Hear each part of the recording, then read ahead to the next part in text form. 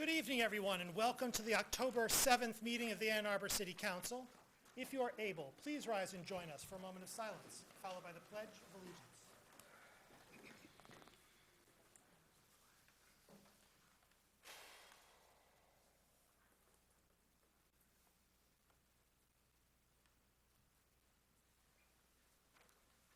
I pledge allegiance to the flag of the United States of America and to the republic for which it stands, one nation, under God, indivisible, with liberty and justice for all. Would our clerk please call the roll of council? Councilmember Hayner? Here. Councilmember Bannister? Here. Councilmember Griswold? Here. Councilmember Lum? Here. Councilmember Graham? Here. Councilmember Ackerman? Here. Mayor Taylor? Here. Councilmember Eaton? Here. Councilmember Nelson? Here. Councilmember Smith? Councilmember Remlawi? Here. We have a quorum. May I have a motion, please, to approve the agenda? Moved by Councilmember Ramlawi, seconded by Councilmember Griswold. Discussion of the agenda. Councilmember Lum. Yes, Mr. Mayor, I'd like to move to consider C4 before B3 and B4. Would you repeat it, please? I'm sorry. C3 before B3 and B4. So C3 becomes, I'm sorry, C4 before B3 and B4. C4 becomes B2.5. And if I could just explain, yeah. Is that the This is opt-out? related, I'm this- sorry, I'll let you. so it's again C4 before B3 and B4, and this is to change the agenda related to the recreational marijuana items. And why I'm asking to consider C4 before B3 and B4 is because C4 is an ordinance to temporarily opt out until December 16th. And given that the purpose of this temporary opt-out is for the city to take more time to thoroughly review our ordinances and processes, it just makes sense to consider that item prior to taking a final vote on the ordinances themselves. So obviously, I'm not going to get into the reasons about the temporary opt-out now, why that's before us, but from a sequence standpoint, that's why I'm asking to consider C4 first. Thank you. Councilmember Hayner. Yeah, thank you, Mr. Mayor. I'd like to, with council's request, I'd like to add an item as DC5 under council new business.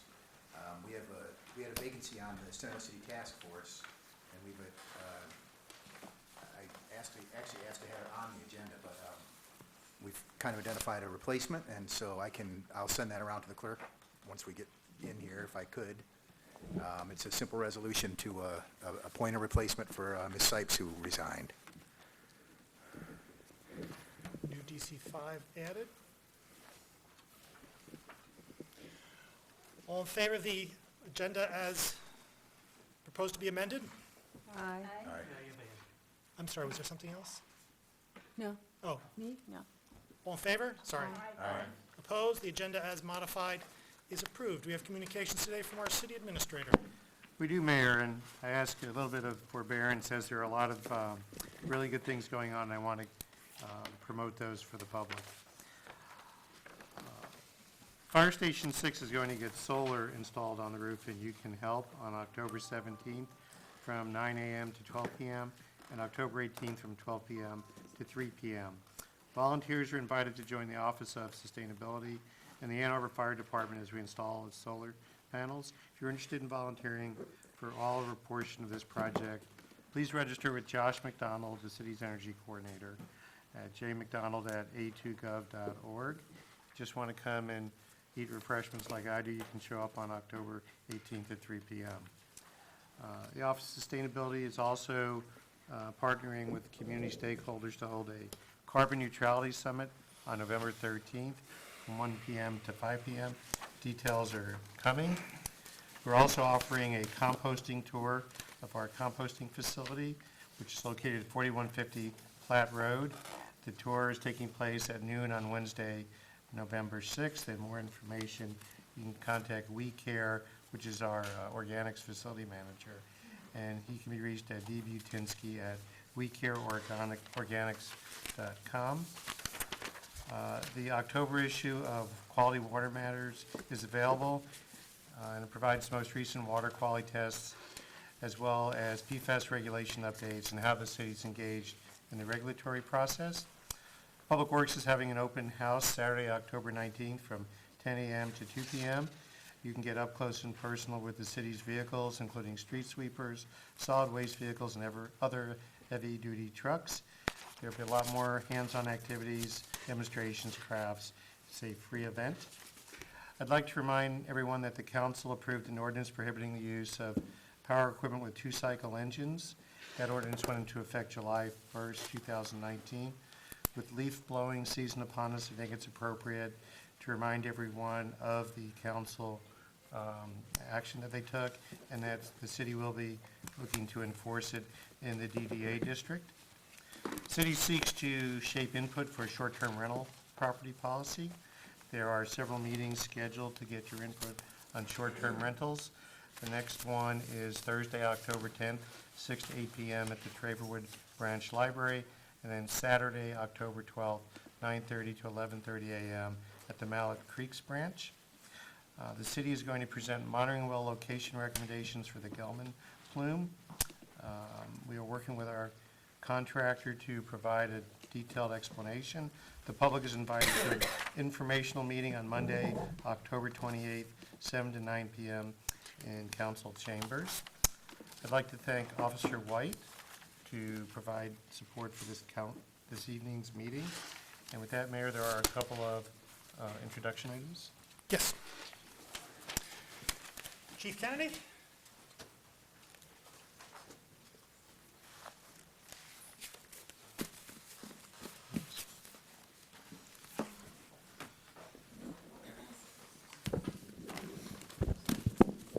Thank you very much. There are a lot of excellent things that we do at the city, of course, and you just heard about some of them, and you'll hear about more of them as the evening progresses. But at its core, safety services is what is the city's business. So here today, right now, something with respect to Fire Prevention Week, and then we'll hear an introduction from the Vice Chair of the Independent Community Police Oversight Commission, giving us a little ICPOC update.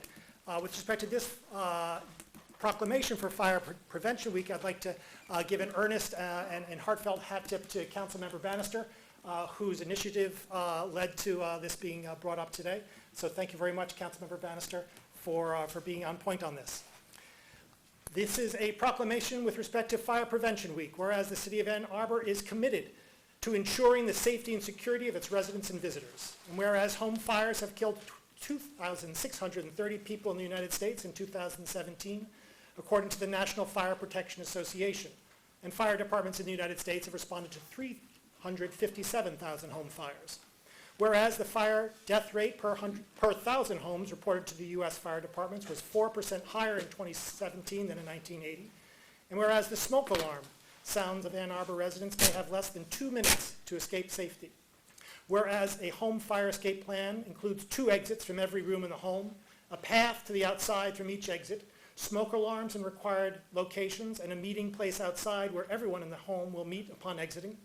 And whereas a home fire escape plan should be developed by all members of the household and practiced twice a year to ensure that everyone in the household knows what to do in a real fire situation. Whereas the City of Ann Arbor's firefighters are dedicated to reducing the occurrence of home fire and home fire injuries through prevention and protection education. And whereas the 2019 Fire Prevention Week theme, "Not every hero wears a cape, plan and practice your escape," effectively serves to remind us that we need to take personal steps to increase our safety from fire. Now, therefore, I, Christopher Taylor, Mayor of Ann Arbor, Michigan, do hereby proclaim October 6th through 12th, 2019 as Fire Prevention Week in the City of Ann Arbor, and encourage our community to develop a home fire escape plan and to participate in the many public safety activities provided by the City of Ann Arbor's Fire and Emergency Services during the 2019 Fire Prevention Week. Chief Kennedy. Thank you very much. Get her. Well said.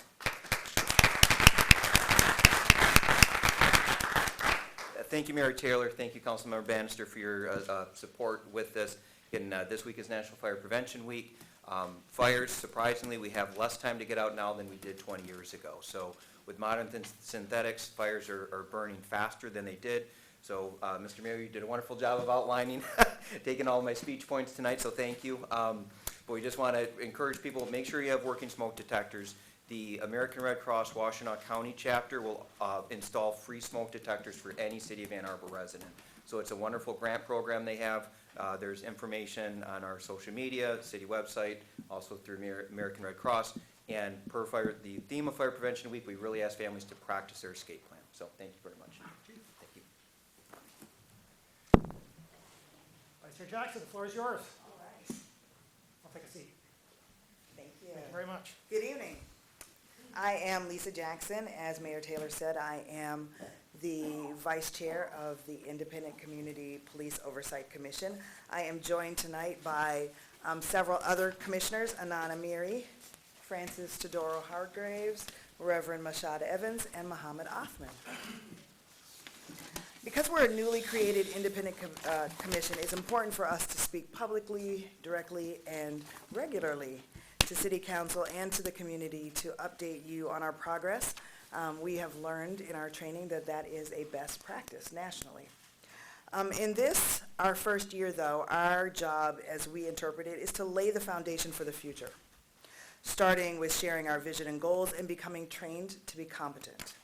Our primary vision is to foster a transparent and mutually beneficial relationship between those who live and work in Ann Arbor and the Ann Arbor Police Department. We understand that while some do have faith, many segments of our community don't have much faith in the police. We know that the steps to earning and growing trust actually facilitate enhanced public safety for everybody. Transparency is at the heart, though, of earning and growing that trust. First, the public needs to get to know us, and here are our motivations to serve on this commission. Commissioner DeAndre Caldwell spearheads our outreach, and he's got us going out into the community to have listening sessions where people talk about their concerns. We've met at the library, at people's homes, at upcoming events at several community centers. We've been invited to houses of worship, nonprofit agencies, and basically we will go wherever we are invited. So we welcome invitations from any and all community members. We want to hear feedback, we want to get criticism, and we want to learn. We also want everyone to know how to file a complaint with us, because that's a new process. Our goal is for people to learn how diverse we are as a commission in our perspectives and in our experiences, and yet how united we are behind our mission. And our mission, very quickly, is to encourage the Ann Arbor Police Department's respectful treatment of all community members, to enhance communication and sharing of information between the Ann Arbor Police Department and the community, to promote positive interactions between the police department and especially members of vulnerable, at-risk, and marginalized groups within the community. And last, to build mutual trust between the community and law enforcement. We also know that earning and growing the trust of the community requires that we be competent, and that involves training. We owe every complainant the respect of a thorough review, and that requires that we be trained in oversight skills and processes, in addition to ride-alongs and understanding how the Ann Arbor Police Department gets trained in use of force. The money you allocated to us in our budget enabled a few of us to attend the National Association for Civilian Oversight of Law Enforcement, which is called NACOL. We went to their annual conference this year, and it was money well spent. In fact, it was so valuable in helping us to understand our work that our goal for next year is to have funding such that all of our commissioners can attend this conference, because it's the leading agency in the nation focusing on the critical effort of civilian oversight. We participated in 3 learning tracks, the first of which was the training track. It taught principles and components of civilian oversight and skills needed by oversight professionals. We talked about the origins of civilian oversight. We discussed public demands for change after tragedy, including the shooting of Ora Rosser here in Ann Arbor. We learned from professionals how to conduct and review investigations, how to create a trauma-informed culture within civilian oversight, how to use strategies to address bias policing in the 21st century, and how to analyze video-driven investigations. The community trust track reiterated to us that when communities lose trust in the police, they often don't report crime, they don't cooperate with investigations into crime, and they're often removed from the conversation on police effectiveness. We learned how to engage the community to help law enforcement earn and grow trust with the communities that they serve, and we expect to be a conduit in that process. The collaboration track was in terms of oversight practitioners teaching us how to collaborate with law enforcement and other stakeholders effectively, objectively, and independently. It stressed the importance of building effective relationships with law enforcement while maintaining our independence, maintaining the perception of independence through good communication and recognizing and mitigating threats to oversight independence. We're continuing to use NACOL for training materials such as webinars, and we're also exploring a credentialing program. The conference was also beneficial to us in connecting us with a network of allies in civilian oversight, such as Judge Judy Levy, Professor Barbara McQuaid, and we connected with other civilian oversight groups in Michigan and throughout the Midwest, as well as officials from the Michigan Department of Civil Rights. All of these individuals and groups offered themselves as a resource to us, and we have and are continuing to follow up with meetings with each of those individuals and groups. We've also begun exploring other local and regional groups that focus on facilitating trust between the community and the police. For example, we've begun collaborating with the Human Rights Commission here in Ann Arbor. We also have trainings planned from MCOLS, which is the Michigan Commission on Law Enforcement Standards, and CALEA, the Commission on Accreditation for Law Enforcement Agencies. And we expect that those are going to give us some insight into how the Ann Arbor Police Department sets their standards and how we can create a forum for the community to communicate its expectations in that process. We also know that our actions as a commission need to be transparent. So we've been working on that as well. We know that our processes need to be transparent, and we're working to facilitate that in several ways, including by having a significant presence on the city website. And certainly our email addresses are now accessible, but we do intend to add more content. And as we go out into the community, we plan to be more open, more transparent about our processes and getting criticism from community members, which is only going to help us improve. We also know that we need transparency from the police department and the city attorney's office, which translates into access to their policies and processes. We're optimistic that Chief Cox, a new, unyet as named, Deputy Chief, and Jason Forsberg will be able to gain some ground in getting the tools that we need, such as body cam footage, witness statements, and original complaint reports. We've begun rigorous training. This is ongoing. We're increasing our outreach. We're working to earn support and trust throughout the community. It's going to take many, many hours to develop a robust community police oversight group, and we're going to keep you updated on our progress because we want you to feel what we feel, which is that we're all working together. We look forward to updating you on our continued progress in a few months, and we want to encourage community members to contact us with questions or concerns. Thank you. Thank you very much.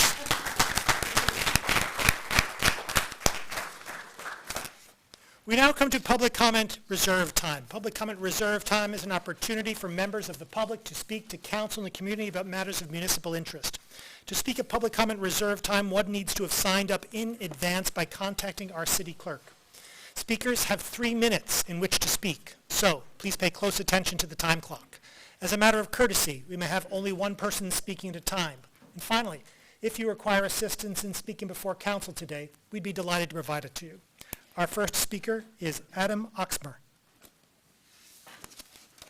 Hello, I'm Adam Oxner, and I just want to talk about DC-1 resolution directing the city administrator to pull up some data for safety and crash data for the Vision Zero project. I am in general support of regular reports of safety and crash data because more information is better, but I am concerned that this brings the data to the city council unnecessarily and might cause unnecessary overhead, which could slow staff's progress because it is my view that city staff and engineers are doing a really good job at looking at the data themselves, and I'm sure they have this data available, but putting it into reports and sending it up to council regularly, it could be beneficial. If it moves forward, I would like to have council keep an eye on the efficiency of the progress so it doesn't slow us down. And then I'm not exactly sure, but the second resolve statement in DC-1 seems like it might be a little bit heavy-handed, asking or worded heavy-handed, asking the city administrator to provide reports to the Transportation Commission and such.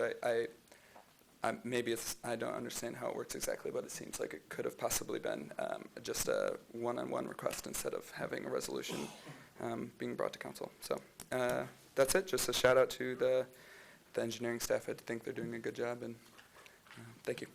Thank you. Our next speaker is Robert McGee. Robert McGee. Our next speaker is Blaine Coleman.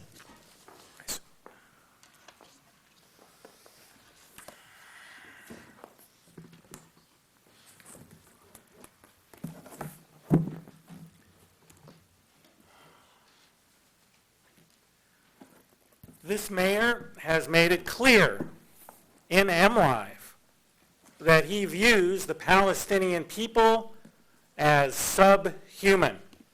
In MLive, in 2018, when Israel was shooting down Palestinians by the thousands, one of us demanded of the mayor to speak against this massive gun violence by Israel against the Palestinian people.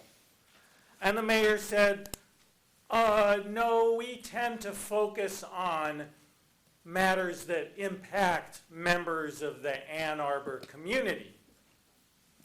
As if Palestinians are not members of the Ann Arbor community. They are. They are. Palestinians are members of the Ann Arbor community. We brought this up repeatedly. I have yet to hear the mayor acknowledge that, yes, Palestinians are members of the Ann Arbor community, and if someone wants to bring a resolution to defend the rights of Palestinians to this city council, then by God, it ought to be heard by the city council in public, like any other serious matter. I have yet to hear the mayor say that. I hope the rest of the city council is not tagging along with the mayor. I hope the rest of the city council does not act as though Palestinians were subhumans, non-members of the Ann Arbor community. Palestinians are members of the Ann Arbor community. Thousands of Palestinians live here. And even if they didn't, even if not one Palestinian lived here, our money and our political support should not be going to Israel as it guns down Palestinians by the thousands. And you should pass the resolution, which we have demanded in here repeatedly, that says, look at the sign, we are against military aid to Israel. 7 little words, won't take much of your time. And the Palestinian people are members of the Ann Arbor community. When you, with your tax money, help Israel gun down thousands of Palestinians in the Gaza Strip, every Palestinian in Ann Arbor, every Palestinian in Ann Arbor feels those bullets themselves. Thank you. Our next speaker is Mojan Salabiasfani. Not only Palestinians are members of this city, of this community, they have been coming to city council. They have been demanding a cutoff of military aid, boycott, and many, many things for many, many years. And this Mayor Taylor knows it because he used to be a council member all those years ago when students, Palestinians, Arabs, Muslims filled these chambers and shouted, boycott Israel. He remembers that. Yet he has never, ever said a word about the rights of Palestinians to be treated like human beings. He has never, ever said a word about the most simple rights of Palestinians who live in this city. He has turned his back on all of us who have been coming and demanding basic human rights for ourselves. United States is a collaborator with racist State of Israel. United States provides massive amounts of military aid, political aid to the racist State of Israel. With those helps, Israel is able to shoot down thousands of Palestinians. Every day, every week, they are shooting people. They are sending many of them to their graves, mostly young children, mostly teenagers.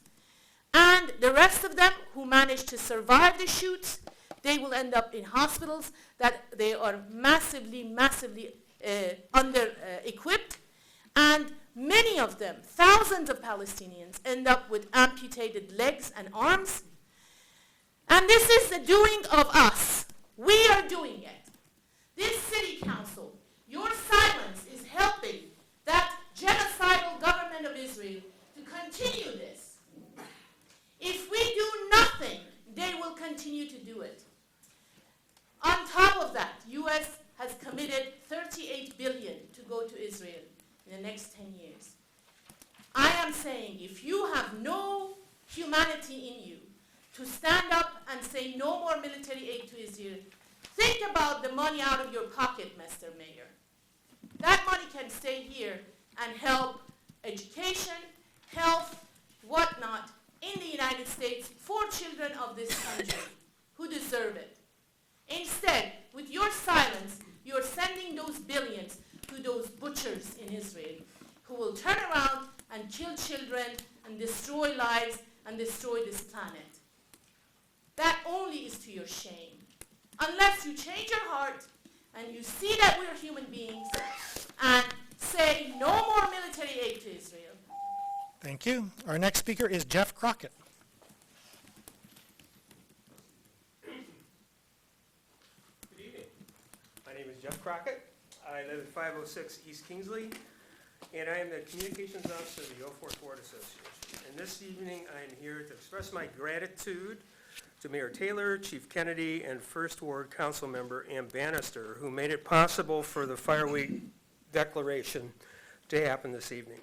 According to statistics provided by Chief Kennedy, the Ann Arbor Fire Department has responded to 113 structural fires so far in 2019, with 2 civilian injuries and 6 firefighter injuries, along with 1 civilian fatality.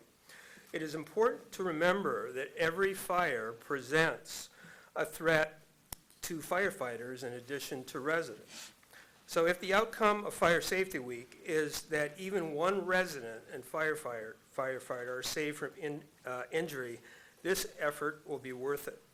On August the 29th, members of the 04th Ward Association coordinated with the University of Michigan's Beyond the Diag program under Molly Hayduck to deliver welcome packets throughout our neighborhood that included information about fire safety. The Intercooperative Council, under the supervision of Nick Kokiard, has also joined us in this effort. However, we believe that it will take more than an annual effort to maximize fire safety for the residents of Ann Arbor. Frankly, links to websites and emails easily get lost over time. So the 04th Ward Association looks forward to working with Chief Kennedy, First Ward Council Member Bannister, and Council Member Hayner to consider other ways to outreach, such as through social media, the development of frequently asked questions, Ann Arbor's notification system, and the Neighborhood Association contact list. In addition, I really love this proclamation because it outlines fire safety plans, but there are other things we can do. For example, we participated in the Red Cross program where we got 3 smoke alarms. The smoke alarms come with 10-year batteries. So as I understand it, the requirement for the fire department is to replace smoke alarms every 10 years. So why not ask landlords to get a 10-year battery? Because you know what happens. What happens if you have 1-year batteries? They expire, and frequently what happens, I've been told by landlords, some individuals will take out the battery just to stop the alarm. I mean, it's not good. So how can we make it easy for everyone? Get 10-year lithium batteries like the fire safety program of the Red Cross does. The other thing that seems like a no-brainer is fire extinguishers. We had a fire in our house a year and a half ago that I've told you about previously, and the only reason we were able to stop that is that students came over and borrowed my fire extinguisher. So I appreciate all of your support, and I want to thank you for your attention. Thank you. Are there communications today from council? Councilmember Ramlawi? Thank you, Mayor Taylor. A lot of times you don't even know what you're going to say at these moments, but I have a lot of things to say. I have to keep it down to a few. I'd like to say thanks to the members Vic Pock for showing up tonight, the Police Oversight Commission, to give us that great update. It, as liaison to the commission with Councilmember Lum, it's great to see that. You put a lot of work and time into it. It's taken more time than most commissions, and there's, uncharted water, and you got to go out there and look for the answers, and they're not there. So we're thrilled to know that the conference in Detroit was a huge success, and we'll build on that. So thank you for all showing up tonight, and thanks for all the work that you're putting into it. It's not going unnoticed. Also, we had a nice, huge turnout yesterday at the Westgate Library, talk about short-term rentals. There was well over 100 people in attendance for about 2 hours. Talked about the pros, cons, hosts, guests, a whole list of different people under the umbrella were there to represent themselves and their interests. So look forward to the 2 other meetings that are going to be occurring later this week, so we can get a better understanding of how we can facilitate the short-term rentals and regulate them and know where they exist and have the conversation around all the intangibles. Also, I hate to end it on this note, but the community lost a giant. Mary Hathaway passed away yesterday, I think. Really, somebody who's done a lot in their life, who lived a full life, whose legacy will continue. It was an honor to walk with her and knock doors with her, and my thoughts and prayers are with her family and friends. And I think all of us up here can learn something from her by the way she carried herself and the class and dignity that she engaged with people, even when she had differences. You wouldn't know it by the tone and tenor of the conversation. So I'll leave it on that. Thank you. Councilmember Eaton. Thank you. I want to thank our transportation staff for agreeing to meet with council members Bannister, Griswold, and myself on September 27th to discuss the traffic reconfiguration on South Division Street. At the time of that meeting, the transportation staff had not yet heard from our safety staff, but it's my understanding that in consultation with safety staff, that area of South Division will be redesigned to better accommodate emergency vehicles. I think that we all understand that traffic configuration is not a science, but certainly there are some minimum standards that have to be applied when we paint lines on the road to accommodate all modes of transportation. And in this case, we just excluded the need to accommodate emergency vehicles such as fire trucks and ambulances. So I'm looking forward to that redesign being implemented to better accommodate all of the kinds of vehicles that travel on South Division between Hill and Packard. So thanks so much to staff. Councilmember Ackerman. Thank you, Mr. Mayor. Thank you from myself as well to Dr. Jackson for the overview. I had the distinct pleasure of getting to serve on the Independent Police Oversight Commission for one day. And so it's awesome and incredible to see the progress that you all have been able to make over these months. And it's really a delight to see. On the same note, in the spirit of improving communication between the public and the police department, Councilmember Grand and I want to invite any city residents, but in particular residents of the 3rd Ward, to meet our new police chief, Chief Cox, in 2 separate events. The first is coming up quickly on Thursday, October 10th. That's this Thursday at 7 p.m. at Pittsfield Elementary School. The second opportunity in the 3rd Ward will be on Tuesday, October 22nd, at the Bryant Community Center, also at 7 p.m. We look forward to seeing everyone out there, and a special thanks to Chief Cox, his assistant Carrie, as well as Angie Smith from the Forest Brook neighborhood, and school board member Susan Basquette from the Arbor Oaks neighborhood for helping us coordinate dates and times. Thanks. Councilmember Grant. Thank you. Speaking of ICPOC, and I do want to thank you all for your hard work. Every time I see this group work together, I feel so good about the process that got you here. And now we get to nominate one more person to ICPOC. And I also have some other positions that I'll be working to fill in the next few weeks, monthish, either on my own or with some of my colleagues. Another one is to the Human Rights Commission. So we have a couple positions there that we're looking, that we'll be looking to fill. The mayor makes that appointment, but I do want to encourage folks to apply if you are interested. I will also be nominating an at-large member and a person who has a background in real estate to the Greenbelt Advisory Commission. So if you have a background in real estate or you just are interested in land preservation, I encourage you to apply to that commission as well. We'll be trying to move those forward so we can have smooth transitions and plenty of people participating in those committees. I also just wanted to give a heads up, and of course I almost just lost it, to council that I'll be coming forward either at the next meeting or the following meeting, I'm hoping, to just be proactive in terms of the executive order that was released on September 26th from the White House that will be requiring official consent from state and local governments for refugee resettlement. So I think we as a community can get out on, in front of that and give our consent and encourage our state leaders to do the same. So I don't think that will be a long conversation, but if any of my colleagues want to work with me to bring that forward, I certainly invite collaborators on the process. Councilmember Hayner.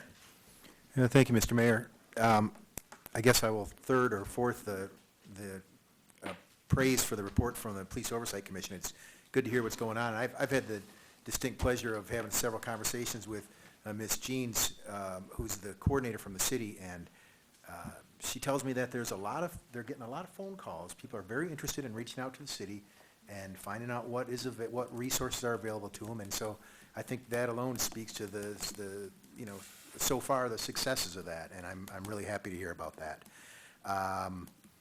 What else do we have going here? Well, there's a lot. I guess I'll just give you an update from Center City Task Force.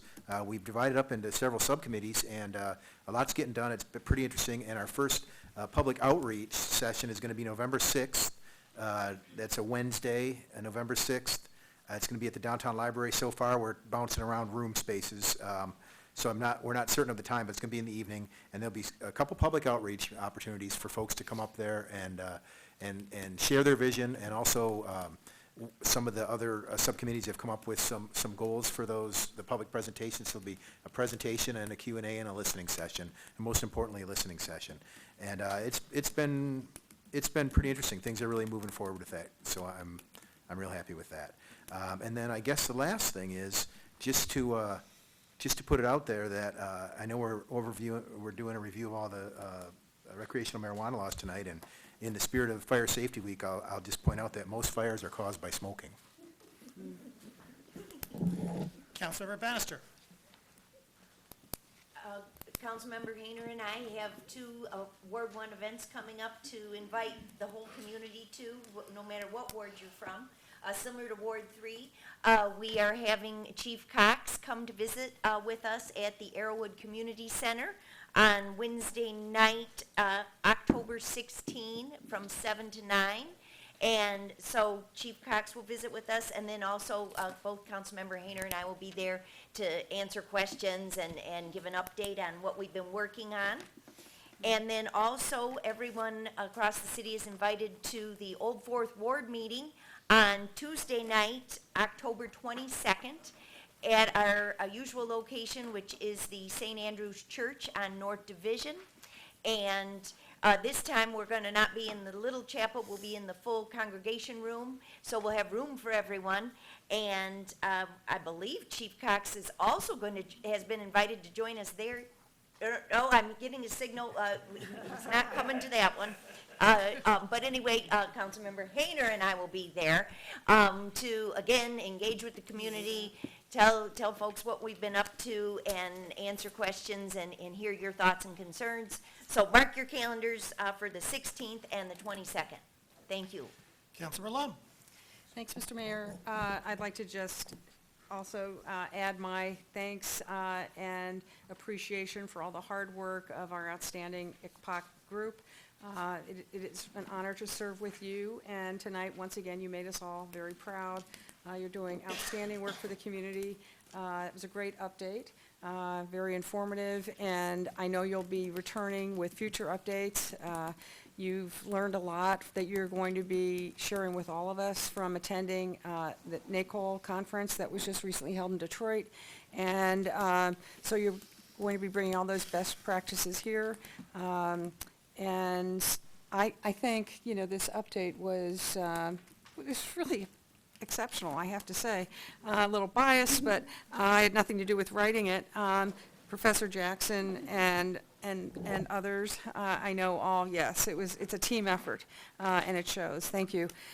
Maybe perhaps we could add that to the website, which is, yeah, in progress. It's being developed. But as you can all see, this group has been doing great work, and it will be continuing, obviously, because it's in very good hands. So thank you very, very much.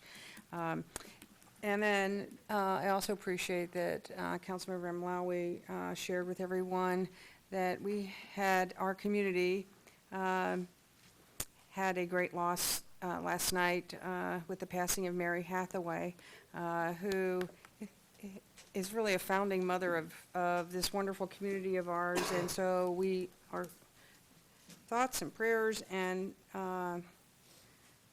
go out to the Hathaway family, certainly. And just for those of you who may not have known Mary, she was all about all things wonderful: sheltering the homeless, protecting refugees, recycling, historic preservation, stewardship of natural areas, you name the cause. She worked with Mr. Hathaway, who passed away many years ago, was a former council member. They collaborated to help save the Michigan Theater.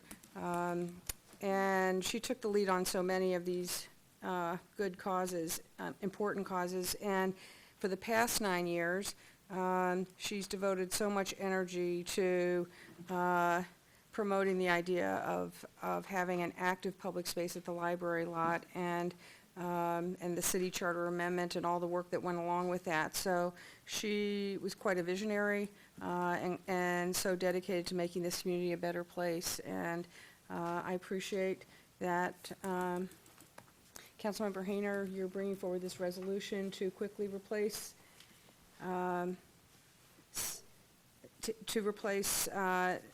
Sipes with another appointee on the Library Lot Task Force. Their work is also very important, obviously, and we need to make that replacement as soon as possible. And I suspect Mary's smiling down and saying thanks, Councilmember Hayner, for that. Thank you. Councilmember Griswold. I appreciate all the positive comments that have been made, and I also will miss Mary Hathaway. She touched my life. A couple of issues, not issues, it's good news, really. My adult children are sending me to New York City, round trip, to attend a Vision Zero conference later this week. And I am hoping to schedule another community conversation in the next few weeks, so there'll be more news about that. And I also want to thank Adam Oxmer for actually reading through the resolution DC-1 and just provide a couple of explanations. One is the city administrator usually writes my resolutions, and frequently the feedback is that they're a little too harsh and controlling, but it's his language, not mine. And I'm actually on the Transportation Commission. I'm the liaison from council, and we've divided up some of the work with the 6 E's. And so I've had the evaluation responsibilities. So that's one of the reasons for this resolution. And I agree with you, sometimes it seems like we could just make a one-on-one request. But with the Open Meetings Act, I feel very strongly that our communications with our city administrator needs to be through resolutions. And while it is sometimes burdensome, I think it is more transparent. But thank you. Further communication? I'd like to recommend the following nominations for your consideration at our next meeting. To the Ann Arbor Public Art Commission, Peggy Weir-Leonard. To the Local Officers Compensation Commission, Juliet Pressel. To the Downtown Development Authority, Andrea Dyke. To the Historic District Commission, Catherine Fortner. To the Public Art Commission, Sophie Grillet. To the Downtown Development Authority, Mika Bartolome. And to the Elizabeth Dean Fund Committee, Elizabeth Collins.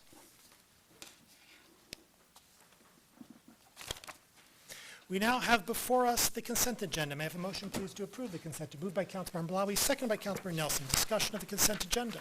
Councilmember Hayner. I'd like to remove CA11 for a separate conversation. CA11. Councilmember Griswold. I'd just like to make a couple comments about CA3 and CA4. And would it be appropriate to do that now or later? Now? Oh, okay. Both of these are resolutions identifying property that's been transferred over to the city from developers. And I think it may be useful going forward that we evaluate these properties that developers are giving us, because it seems to conflict with what I'm hearing that we can't purchase property with Greenbelt funds because we don't have the resources to maintain that property either as a natural area or as a park. And so I'm familiar with some of these pieces of land that developers have given us, and frequently they're inferior and they're small. I have a couple in my neighborhood, and I don't see them contributing much to our community other than for the tree canopy that they provide. Further discussion on the consent agenda. Councilmember Grand. I'd just like to respond to that. Those properties were evaluated by park staff, and park staff, when they looked at the developments, actually made specific requests for those pieces of land. If you look at where they are, there's connectivity to existing natural areas. They also form sort of an arch along the northern part of the city. It was also in response to a lot of neighbors' concerns about which pieces of property that they wanted. So they're not terribly expensive to maintain, but they were evaluated by Natural Area Preservation, and there was input into them, and were looked at in conjunction with the existing development to help, in addition with pedestrian and non-motorized connectivity, because there's going to be a path that comes out of one of those areas that connects it to another one. Councilmember Griswold. I just want to say that's great news, because the properties that I'm familiar with are probably 30, 40 years ago acquired by the city, and so it looks like we've really improved our process. Yeah. Further discussion? All in favor of the consent agenda with the exception of CA11, please say aye. Aye. Opposed? The consent agenda with the exception of CA11 is approved with 11 council members present, all voting in the affirmative, thus satisfying the 8-vote requirement with respect to CA10, CA7, CA14, and that is all. Is that right? Yes. CA11, resolution authorizing publication of notice of intent to issue general obligation capital improvement bonds to fund Downtown Development Authority and Ashley Parking Structure Expansion Project not to exceed $23 million. Moved by Councilmember Lum, seconded by Councilmember Hayner. Discussion of CA11, Councilmember Hayner. Thank you, Mr. Mayor. I think that this item is a little premature for a couple reasons. One, next week is a work session, the joint work session with the DDA, Downtown Development Authority, and the City Council here in Council Chambers at 7 o'clock. And, oh, that's right, that one's at CTN. sorry, my apologies. It's at CTN on South Industrial at 7 o'clock. And I just think we should have that conversation with them before we offer up the full faith and credit of the taxpayers of the city of Ann Arbor to the tune of $23 million, which is actually $28 million by the time we get done repaying the bonds. And so I'd like to move to postpone this until the next meeting in October, or the first meeting in Monday, whatever my colleagues would think was an appropriate time. I guess that's the next meeting, our next meeting in October. Is there a second? Seconded by Councilmember Smith. Discussion? So this will be the next meeting in October, Correct. the 21st. Yes. Is there any, if I can just ask, is there any reason why that can't be done from a staff's perspective? All right. Further discussion? Postponement to our next meeting. Okay, October 21st. All in favor? Aye. Opposed? It's postponed. We now come to a set of public hearings. Public hearings are opportunities for members of the public to speak to council and the community about a specific item on the agenda. That is, the specific subject of the public hearing. When you speak at a public hearing, your speech must relate to the subject of the public hearing. Speakers have 3 minutes in which to speak, so please pay close attention to the time clock. Speakers need not have signed up in advance to speak at public hearings. We can have only one person speaking at a time as a matter of courtesy. And finally, if you require assistance in speaking before council, we'd be delighted to provide it to you.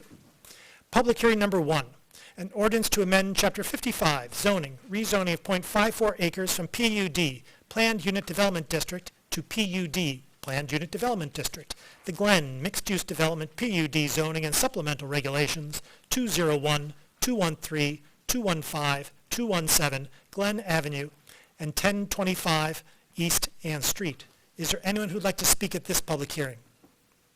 You need not raise your hand, just mosey on up to the podium.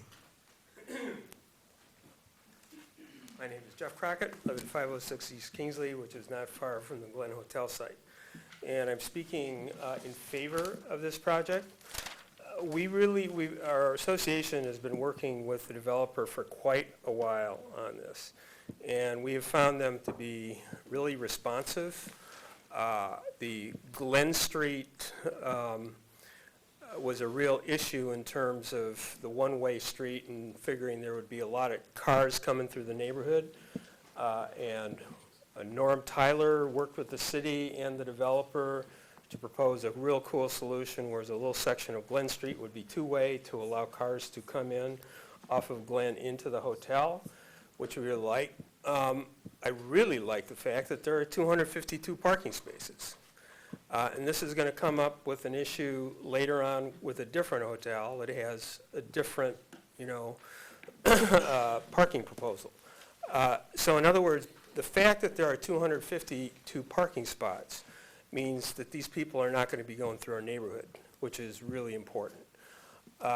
So we sort of look at what's happened with this developer as an example for what we want all developers to do in terms of input with neighborhoods. Thank you very much.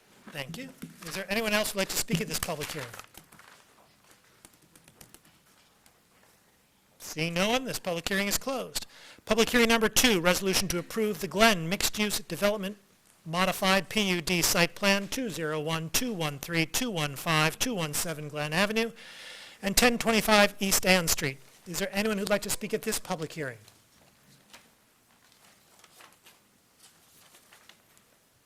Seeing no one, this public hearing is... Sorry, my apologies.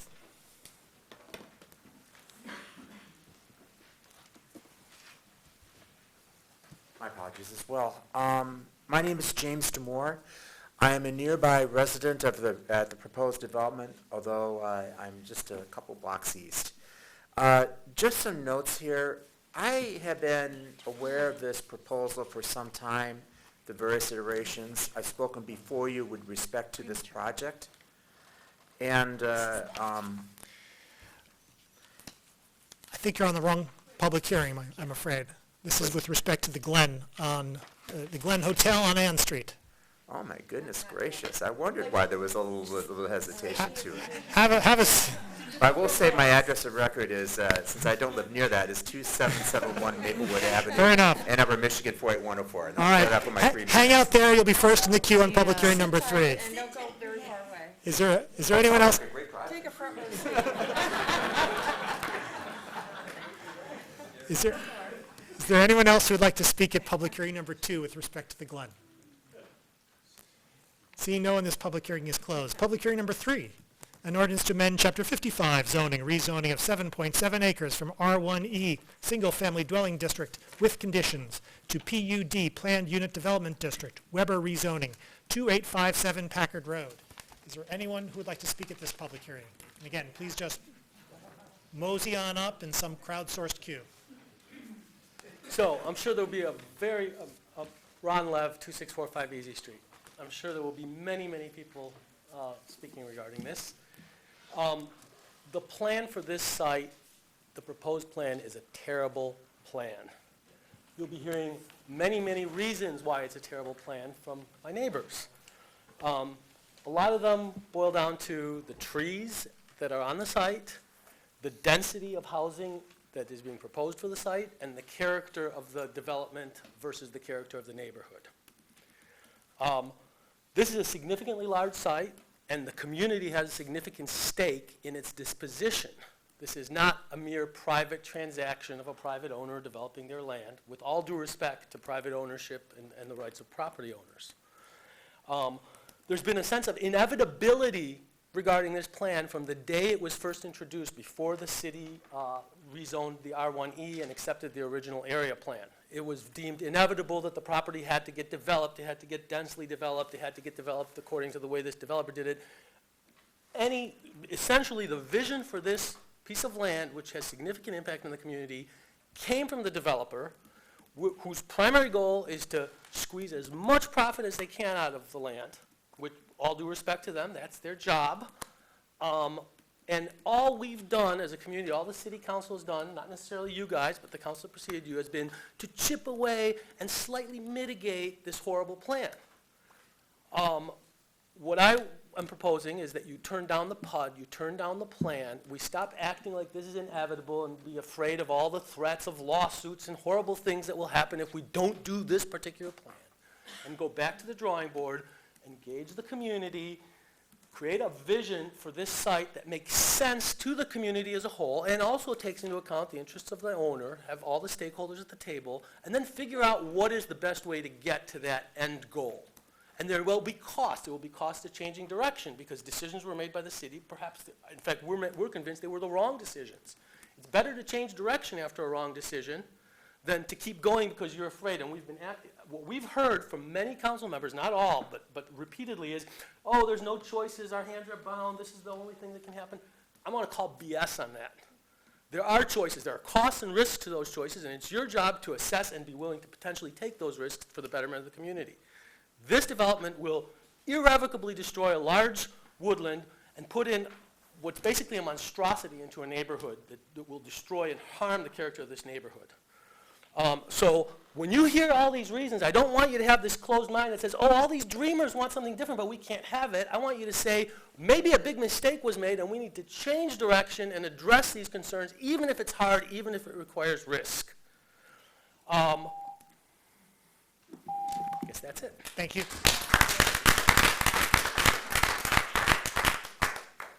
Hello, my name's Richard Taylor, live at 2814 Cranbrook.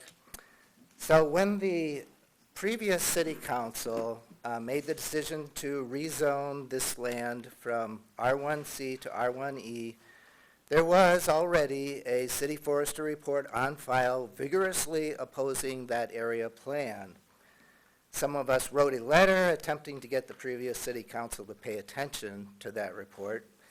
In retrospect now, I think that it seems clear that to shoehorn 51 houses, or 51 houses and condominiums now, on 7.7 acres of land with 57 landmark trees on it, that was a bad idea.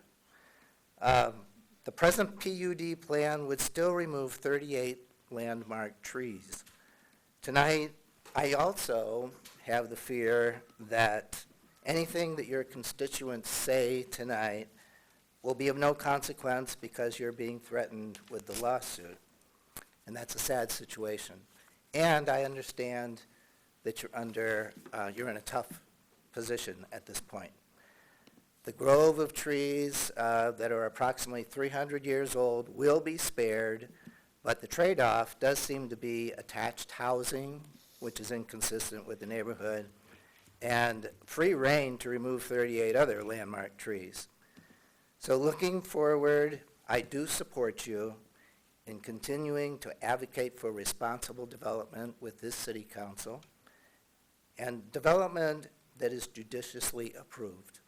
So thank you very much for your time. Thank you.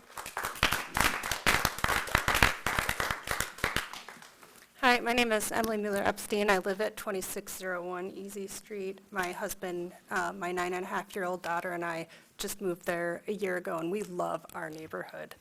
I've written to the city council and my ward reps twice before today. Never heard a peep from either of you. And that's really sad, because that's abdicating your responsibility to your constituents to represent us and to listen. I just want to harp, if you will, on the fact that environmental and economic sustainability is not mutually exclusive. They are, since time immemorial, intertwined. Do you know that the median household income for this city in 2017 is, I believe it's $77,000? If one earning the median income wants to purchase one of these small and expensive homes, about $400,000 as a price point, an individual earning the median income must put down $40,000 to $120,000 for a 3.6 30-year fixed-rate mortgage. Now, if you talk to somebody like me, I'm 41. I finished my PhD at Wisconsin with my husband a few years ago, and we're moving into this neighborhood. We have 2 mortgages already. You know, our student loans and now our house that we love. And then come to find out, there has been no foresight into the planning of this. It's greenwashing at the highest heights. I find it difficult to believe that elected servants would have such a poor command of current economic conditions and their interrelationships with specific demographic groups, like the soon-to-be refugee middle class. Maybe then will be a subject of concern. These are not starter homes or starter households. These homes house real and knowable people.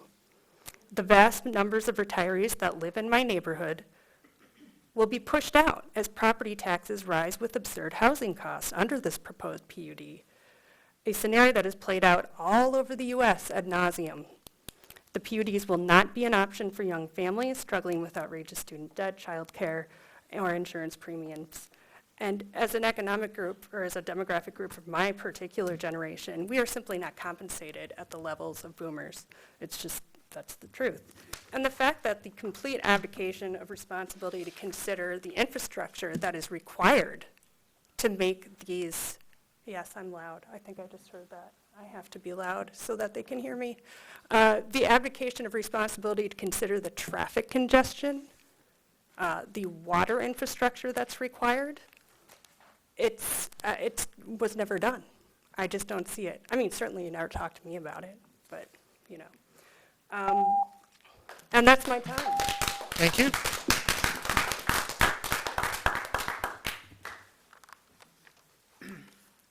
Hello, my name is Aura Blatch. I live at 2907 Chesterfield. We're just slightly out of the 100-yard range. I really feel at this point that the City Council and the people who are working with our development communities have really sold out our area. I don't feel like any of us have really been asked. I don't think that a lot of has been put into what's going on here. One of the things that, you know, I just wanted to bring up is that back in 2014, $400,000 was spent to move one bur oak 100 yards. I want to know why this tree mattered so much where our trees don't. It's not right. It seems that so much that is what's put into the city is in where U of M exists, and then once you step outside of that, the communities that have been here for years just cease to matter. Allen Elementary, that is there, you know, our elementary school in our community. Last year, we hired a 5th grade teacher that we did not have classroom space to be able to put her in. Our school is running out of space to be able to take care of our existing population that is already growing, especially when you add in, you know, school of choice and everything like that. You know, our school district is very awesome, but there needs to be something put in place, you know, if this PUD does go into existence, that there is going to be something added on to our school districts because it just can't take on all these added people. We have so many of our homes that have backlogged with sewer in our neighborhood over the past few years. So many of the people have had to do complete in-home remodels as, you know, they've had sump pump disasters. I don't think that the existing infrastructure will be able to handle the added excess of all these 50 other houses that they want to push in such a small area of land. I mean, I don't even understand why someone would want to spend so much money to have so little yard space and to be able to have so little trees of everything that we already take in our community that we stand up for. You know, I just think that over and over again, our community is being, you know, asked to sacrifice. And then how are we going to get on to Packard? Between 4:30 and 7 o'clock, it's a standstill. I can't make a left out of my neighborhood as it is. We have hundreds of cars now coming through our neighborhood to try and avoid all of this. These things need to be addressed.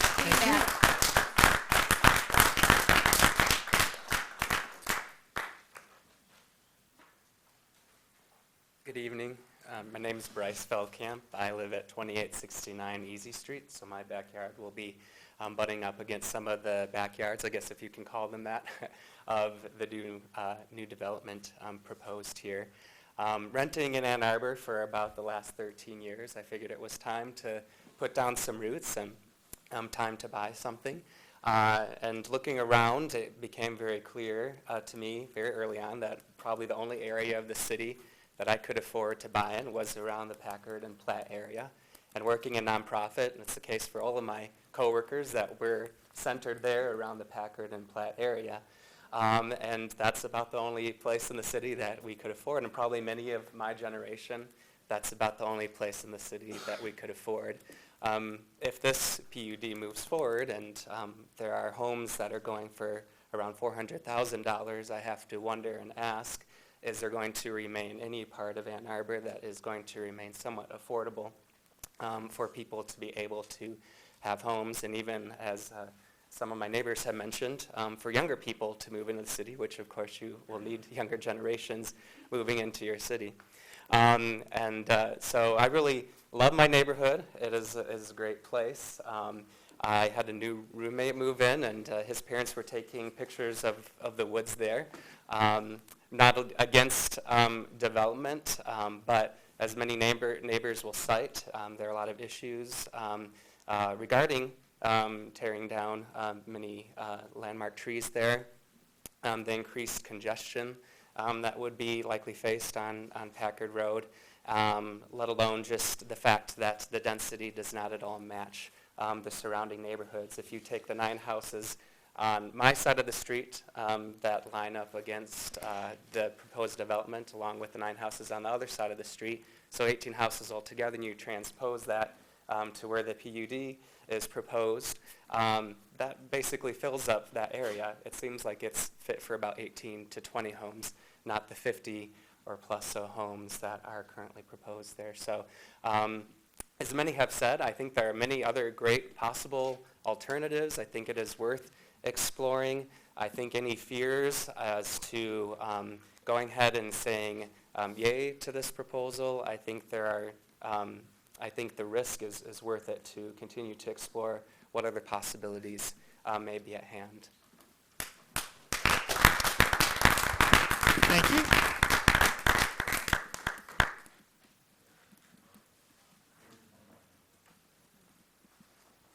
Evening. Mark Bradshaw, 2969 Easy Street. I first moved into Ann Arbor approximately 20 years ago as part of this Trailing Spouse Club. And we found an affordable house in southeast Ann Arbor, which used to be a separate village. It hasn't been part of Ann Arbor for all that long. And it still has a unique character in that area. Very diverse neighborhood. 20 years later, after a divorce, retiring from U of M, I thought I was going to have to leave Ann Arbor. But I went back to this neighborhood and found a house on Easy Street. 2-bedroom ranch on a slab. Simple house. There's a reason why this house is a small house that does not have a basement. Many houses on this street do not have basements because of the way of the land there. We're on the watershed for Mallett's Creek there. There's about 18 inches of topsoil, and then it's clay.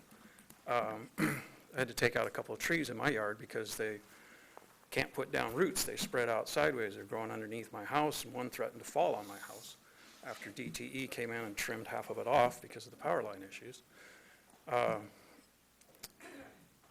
And so adding this density of housing on that type of land, besides not fitting in with the neighborhood, it just doesn't seem safe. And it's not going,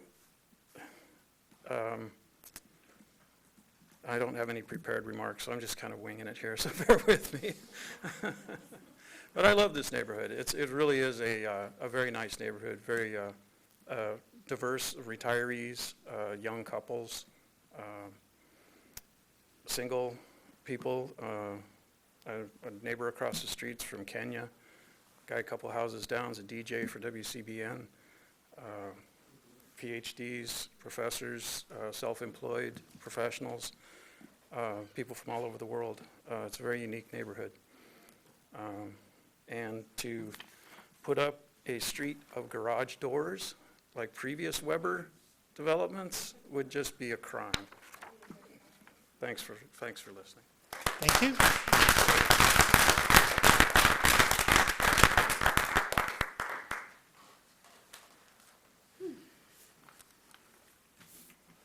Hi, my name is Catherine Hadley. I live at 2618 Easy Street. I want to start by saying that I acknowledge that this is a really hard decision. I don't think that any of you took this lightly, and I would not want to be in your place right now. So I just want to take a second before I start to say that. I want to talk about why I love my neighborhood. So I love my neighborhood because of the affordability. The affordability in my neighborhood creates the diversity that is there. My neighborhood is one of the last pockets of middle class in Ann Arbor. And, we talk a lot about affordable housing, and for that reason, that's for a good reason, because housing around here is not affordable for lots of people. For myself, I fail to see how this project qualifies for the vision that City Council paints for our town. The PUD is simply not enough. Ideas are out there, but to many, they feel like it's falling on deaf ears. And I feel for my neighbors, who currently feel a little abandoned and silenced during this process.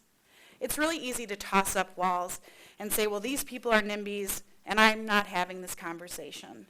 But that's not good enough, and that can't be who we are. We must learn to communicate on things like this in our city. And to me, this project has been a failure to communicate.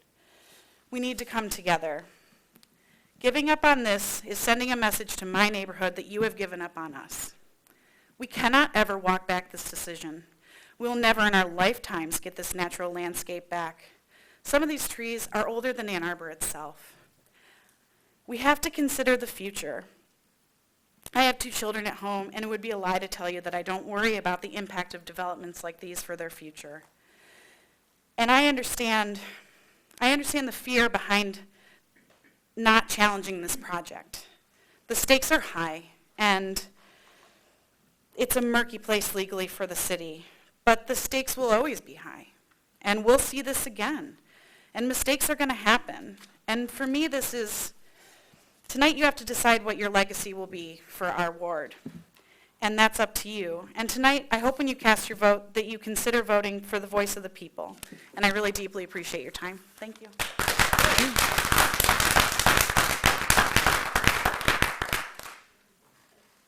All right, let's do this.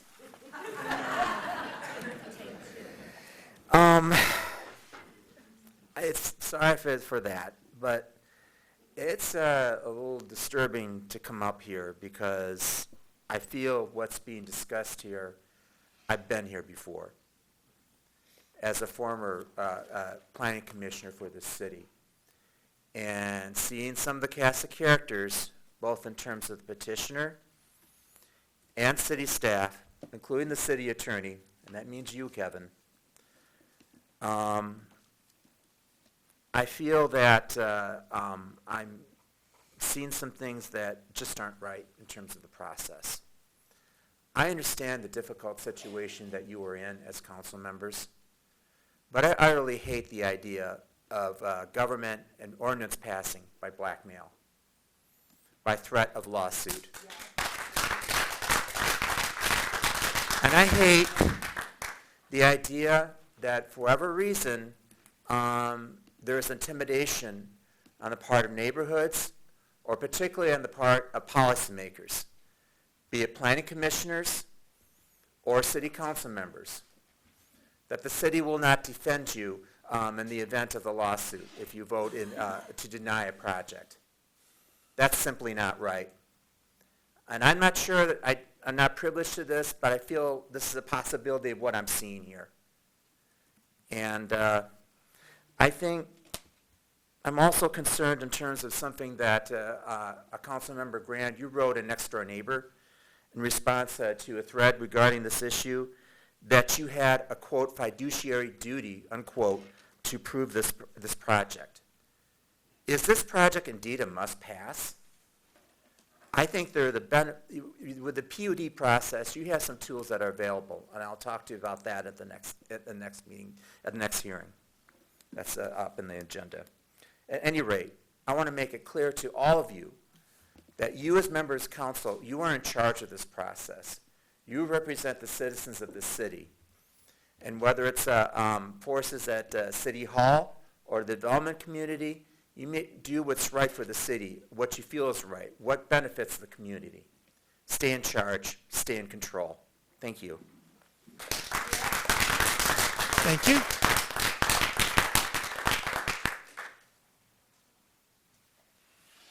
Hi, good evening. My name is Sue Symington, and I live at 2649 Carmel. And I've been following this project for 3 years now.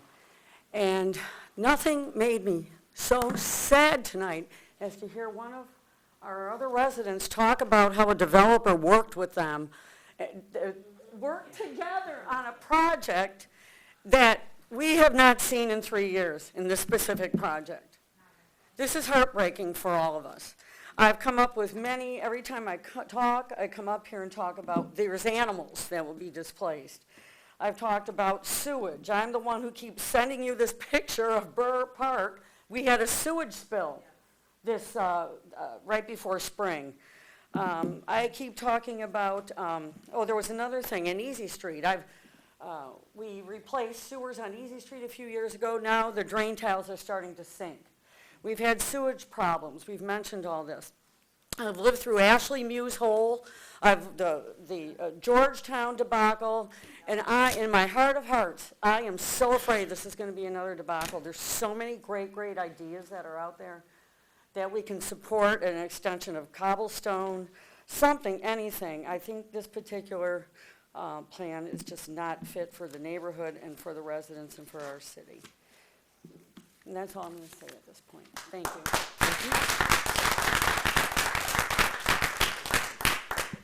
I'm going to play devil's advocate. The city, in my opinion, there's not enough supply, and we need more supply in the city for houses of various types. And by adding that supply, it will make things more affordable for the city as a whole. Some of you will argue that you don't want this built because of the environment, because of climate change. I heard that last night from Bannister. And yet, the same people who sometimes argue that, it's about climate change. I remember before we had votes where you guys had a chance to vote on giving money for climate change activities, and you voted against it. Last night, Councilmember Griswold, You made the statement that you believe in high density downtown, and yet you voted against core. And so I see these contradictions where you say things for one thing, you say things for another thing. It was somewhere. Anyway, it's just, I see developers, they try to make something, and then people complain, as they should. And then I see them making changes and compromising, and I see people constantly fighting against developers, and it just makes it harder and harder and harder. There is not one easy place in Ann Arbor to build anymore. And so you guys have to make these hard decisions. And it is a fiduciary duty if there are lawsuits and stuff at stake. That is a fiduciary duty, it absolutely is, and so it is a hard decision that you have to make like that. But it is important to increase supply in the city. And it has to come from every single ward. Everyone is going to have to make sacrifices. Anyway, that's all I wanted to say. Have a good night. Thank you. My name is John Gibney. I'm from 2720 Cranbrook. I've listened to all of my friends, all the people I've met. The greatest thing about this process to me is that I've met people. I've met my neighbors. I've talked to my neighbors. The thing that I really want to tell you about Chris is one day he came through when he was just starting out, and he came to my house.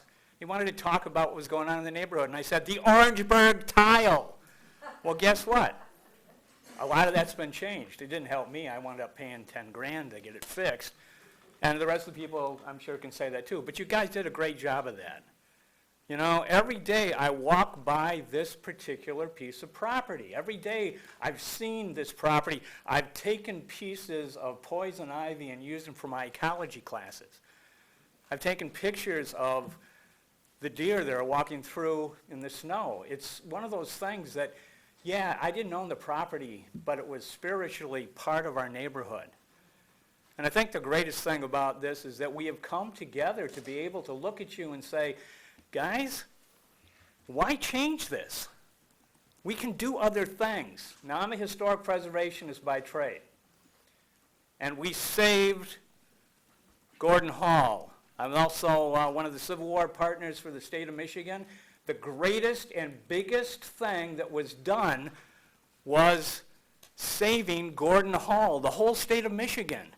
Now, they were told they couldn't raise the money. They were told they couldn't do that, and I'm very proud of the fact that one of my former students spearheaded that. And now, instead of driving by and seeing 500 stupid houses, you've got Gordon Hall up there looking down on you. Every day as I go to work, and as you can see, I'm on my way to work, I have to pass by and watch all those cars that just sit there and cause more pollution and more problems. You know, there are other places you can go. This is not really a middle-class neighborhood. It is a lower-class neighborhood. We're going down. I've been there for 25 years. I came there from university townhouses, so you know where I'm from. And I have a lot of friends from university townhouses that moved there. It's the only place they could go. And I know that all of you have supported making sure we have co-ops and other things for people to be able to do. This one spot is a refuge for us. It is a spot that connects Brown Park, Mary Beth Doyle Park. It connects Burr Park, and it connects County Farm Park. Some of you may not like the idea that we have so many deer. I don't particularly like it because I know in the next few weeks I'm going to be seeing them running across Packard on my way home. But that's part of the environment. I have monarch butterflies now. I have birds that I couldn't even imagine when I moved in. When I moved in, it was sterile. Now it's becoming something special. So thank you. Thank you.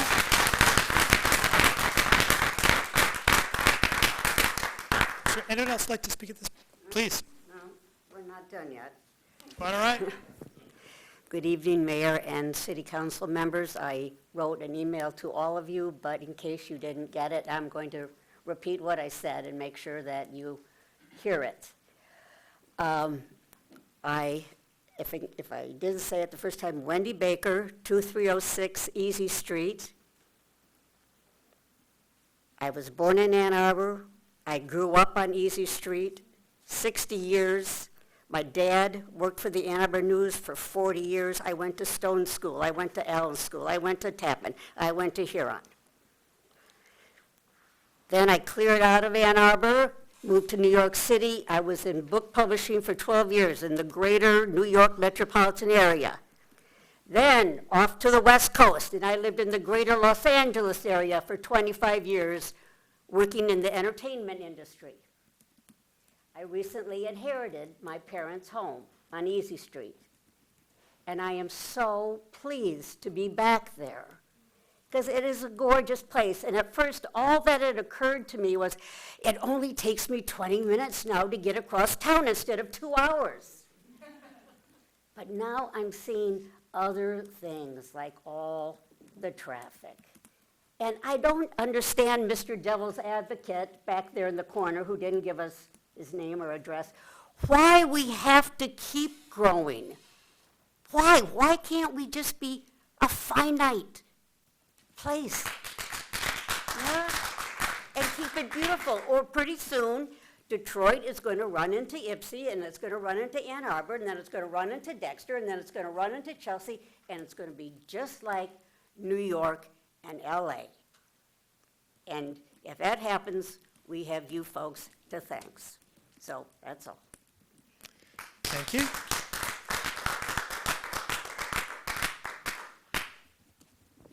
My name is Kathy Boris. I live at 1726 Charlton in Ward 5. I think this might be a good moment to remind ourselves that elections matter. So as you observe the votes of the mayor and city council tonight, think about who you will vote for in the future. Thank you. Thank you.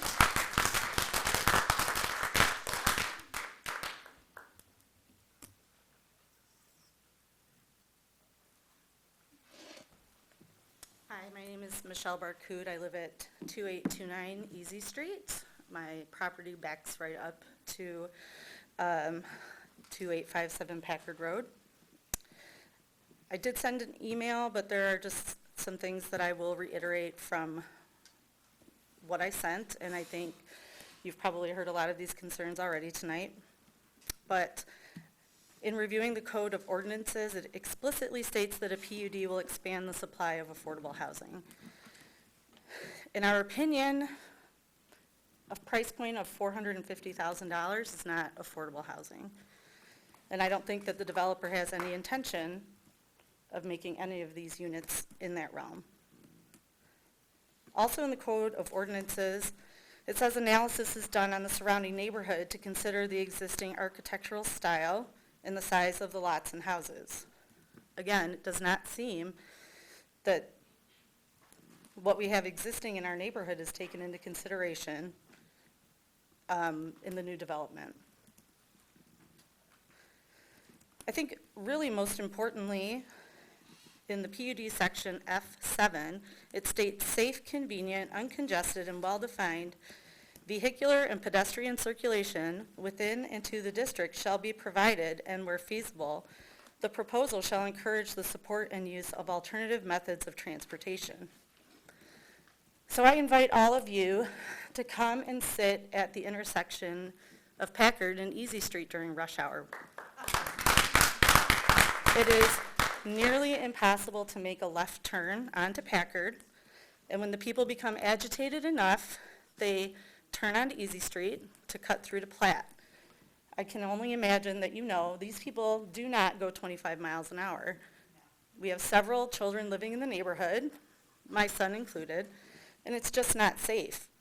So now add 52 more houses or units to this area, no additional stop signs or stoplights, and imagine how much worse that situation will be.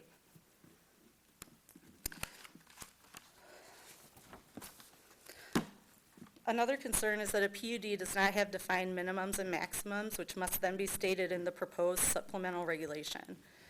We would like to know if the developer will be able to make changes without approval after rezoning, or will he be held to the proposed plan? Despite what happens with this property, we would also like you to consider changing R1B zoning so that if we, the existing homeowners, would like to add on to our properties, we can do so in the front and not just out the back, because if it goes through, we'll have these towering two-story homes that are going to be only 20 feet off of our property line. Thank you. Hi, my name's Beth Collins. I live in Ward 5, but my husband grew up at 2601 Easy Street. And I also grew up in Ann Arbor. The tree on the city logo is a beautiful green bur oak tree. I was told that this property, everything south of Ann Arbor was all farmland, so it's very rare to have this type of amount of trees all in one spot. They will be removing 57 landmark trees. 19 will be spared, but many will have their critical root zone affected. I'm hoping that you'll make some addressing of that. 208 woodland trees will be removed, 74 spared. Maybe some changes need to be made in our natural features ordinances. I have seen a lack of concern for features on other site plans also. Not enough protection for wetlands, trees, steep slopes, and a glacier-made lake. There is a climate crisis. We need to change our thinking about development in areas that have such precious natural features. I disagree that this land isn't wanted for a park, an educational historic home possibly. We must spend the Greenbelt 1/3 inside the city now that is allotted for inside the city. There's a balance of over $6 million, and it's called an open space and parkland preservation millage, which in my mind means to use to preserve space inside the city, which is to prevent development inside the city. I do agree that we need some development in the city, but you can't guarantee that these people aren't going to be driving either. So, devil's advocate, Kai. Anyway. The residents did approve the Greenbelt millage. I'm hoping we'll start looking at this more. Also on the pros plan, 89% of voters think that our parks are extremely important. We always approve parks millages each time it's on the ballot. The other 11% will say that we have too many parks, that there's not enough money to fund parks, or that they don't want this land or that land. They are wrong. They are 11%. Listen to the rest of us, and please remember that beautiful logo that's behind you. Maybe we don't want to make this mistake again. Thank you. Thank you.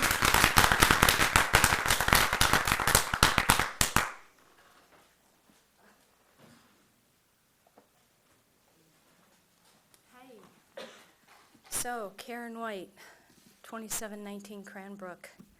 You know all the reasons that I'm very opposed to this development. You've heard me say them all before, so this time I'm just going to read what I wrote.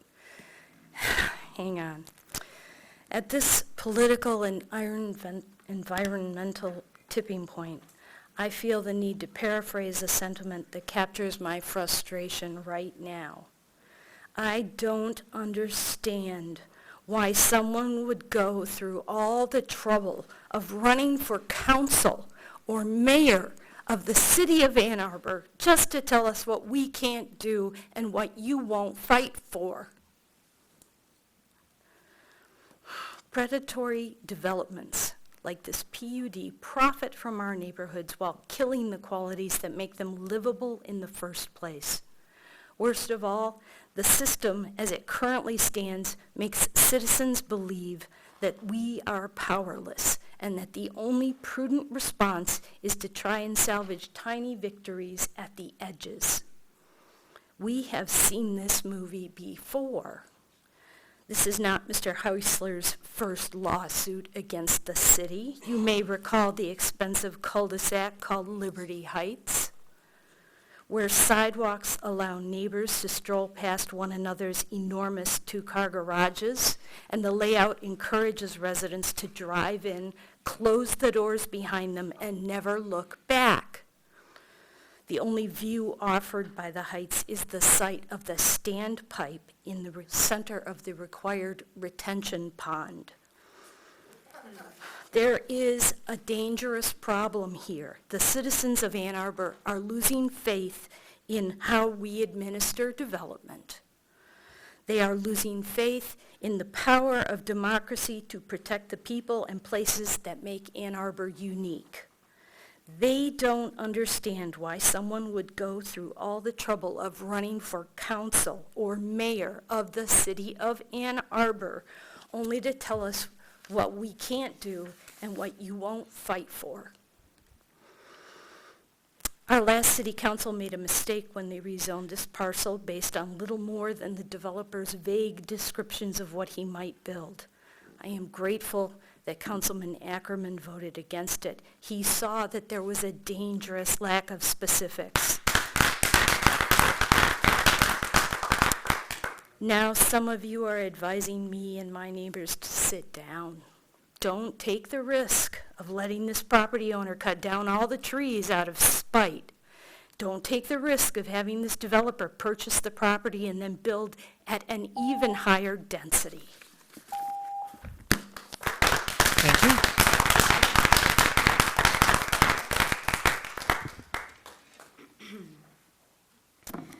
I'm Kathleen Nolan from 2645 Easy Street. I'm begging you to vote no on the proposed PUD in the site plan. It's a bad plan. Ward 3 doesn't want it. A mistake was made by the previous council 3 years ago, and I know that it might cost the city with this lawsuit. But the cost of moving forward with the project that sacrifices the character of one of the few affordable neighborhoods. It's walkable, it's charming, it has nature, it's keeping Ann Arbor weird, along with an irreplaceable native piece of forest, a historic home, and I don't see any benefit in this PUD. We need to stop this train to gain time to come together with all the stakeholders, create a vision and plan that actually reflects who we are and what we value and what we want. I'm counting on Zach and Julie to stand with Ward 3 on this. Density seems to be the mantra and the vision, but it's meaningless without a proper context. I want to challenge two of the arguments that justify this proposed density. Density supposedly leads to affordable housing, but building $400,000 homes in a neighborhood of $200,000 homes, as we all know, we look across the country, that equals gentrification, not affordability. And for density to enable public transportation, these same people living in $400,000 houses ain't going to be waiting on Packard for a bus, and nor will Ann Arbor ever be a city large enough to support a true car-free existence. That's ridiculous. And I really want you to think about the argument of why does it need to grow, grow, grow? Can it continue to be what it is? That's not what we want, and we're counting on you to make the right choice. Thank you.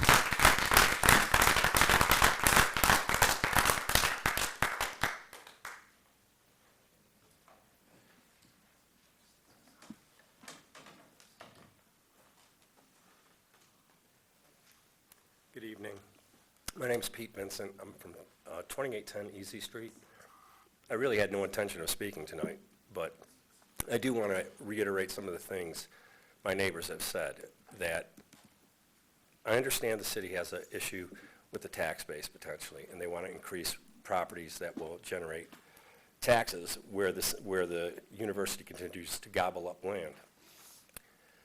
I would say this area does have stormwater issues, and that needs to be thought about. I mean, I'm a proponent of new urbanism, but I agree with the previous speaker, what she said. It doesn't feel like the right context for something like new urbanism. We don't, I mean, there's not the services in place. I question, has there been a traffic study that's been done in this area?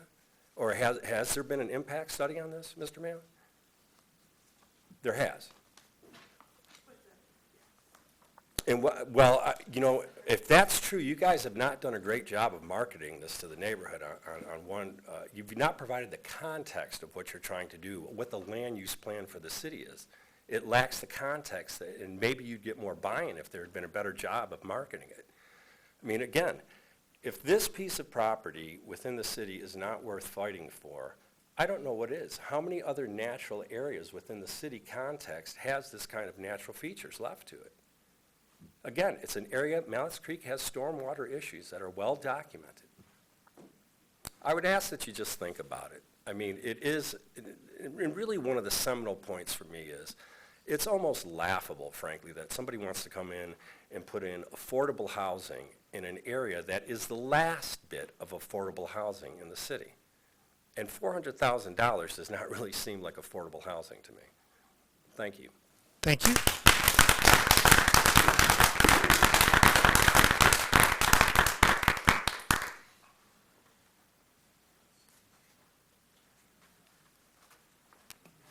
Hi, I'm Rita Mitchell. I live at 621 Fifth Street. And I want to just remind council of the council seated in November of 2017 that voted down this project, I believe largely because of the natural features on this site that are irreplaceable. In our lifetimes, we will never see the kind of trees that are present on this site. And you've probably heard in our current era of concern with climate that trees are the lungs of the planet. We have an opportunity to save these trees, save a small space in the center of Ann Arbor that actually provides a service, a green infrastructure service that would be very hard to replace and that is probably already protecting this neighborhood to some extent, given what I've heard about the kinds of problems that with flooding and all in the area. Those trees are absorbing water, they're filtering the air, they're providing the green infrastructure that we can't replace artificially. It won't happen. And in fact, many of the trees that even which may remain will probably die if this is developed because of incursions on the critical root zones, because of compaction during construction. That kind of thing is a big loss. So I urge you to not do greenfield development. That's what this is. It's like going into a farm field and putting in the sewers, the lights, the whatever, and developing things that are not there now from a human construction perspective, but they are there in the natural world. And so I'd like you to respect that and hold with your original decision. Thank you. Thank you.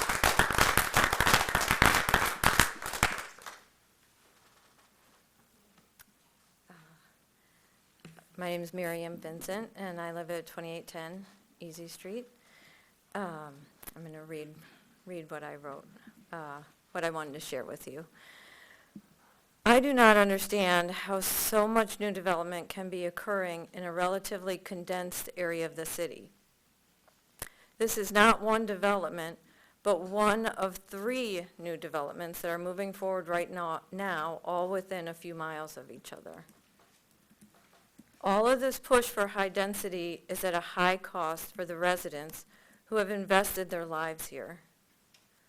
3 new developments near Packard and Platt, which of course is one of Ann Arbor's lower income areas, will increase noise pollution, light pollution, air pollution, and traffic congestion, none of which are insignificant in the effects that they have on the health and mental well-being of the people who live and work in the area. When all 3 are completed and everyone has made their money from them, we are going to be left with all of these traits that reduce the quality of life for residents on this side of town. In addition, the traffic problems that are inevitable will likely hurt the businesses that have made a commitment to be here. If the city has any possible way to buy this land through the Greenbelt funds or any other means, I urge you to consider it. At very least, slow down the approvals for this site. The other 2 developments are already leveled, but this land is still rich with nature and history and can be utilized by the city as a revenue source, as a rental facility similar to Cobblestone Farm. That site is so popular that people are turned away because they book out years in advance. So there is clearly a niche to fill. In addition, the site could be utilized for education programs similar to the Leslie Science Center, which we don't have anything like that on our side of town. Those are just 2 ideas to make it viable for the city to consider purchasing the land. It would be a long-term vision, but would significantly benefit our city. Thank you. Thank you.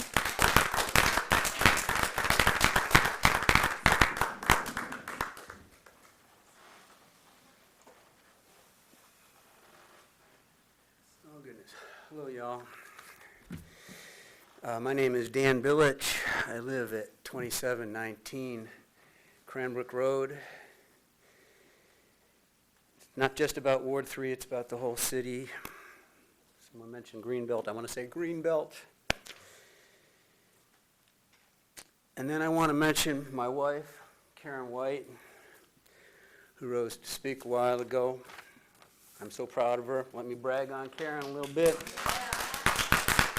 Karen grew up on a farm near Saginaw. She typically doesn't trade on her academic credentials, but I can let you know that Karen has degrees in American art history and material culture from Yale and from the University of Michigan.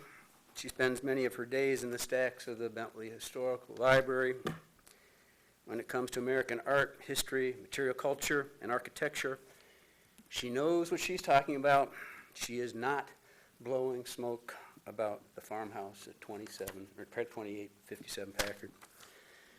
As for me, when a city is confronted with demands from a litigious, I looked it up, that is unreasonably prone to go to law to settle disputes, litigious, cartoon villain, developer, which is how it feels, it tends to draw all of us concerned citizens into the cartoon plot. After all, if there's a cartoon villain developer, then we need some cartoon NIMBY bleeding hearts to balance the story. Let me be clear, Karen and I think the neighbors who have spoken also tonight, are not against development, any development at 2857 Packard. We're against stupid development.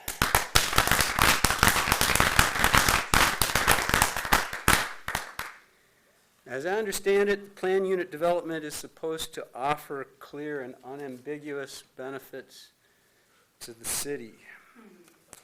This proposed development is irresponsible about the traffic problems that exist and that it will complicate, that we all deal with every day.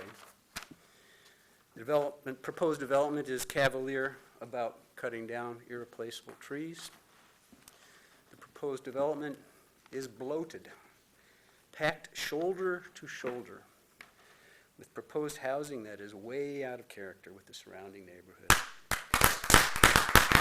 And not least, this proposed development it's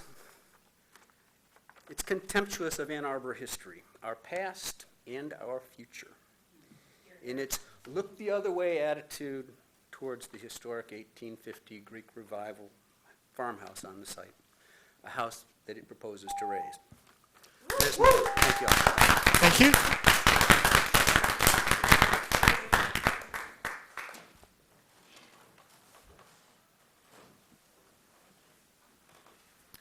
Good evening. I'm Ellen Bramsberg, and I live at 1503 Cambridge Road. I don't think I can add greatly to the eloquence and the very real concerns that the neighbors have. They've expressed themselves beautifully, and I hope that you're hearing them. But I do want to speak to the last speaker, to the historic nature of this place. The Mallets Creek settlement dates from 1824, the same year that, or a little bit before actually, that Ann Arbor was formed. So the cobblestone farmhouse is at the same age as the Greek Revival farmhouse that sits on this property. So not only do you have historic trees that go back this far, but you have the beginnings of the very first settlements in Washtenaw County.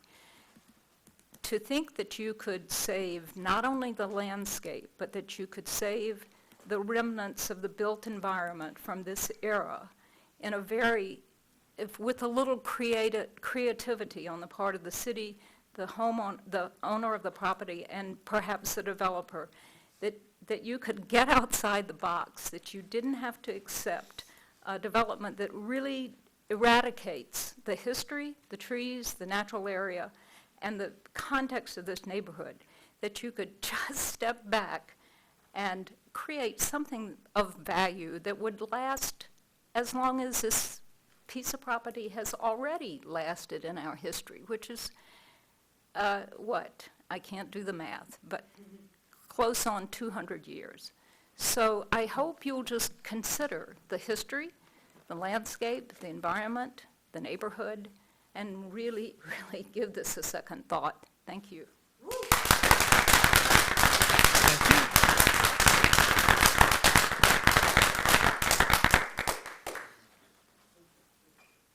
Is there anyone else like to speak at this public hearing?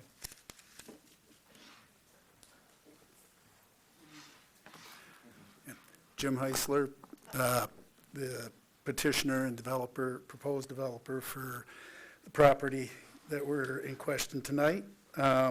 With me is Tyler Smith, the engineer. I'm not going to rehash all the different information in front of you. The staff has done a very complete job of giving you all the information.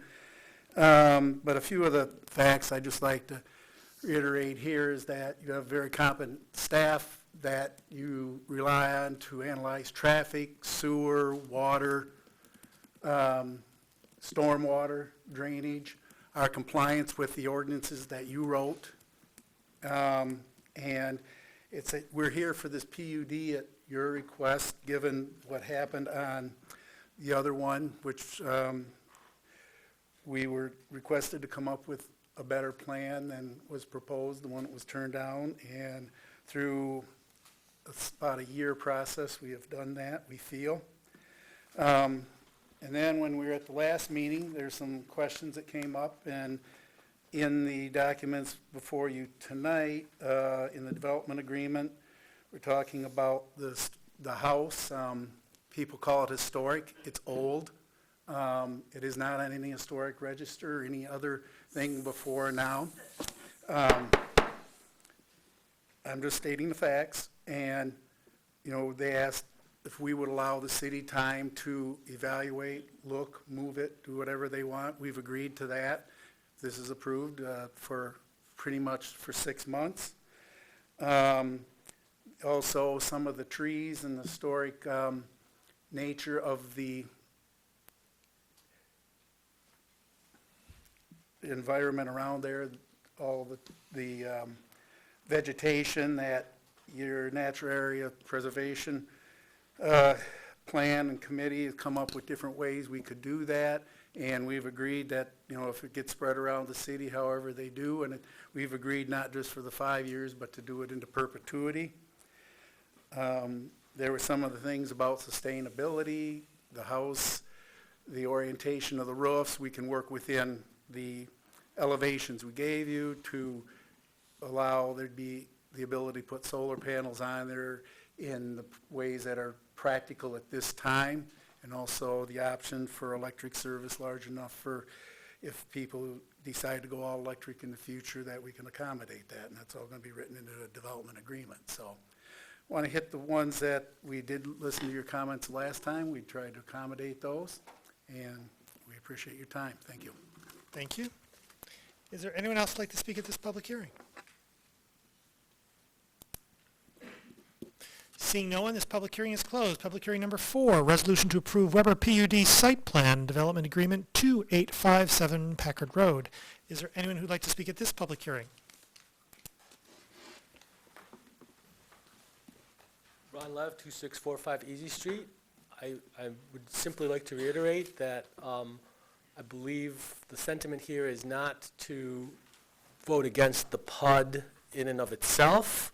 It's not just to vote against the PUD to negotiate slightly better terms with the developer. The sentiment here is to scuttle this plan, even at a cost to the city, and come up with a completely different, better, and more appropriate use for this land.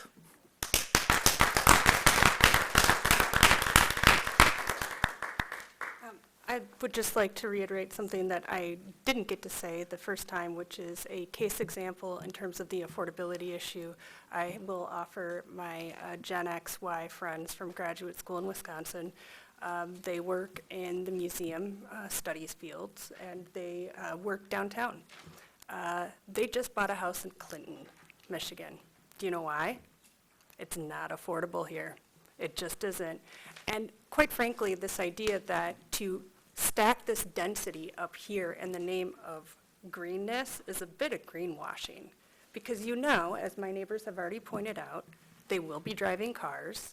They're not going to be taking the 5 bus line, which takes, 45 minutes to get downtown as it is? Something like that? Anyway, this is preposterous. And I beseech you to consider the human beings, the actual human beings who have to live with this, to take yourself out of, Burns Park, perhaps, because I didn't realize that one of my ward representatives is actually my representative. But it's anathema to the entire, how Ann Arbor purports itself to be.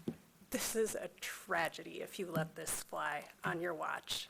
It will be, and we vote regularly and often, so do the right thing, please.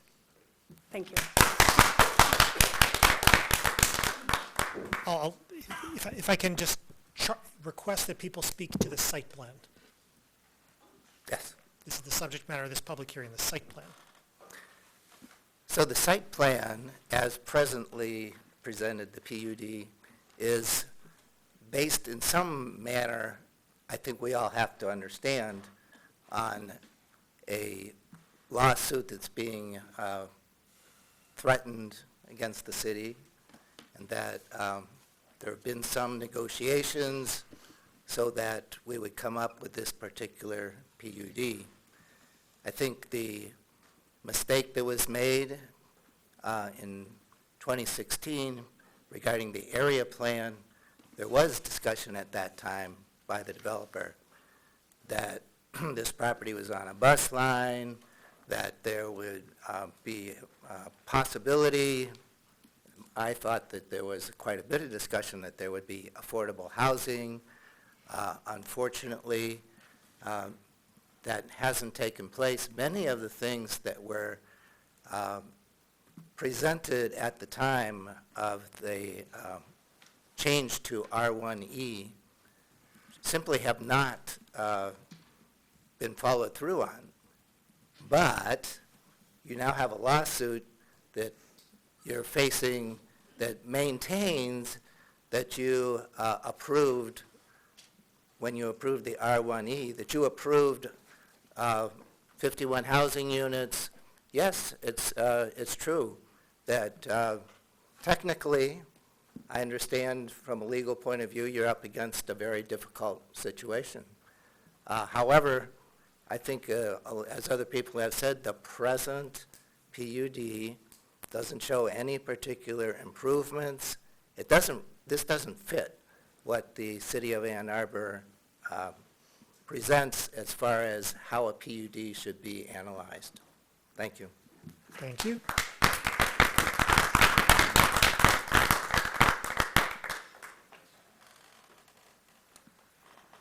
Hi, Karen White again. I am sorry to be so fraught, so emotional about this.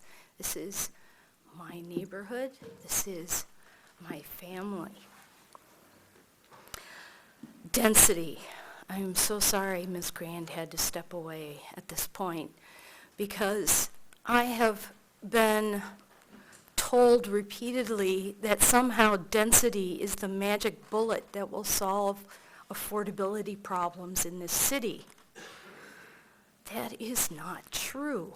Density does not address environmental or social justice concerns that are totally wrapped up in affordability issues.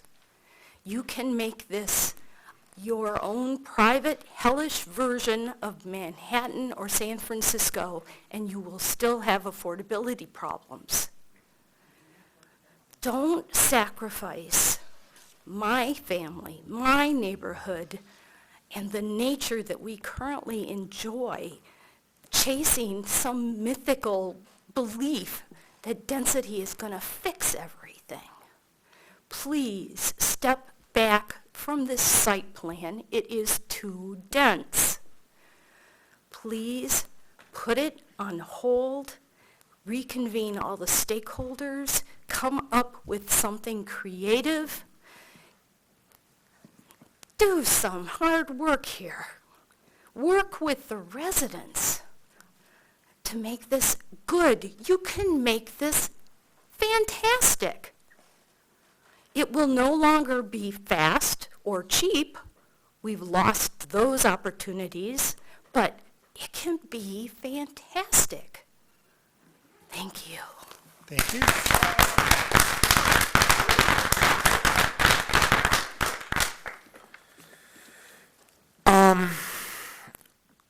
We talked about process in our first public commentary.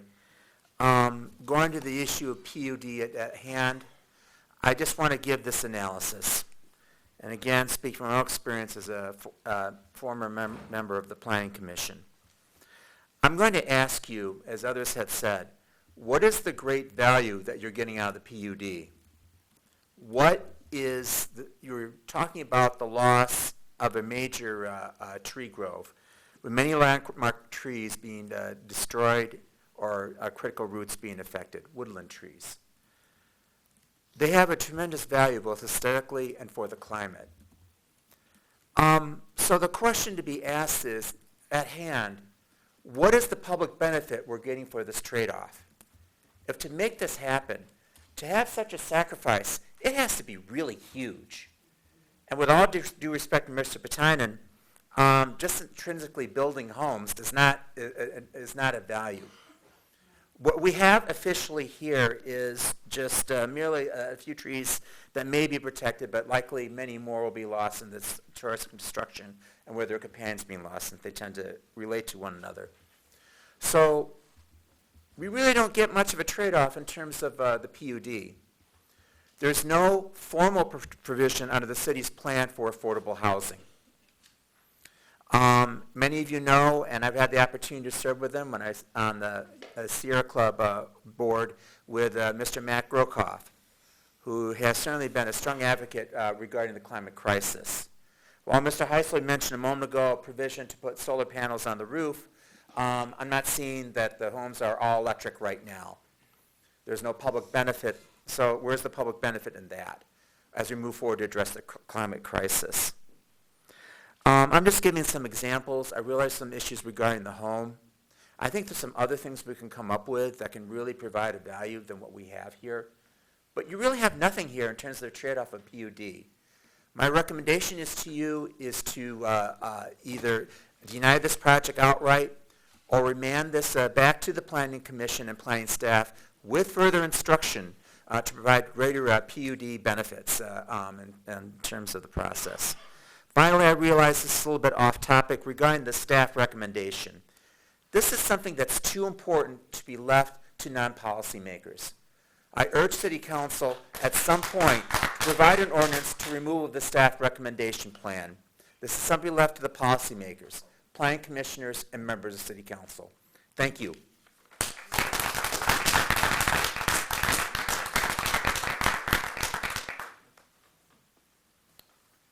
Good evening. My name's Jan Taylor. I live at 2814 Cranbrook.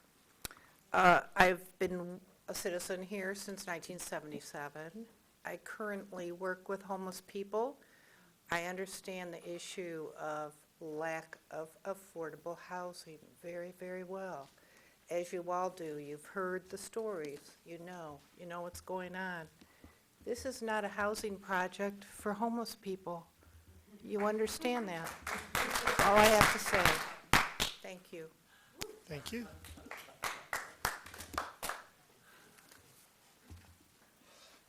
Mark Bradshaw, back again, 2969 Easy Street. I just wanted to speak to the site plan. We're still talking about this 3 years later. If this was a reasonable site plan, it would have been approved and half-built by now. There's a lot. The resistance you're seeing from the neighborhood, the density, just because you can get enough water lines and power lines in there to support those houses doesn't mean it's a good idea. It'll have a detrimental effect on the neighborhood, on the natural environment of the area, and just on the. It just doesn't fit the neighborhood. If it was a good plan, it would have been approved a long time ago. and it would be half-built by now. Let's step back here for a minute and rethink this. Thank you. Thank you.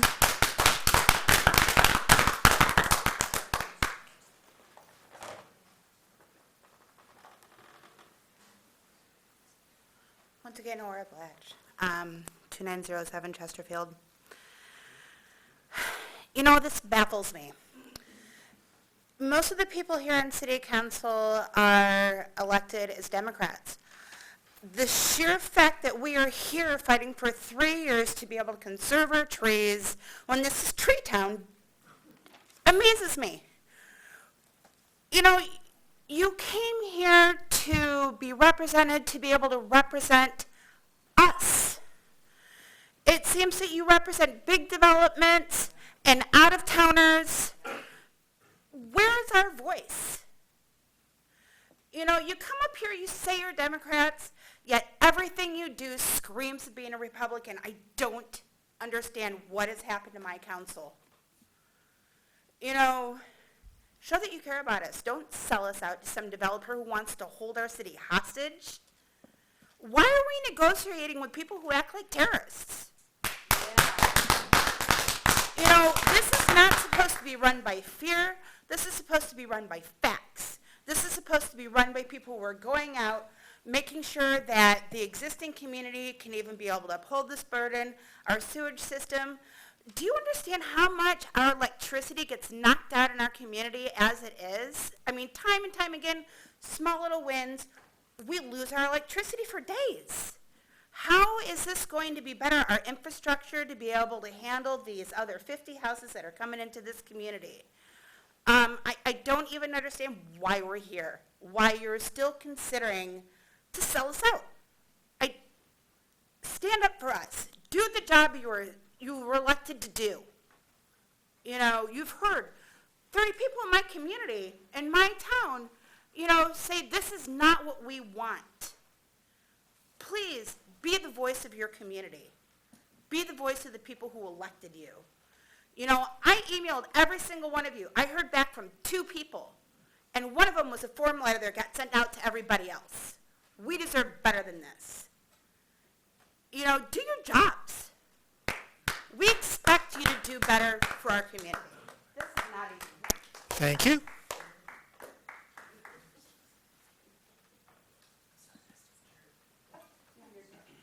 Hi, Michelle Barcoot, 2829 Easy Street. As far as the site plan goes, one thing that I did find interesting in the staff report is that the petitioner wants to change the Unified Development Code to not include basement square footage in the maximum 2,000 square foot cap in R1E zoning, which to me says you could build a 1,000 square foot home with a 1,000 square foot basement and be at your 2,000 square feet, which would actually be quite similar to the houses that we have in our neighborhood right now. So if I'm understanding this correctly, it sounds to me like the rezoning wants to change from R1E to PUD just to build bigger homes to maximize profit. Thank you.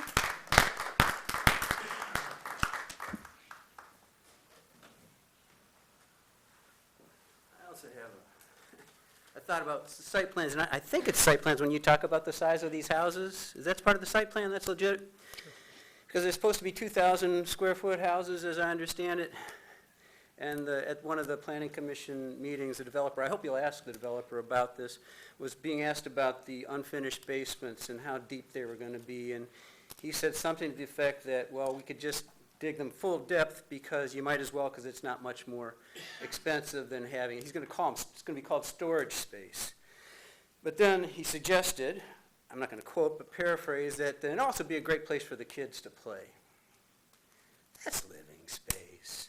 So he's building something we're calling 2,000 square feet houses, but they're going to be marketed as 3,000 square feet houses, and people are going to pay extra for those full basements. And the city is not going to go and police this. He will say that, oh, the neighbor association, the neighborhood association is going to police it and say, neighbor, you're not allowed to refinish your basement. Yeah. And the neighbor association is also, they're going to preserve the trees too. This is a site plan thing. The neighborhood, they're going to say, If there's little saplings coming up near those 300-year-old trees, the few trees that have been preserved, we have to leave those alone because a big part of how it got through Planning Commission was it was supposed to preserve those trees and preserve an ability for that same seed stock, that same genetic stock to recreate. Okay, there's these kids. It's time to play kickball in the one little tiny bit of land that's left there without having to go and brave Packard and Easy Street to get over to Burr Park. And there's this sapling in the way of where third base ought to be. Somebody's going to cut it down in the middle of the night. You guys know that. That's the site plan. It's disingenuous.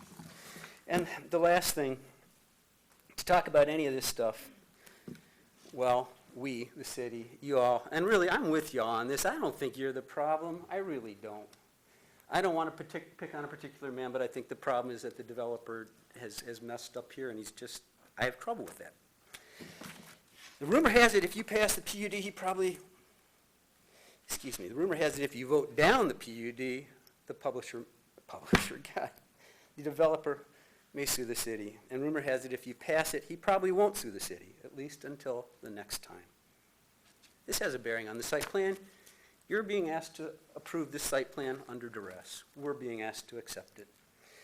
Now, unless the owner and developer are flat out evil enough to clear cut the trees on the property, as has been threatened, avoiding a lawsuit seems to be the most important, if perhaps a bit secret, public benefit of passing this PUD.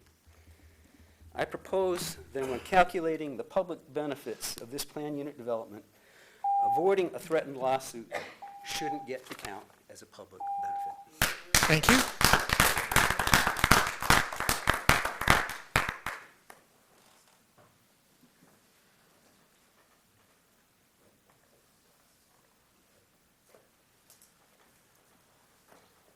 Again, Pete Vincent, 2810 Easy Street. I would say for the site plan, the density just seems like it's wrong for this area. That's really the seminal point.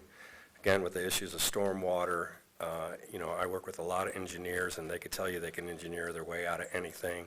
Things don't always go as planned. There's likely to be problems associated with it.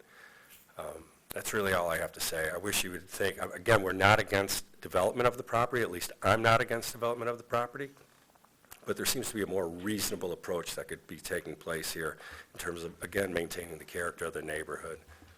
Wish you guys would consider that. Thank you. Thank you.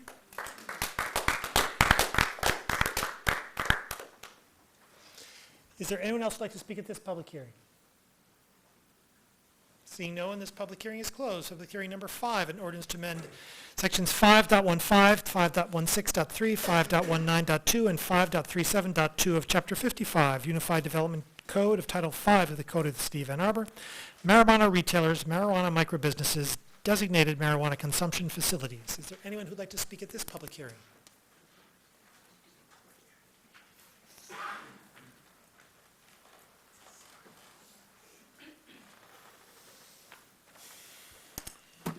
Hi, my name is Charles Ream, Packard Road. I just wanted to see if anybody was going to show up tonight and what was going to happen.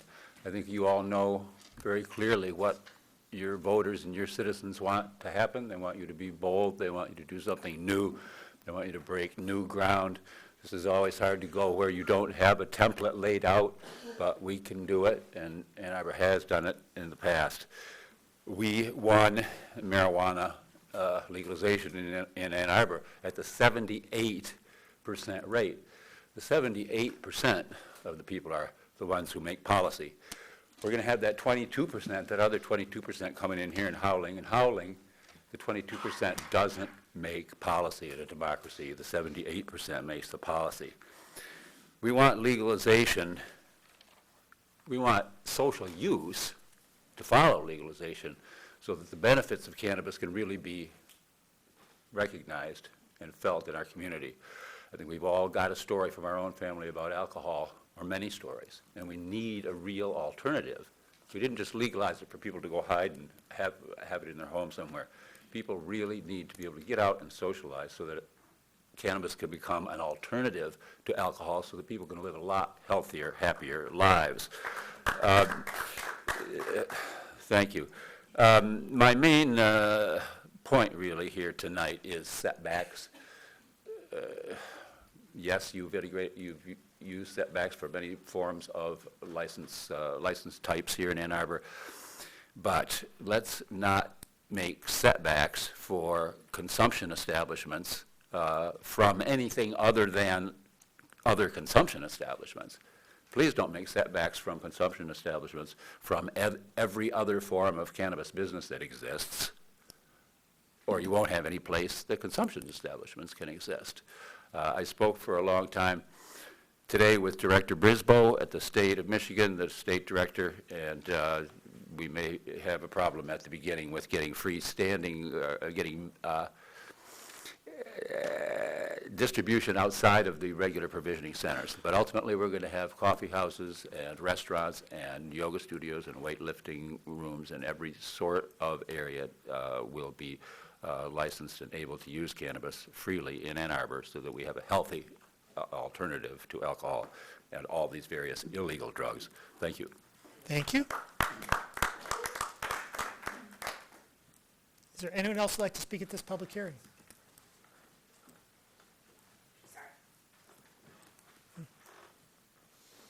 Seeing no one, oh, I'm sorry. Didn't realize. My apologies. It's okay. Ora, Chesterfield. Hi, everybody. On this one issue, I really appreciate what the council has done in being able to upstand our medical marijuana facilities. I think that you have handled all of those really well. I think that when we go forward towards recreational and having a place to be able to utilize that, you know, whether it be a coffee house or theater or whatever other establishment that's chosen, I think that in this case you will be a good steward of that process, you know, because I think that it was streamlined pretty well for all of the variety of dispensaries that are already here. One of the things that I want to speak on, you know, during Hash Fest this year, we had a record influx of people into town and very rampant marijuana use all over, so clouds were all over. But even throughout all of that, you know, excessive use, especially on that particular day, there was very little traffic violations, very little problems with police, and even with, you know, all of the confusion and everything else, the city handled it as they do every year very well. You know, Ann Arbor has a good track record of being able to manage ourselves when it comes to marijuana use. I would appreciate if, you know, you can be in good stewards, you know, when this, you know, comes up, and realize that, you know, we like to be able to gather and get together and be social just like everybody else does. I don't really like to drink. I really like to be around places where there's drinking all the time. You know, people have egregious behavior, they get loud. You know, there's a lot more problems and stuff like that, and it would be nice to be able to go to a place that doesn't just cater to alcohol, that you can still go out and have a good time. So I appreciate whatever you're going to be doing in that. Thank you.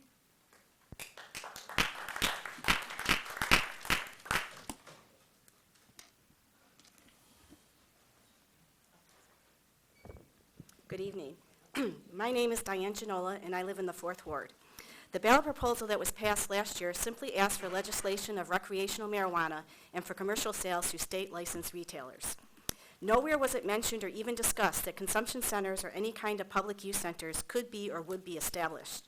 The city can't assume that because the ballot proposal passed that everyone will now be fully on board with allowing marijuana consumption centers around town. I and others who think like me are not trying to take away anyone's pot or trying to overturn the results of the ballot initiative. They can smoke all they want in the privacy of their own home. These consumption centers are a danger to the safety of all of us on the roads, though. All patrons who leave these establishments high and then get in a car to drive are a direct safety risk to the rest of the residents in the city.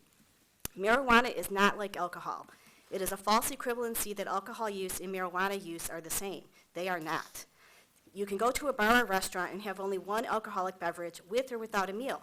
You don't have to get drunk to enjoy one drink.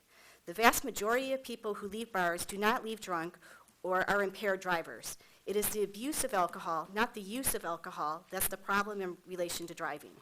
However, the vast majority of people who leave consumption centers will be impaired drivers. The only purpose of a marijuana consumption center is to get high. You don't go to enjoy the aroma or the taste of pot before it actually gets you high. You don't go to simply take one hit off a joint. It is the simple use, not the abuse of marijuana, that is the problem in relation to driving. I realize that many on council want to be first in the state to open consumption centers because you consider us leaders. I just don't think that Ann Arbor needs to be a leader where we become the example to other communities in what not to do by making avoidable mistakes. We should be a leader by showing other communities how not to rush and how to engage our community in discussion about these centers. We should lead on how to have open discussions in the community on the right way to plan and set up these centers without intimidation from the pro-marijuana crowd. There are so many issues that need to be discussed in relation to these consumption centers. Parking, liability, impaired driving enforcement. How many youth centers are actually needed or wanted by the residents? Tonight you are set to approve 28 consumption centers and 28 micro businesses. 56 of these centers for our city of 25 square miles. That is way too much. Recreational marijuana is legal, but that does not mean we can't put limits on where and how consumption centers are placed in our community. You are approving these centers with barely a thought. Most of the public does not even realize that these centers are being considered. At council, you have spent more time arguing over the life of a tree when discussing development than you have spent looking at how consumption centers might affect all of our lives on the roads. I ask that you simply pass the regulations and zoning for the retail shops as expected and discuss the consumption centers at a later date. The lives of the residents should merit as much or even more discussion time than discussion about saving the trees. Thank you. Thank you.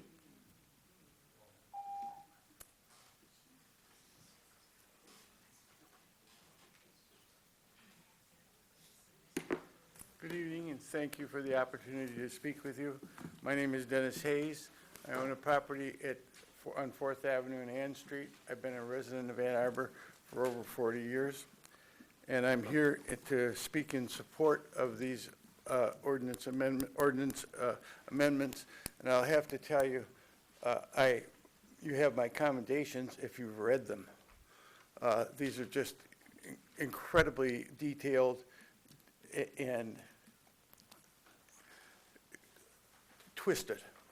But the point is that since 1972, and I was involved in the first legalization of marijuana, the ordinance that set a $5 fine.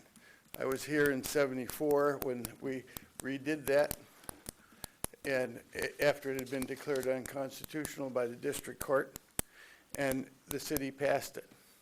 In 2008, when medical marijuana passed, Ann Arbor was the leader in creating the opportunity for people to legitimately use marijuana for medical purposes. In 2016, when the state finally passed regulations for the Medical Marijuana Act, we were involved in that too. 2018, when the recreational law was passed, we supported it fully, and I continue to support it. And with regard to the previous speaker, the evidence is, the clinical evidence is that people who use marijuana and drive slower. And that's true. The fact is, marijuana people are probably safer than regular drivers. But that's beside the point. The issue is whether or not the consumption centers and the micro businesses will be a benefit to the community. 56 of these may be more than we anticipated, and they may be too many. But then again, they may not.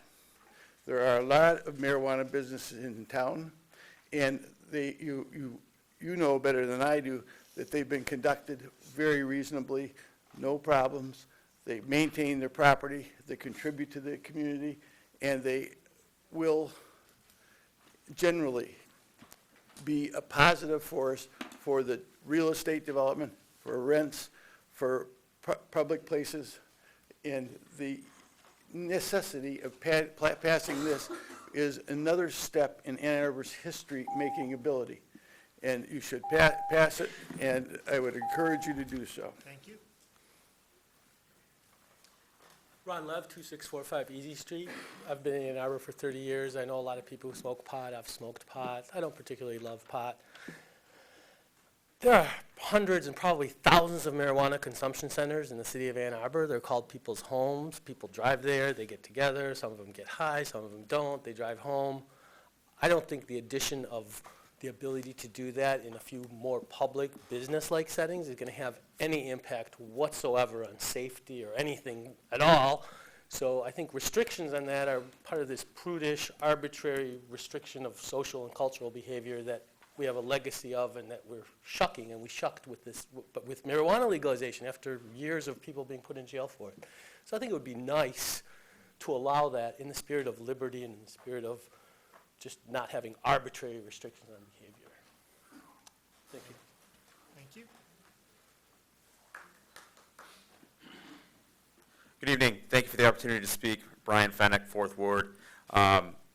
When we discussed, well, first of all, we've had provisioning centers in this town now for over a decade. And I remember when we first started talking about writing an ordinance to allow for provisioning centers here, there was a lot of discussion, of course, and there were people who were afraid that the sky was going to fall. And here we are 10 years later, more than 10 years later, with state licenses available, and the sky has not fallen. It is firmly in place. When we drafted the ordinance for licensing in this state or in this city, I was on the advisory committee, and we had some discussion about whether or not there should be a cap. And we thought that the market should regulate itself in that way. The cap, it'll set its own cap, but with based on distancing, available real estate inventory, the market itself, and so let's not put an artificial number on it, and let's allow it to flourish on its own and see what happens. And it was passed without a cap, and 28 businesses applied for licenses, and again, the sky didn't fall. There was only 28, but then a cap came along in an effort, I don't know, to pump the brakes, but what it effectively did was put the market here in reverse. We had 18 businesses at that time. There are now 9 operating. Of the 26 that have been permitted, only 9 operate. The number that was given at the previous work session was incorrect. That included also other license types, not just provisioning centers. So here we are, more than a year into a state licensed regulated industry, and we have fewer than when it was unregulated. And the dirty little secret is, of those remaining licenses, very few of them will actually operate before recreational come online. What they're doing is they're either trading it as a commodity, holding out, waiting for recreational. So if we really want a robust regulated market in this town, we need to get rid of a cap that is artificially in place. We need to, or increase the cap to allow for new blood that has been either waiting in the wings, live in this town, not from out of state, not out of state money, people who are ready, willing, and able to operate in this town. Let them operate here, as opposed to people who want to speculate and wait around and see how much value they can get for their property, and not kick people out. Landlords are kicking people out of their locations because they see now it works. And so let's get rid of that. Let's get rid of that operator and use that permit for ourselves. You're creating an artificial environment here. You're allowing for speculators to use that 28 number, and it's really, if we want a truly robust regulated market, we need to lift the cap. Thank you. Thank you.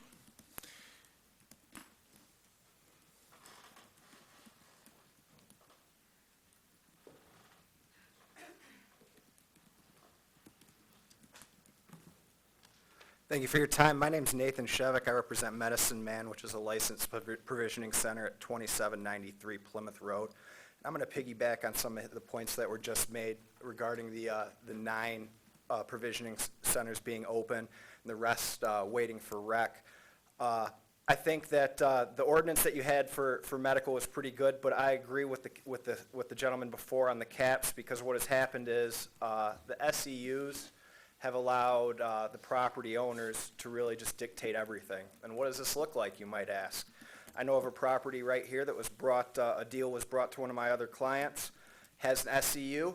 The guy has a lease for 6 years with a 10-year term. That's what he has. He does not have the building to sell.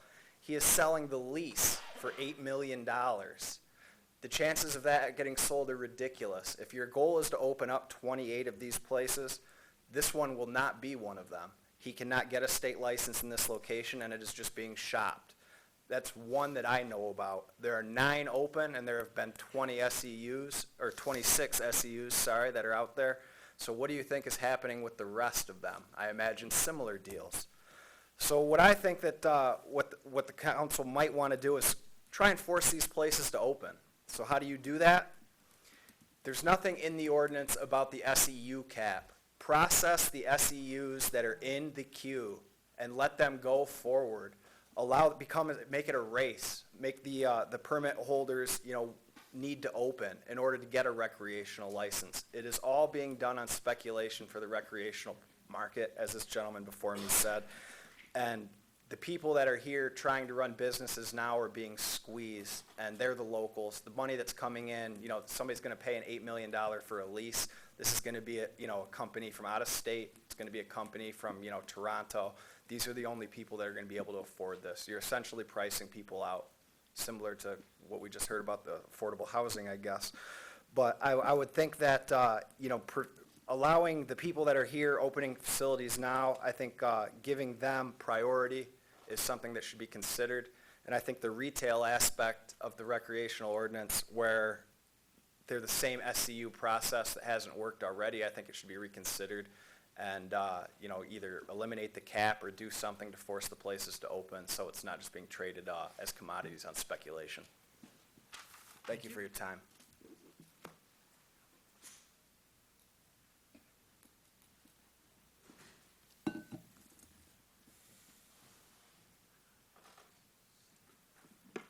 Good evening, and thank you for your time. Benjamin Jove, I have an office over here on North 4th, and I'm also a resident of the 5th Ward.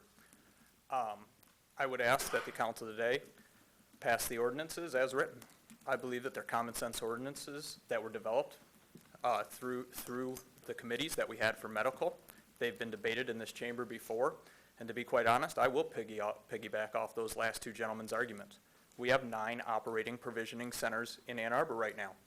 I don't see a need to raise the cap over 28 right now, or to make it even more so that we can have 35. The market should be allowed to develop. These people have been developing. We've heard many histories come up here tonight from a few of the speakers about how this law has gone into regulation. I would venture back a few months ago, if you can remember, there was a supply shortage. People were having trouble getting through the state. It hasn't been that long. These places haven't opened not because of pure speculation, because I'm sure as many people in this audience and up here on our council know, it takes a bit to get a business going, to do things correctly, especially when you're in one of the most heavily regulated industries in Michigan. I think you guys did a great job with the original ordinance, and I would ask you again to pass it as written. Thank you. Thank you.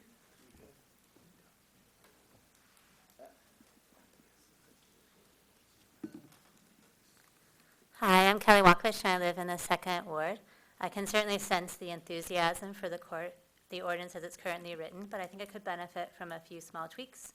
And particularly, I would like to offer support for considering the inclusion of a marijuana oversight body that parallels the rules and responsibilities of the Council Liquor License Review Board. While liquor is perhaps an imperfect comparison, there certainly is evidence that this board has had a positive role in our community, both for the liquor businesses and the citizens, in arbitrating differences and coming together as one voice. It also, at a minimum, retains the local control of decision-making around these issues in Ann Arbor and doesn't advocate decision-making to the state or other bodies, which is really a benefit to both the marijuana businesses and the rest of the community. Importantly, as I've mentioned previously, as a mother of a toddler in Ann Arbor and also as a pediatric oncologist here in Ann Arbor, I would really offer my strongest support for including the expansion of the 1,000-foot buffer between marijuana businesses that's currently afforded to K through 12 schools to daycares or child care centers, as they're known as their legal term. I think this is particularly important as the provisioning centers of 28, which has been discussed a lot, is actually being expanded to a total of 82 different sites where marijuana is going to be available in the city, whether you count the consumption centers and the microgrowers. That's 3 per square mile. It's a little bit dense by my taking. It also kindly reminds you that it's quite feasible to manage the buffer between daycares. This has been proven in tiny communities like Forsyth, Wyoming, more moderate-sized communities, Boulder, Colorado, which is very similar in character and nature to Ann Arbor, and even super large-scale communities like Los Angeles have managed this. It's also favored to have this buffer increase both for K through 12 schools and daycares by a same measure. This was shown in the Mott poll. It's approximately 2/3 of parents, and the poll was looking at parental attitudes on marijuana in the medical setting, which was published last February. And interestingly, it should be noted that this is not in direct conflict to the growth of marijuana businesses. The same parents who voted for the school buffer and the daycare buffer, that same number, roughly 2/3 to 70%, also supported marijuana, medical marijuana at that time in their communities. So I think there is a grand opportunity to include both a little bit of the oversight more locally here in Ann Arbor with a marijuana oversight body, and importantly, that 1,000-foot buffer between daycares or child care centers and the marijuana centers, just to create a balance for everyone in the community so that we all can enjoy it in ways that we see best for our own families. Thank you. Thank you.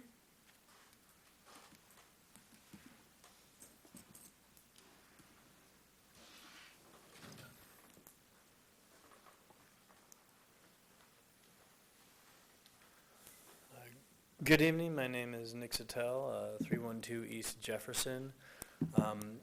I wear a few different hats in the cannabis realm. I was one of the campaign managers for Am I Legalized and Proposal 1.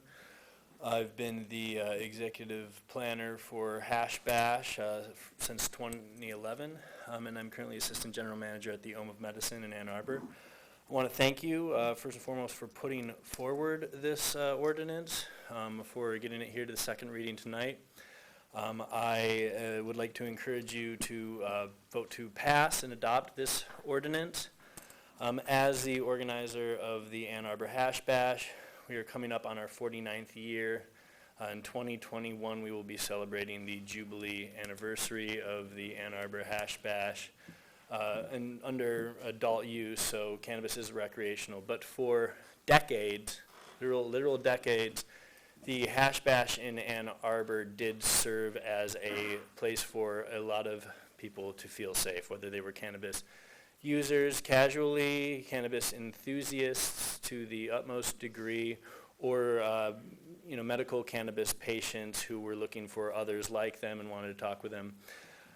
It is an opportunity now with the passage of the MRTMA to embrace cannabis use and to provide a safe place. There was a talk about safety earlier. I would like to take a moment to rebut one of the residents who spoke before me. I understand their intentions are good and share similar concerns about safety, but I wanted to make 2 clarifications.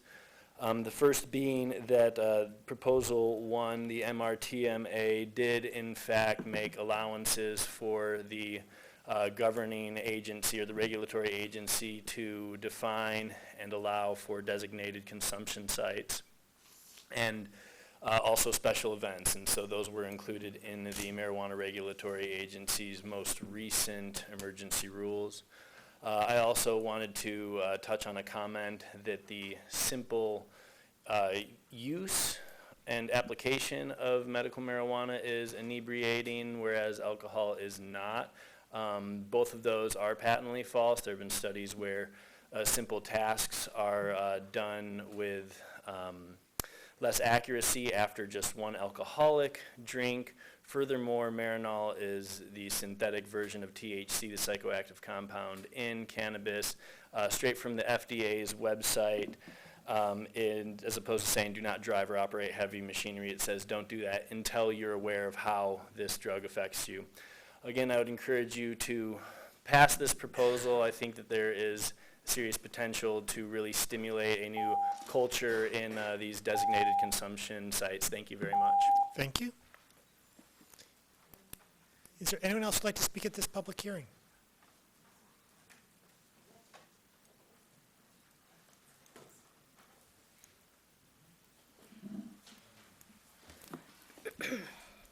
Good evening. My name is Tisha Montague, and my mother owns Huron View on Packard. And I am here to ask that you support the amendment for the social use. I think that it is definitely a safe environment. It's a place where people can not only medicate, but they can educate and teach one another. It's a healing space, and it's people that would normally be introverts or don't feel comfortable in settings. I think that they would feel a little bit more comfortable with people of their constituency.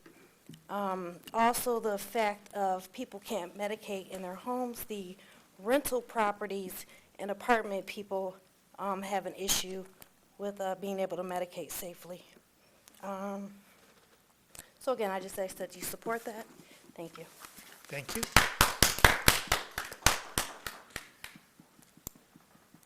Is there anyone else who'd like to speak at this public hearing?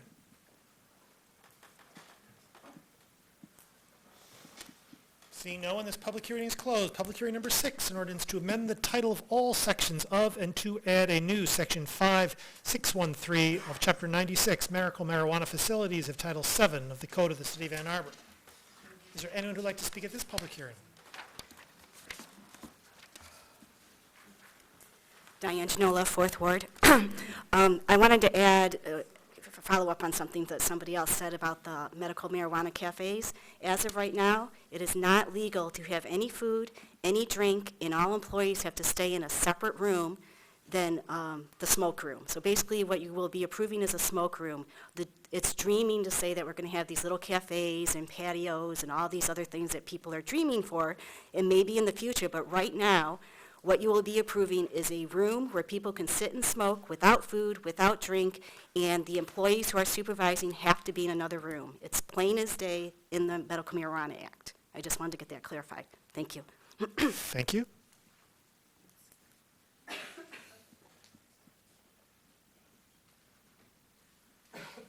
Good evening once again. I'm sure it's a surprise to no one. I'm back up here, Brian Fennick, Fourth Ward. Speaking just to this issue itself, if we're going to speak about the language of the ordinance in terms of the, when we're talking about consumption facilities, if there is a discussion about distancing from daycare centers and things of that nature, we would hope that that would be constrained to that one issue alone, because the issue of distancing from provisioning centers has already been litigated one time before this body, and nothing has changed since then. No negative impact has been noticed by the community. So we would hope that you would just limit it to that aspect of the ordinance alone.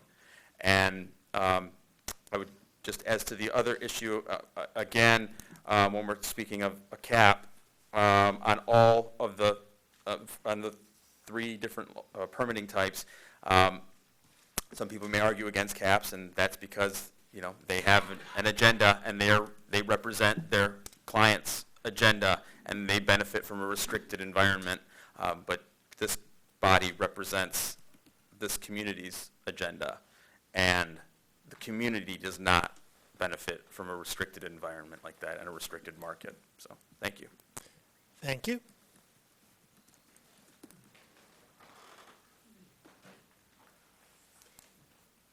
Is there anyone else who'd like to speak at this public hearing?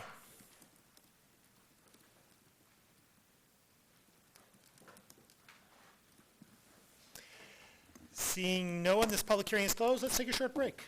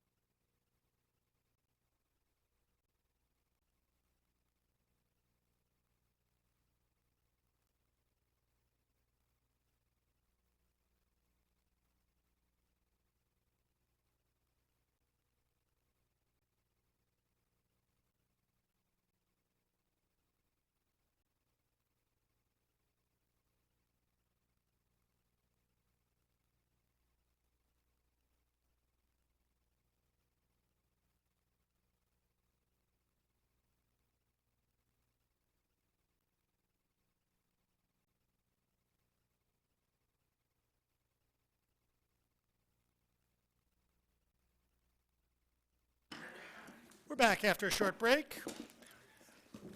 A1, we have before us the work session minutes of September 9, the special work session minutes of September 12, and the regular session meeting minutes of September 16, 2019. May I have a motion, please, to approve these minutes? Moved by Councilmember Smith, seconded by Councilmember Ramalawi. Discussion of the minutes. All in favor? Aye. Opposed? It's approved. B1, an ordinance to amend Chapter 55, zoning, rezoning of .54 acres from PUD, Planned Unit Development District, to PUD, Planned Unit Development District. The Glen, Mixed-Use Development PUD Zoning and Supplemental Regulations, 201, 213, 215, 217 Glen Avenue, and 1025 East End Street. Moved by Councilmember Griswold, seconded by Councilmember Ackerman. Discussion, please, of B1. Councilmember Ramalawi. Start on a positive note, just thanking the developers and the ownership coming back and going through this process. And hopefully when this is up and running, they'll be back to do another because they just get nothing but glowing reviews. So it's always good to have that. You don't get enough of it. So thanks again, and sorry you had to come back and delay the project, but hopefully this is the last time. Further discussion? All in favor? Aye. Opposed? It's approved. B2, an ordinance to amend Chapter 55 zoning, rezoning of 7.7 acres from R1E Single Family Dwelling District with conditions to PUD Planned Unit Development District. Weber rezoning, 2857 Packard Road. Moved by Councilmember Grand, seconded by Councilmember Griswold. Discussion, please, of B2.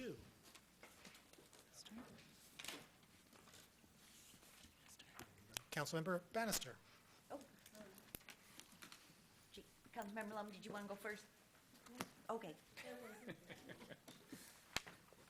Well, I take my oath of office very seriously and the public trust very seriously and our role as policymakers. And to me, this voting no on this PUD was a clear no-brainer for me. I'm reminded of the Native American proverb that we don't inherit the earth, but we borrow it from the children. And while the Collins House from 1849 that this neighborhood crystallized around is very important to me, for my comments right now, I'm going to focus on the lack of tangible public benefits and of the PUD, particularly when it comes to the loss of these extremely rare natural features in the trees.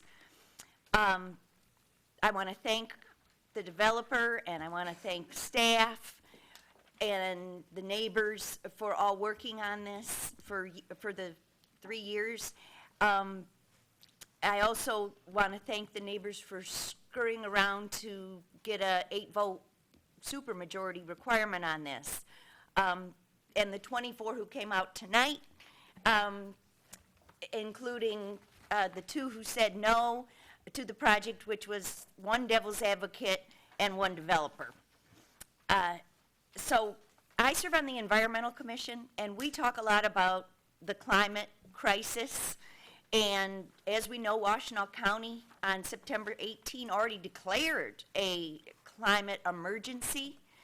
And the Environmental Commission has discussed it at our September meeting. We'll discuss it again on October 24 in this chamber. You're welcome to join us at 7 o'clock. A climate crisis involves declaring net zero carbon emissions as quickly as possible. And trees, and these super trees, as Rita Mitchell said, reminded us, are the lungs of the planet.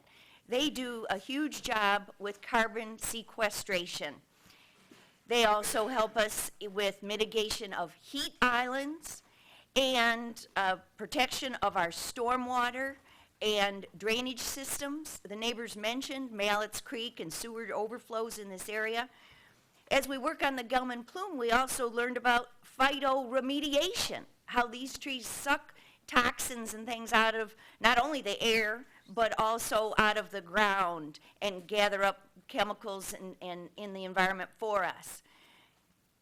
I find it just intolerably ironic that our city's core values are environmental responsibility and stewardship, I wear the Burr Oak lapel pin that Mayor Taylor gave to me almost daily, and everywhere I go, people love it and they want one. I mean, these are our core values. Councilmember, 3 minutes. Okay. You know, I've talked with state reps about this problem, and they suggested, and I'm willing to help the developer pull out all the stops and find a better place for these 51 new housing units, perhaps around Briarwood Mall, where we've already clear-cut it and covered it with asphalt and paved paradise. Trees are habitat for birds and wildlife. Councilmember? Okay, well, just in closing, I thought that was an interesting point that we paid $400,000 in 214 to move just one of these bur oaks, and here we're talking about a stand of 57 bur oaks. Councilmember Lum? Well, just if Councilmember, if I may, say if her comments, she wants to address both the zoning and the site plan with one, address of us all. Perhaps you could speak a little bit longer, just a thought. My comments will address both the zoning and the site plan. So, I won't speak twice. Did you want to? Councilmember Lum? Oh, okay, I'll make my comments for both the zoning and the site plan, if I may continue then. I was just making a little pitch for my colleague over here. We're trying to stick with the 3-minute I know. time frame, and so she had her 3 minutes, which extended, and then you have the floor. Okay, so my comments are both for the zoning and the site plan. So I won't use 6 minutes, if you will. And I will just start out by saying, well, first, thank you everyone for coming out. Thank you all for your various emails, and appreciate all the helpful input that you've provided us. Obviously, this impacts you directly, most of you here tonight, and so we understand why this is such significant, would represent a dramatic change to the neighborhood. There's no question about that. And Ms. Ransford, I also thank you for coming out and for educating us about the value of this 1850s Greek Revival home.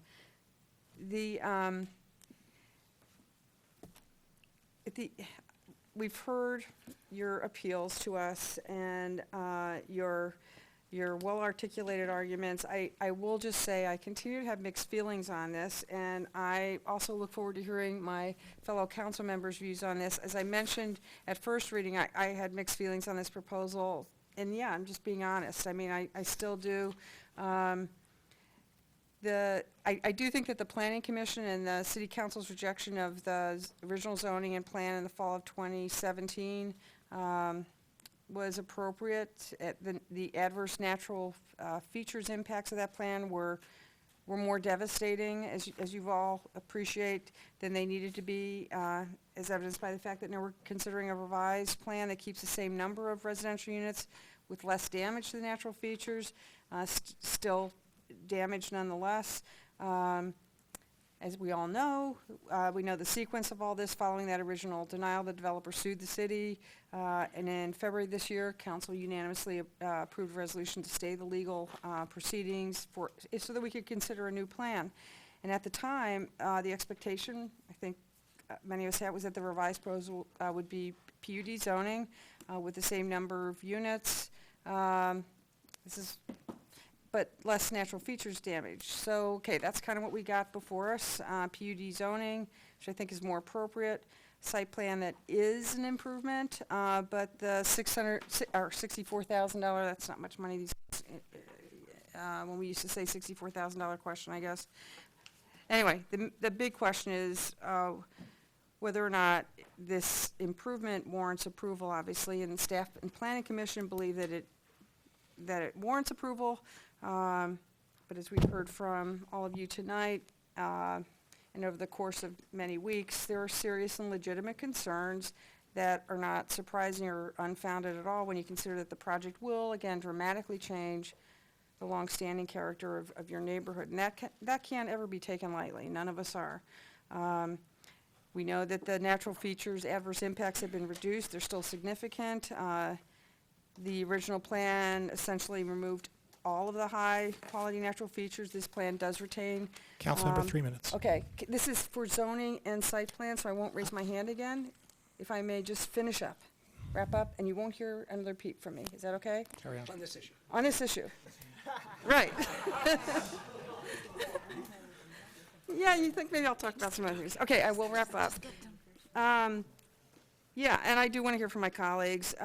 You know, and it's been stated that, it's been noted that the construction will likely threaten the critical root zones for the remaining trees. And that's certainly a possibility. I saw it happen with the Getty's Ave project. There were trees protected there, large, mature, nice, big old trees, and they didn't make it. So the sheer size of this development and property, it's 8 acres, 50 units. Again, will change the character of the neighborhood. That's a huge concern, as we've heard, and so is traffic. Lastly, I'd like to touch on the 1850s vintage Greek Revival house on the property and the outbuildings as well. We've received several communications about the historic nature of and significance of this property. I will just say, I was pleased, and I appreciate that the developer agreed to this, that the developer can't begin the demolition, removal, or salvage of the house until the latter of April 1st, 2020, or the issuance of the grading permit. We got this language today. So that does provide about 6 months to study alternatives. And so thank you, City Attorney's Office, for working that out for us. And I was thinking it would be nice to, if we could create a historic district study committee or adopt a moratorium, but apparently, you know, it's not appropriate. Those aren't appropriate mechanisms in this instance. But I am grateful and encouraged that we've got time to pursue some other options. So, you know, hopefully in that regard, a plan can be developed. Thanks. Councilmember Heck. Thank you, Mr. Mayor, and thank you to all the residents who've been engaged for 3 years. This is a project that has kept me torn for 3 years. As we think about issues in the ward that keep you up, this is one that just won't stop. So as I think through how we got here, you know, I've voted for this development at times and against it, and most recently, a month ago, against it, the Planning Commission. And for the simple reason that when this latest process began with the PUD, staff said to me, vote on it how you would with any PUD. And the only public benefit of tangible value that this community is getting out of the PUD today is the improved stormwater. I trust with our staff's review of their engineering drawings that this will positively impact flooding to the properties to the north and to the east, but that's one small public benefit. But and this is now an 8-vote item, which I commend residents for achieving. It's difficult to get 8 votes on anything. And if I were a betting person, and unfortunately this item requires me to be a betting person, I don't know where this is going to go. It'd be politically expedient for me to vote no, but I can't tonight, and I will be voting yes. And I'll be voting yes for the very, very specific reason that I'm afraid of the clear cutting. I'm point blank afraid of the clear cutting. I don't care about the lawsuit. I trust that we would win a lawsuit. I trust that the City Attorney's Office and Mr. McDonald representing them would win this lawsuit, but we wouldn't win the lawsuit if this property were clear cut. And it doesn't even need to be clear cut. It could be a corner where the impacted natural features are. And it doesn't have to be Mr. Heisler who clear cuts it. It could be Mr. Weber. And now there are 2 parties and multiple scenarios that give them this out. And that's a lot of risk to absorb as a decision maker. And while it would be politically expedient to vote no, while it would be easier to vote no personally, if this fails and this property is clear cut, or a portion of these trees are clear cut, and I didn't vote no, I would not be okay with myself. And that's a really tough place to be. And I guess I'll leave it there for now.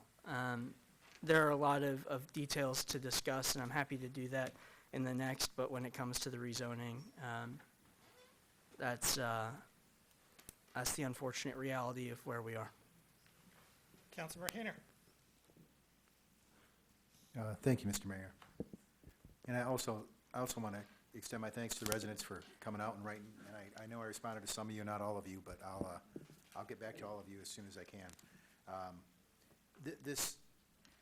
Since we're speaking to the zoning and the rezoning question here, I'm going to focus on that. And the fact that it needs 8 votes, I went back and looked at the meeting on December 19th, 2016, where it also needed 8 votes to get this rezoning in the first place. And it kind of got over that 8-vote hurdle in a way that makes those of us on this end of the table uncomfortable. The seat that I occupy voted against it. But you know, it achieved that 8-vote margin. And honestly, I mean, I'll just be real frank about it. It was, you know, that 8th vote came from an appointed council member, not an elected council member, who sat in this seat here next to me. And, you know, that played itself out all over our city for that handful of months that person sat in that seat. And I'm not so sure that the person who sat in that seat prior to that appointed council member would have gone for that R1E. And so R1E was just an inappropriate rezoning for this as far as I'm concerned. And I don't like the idea of using PUD as a workaround to get what we want in this area. That's not what it's for. PUD is designed to create benefits for the public. And as Councilmember Ackerman pointed out, the benefits are pretty limited in this case. But there are some. We've seen some. And it still seems wrong to me somehow to take it down that road. Now, a PUD is much better than the R1E that sits there on the current plan. And the PUD comes to us with the site plan. We can accept the idea that R1E is not appropriate and PUD is somewhat better and continue to reject the site plan. And, you know, it's entirely possible that's how it's going to go down. But it does kind of reek of a previous problem this council had where they, in my opinion, approved zoning, and that was the City Place project where 5 great historic homes were torn down on 4th Avenue there. And so there's just, it's a problem, and it's got us in a strange position here. Like I say, I mean, the idea that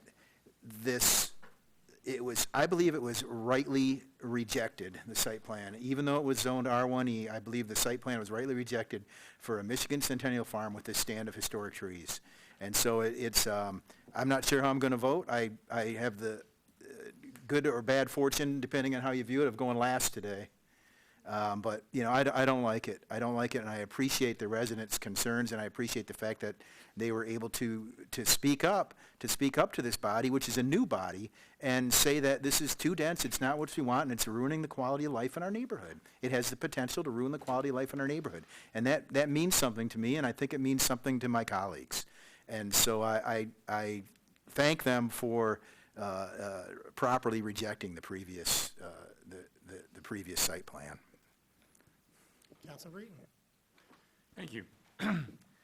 I've really struggled with this particular rezoning request. I share the fear that the unintended consequence of making the rational decision here might be the clear cutting of this property.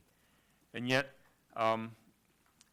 that's not the question that's really before us. The question before us is whether rezoning this property to a PUD fits our PUD ordinance. And as Councilmember Ackerman pointed out, there isn't much public benefit provided by this particular project.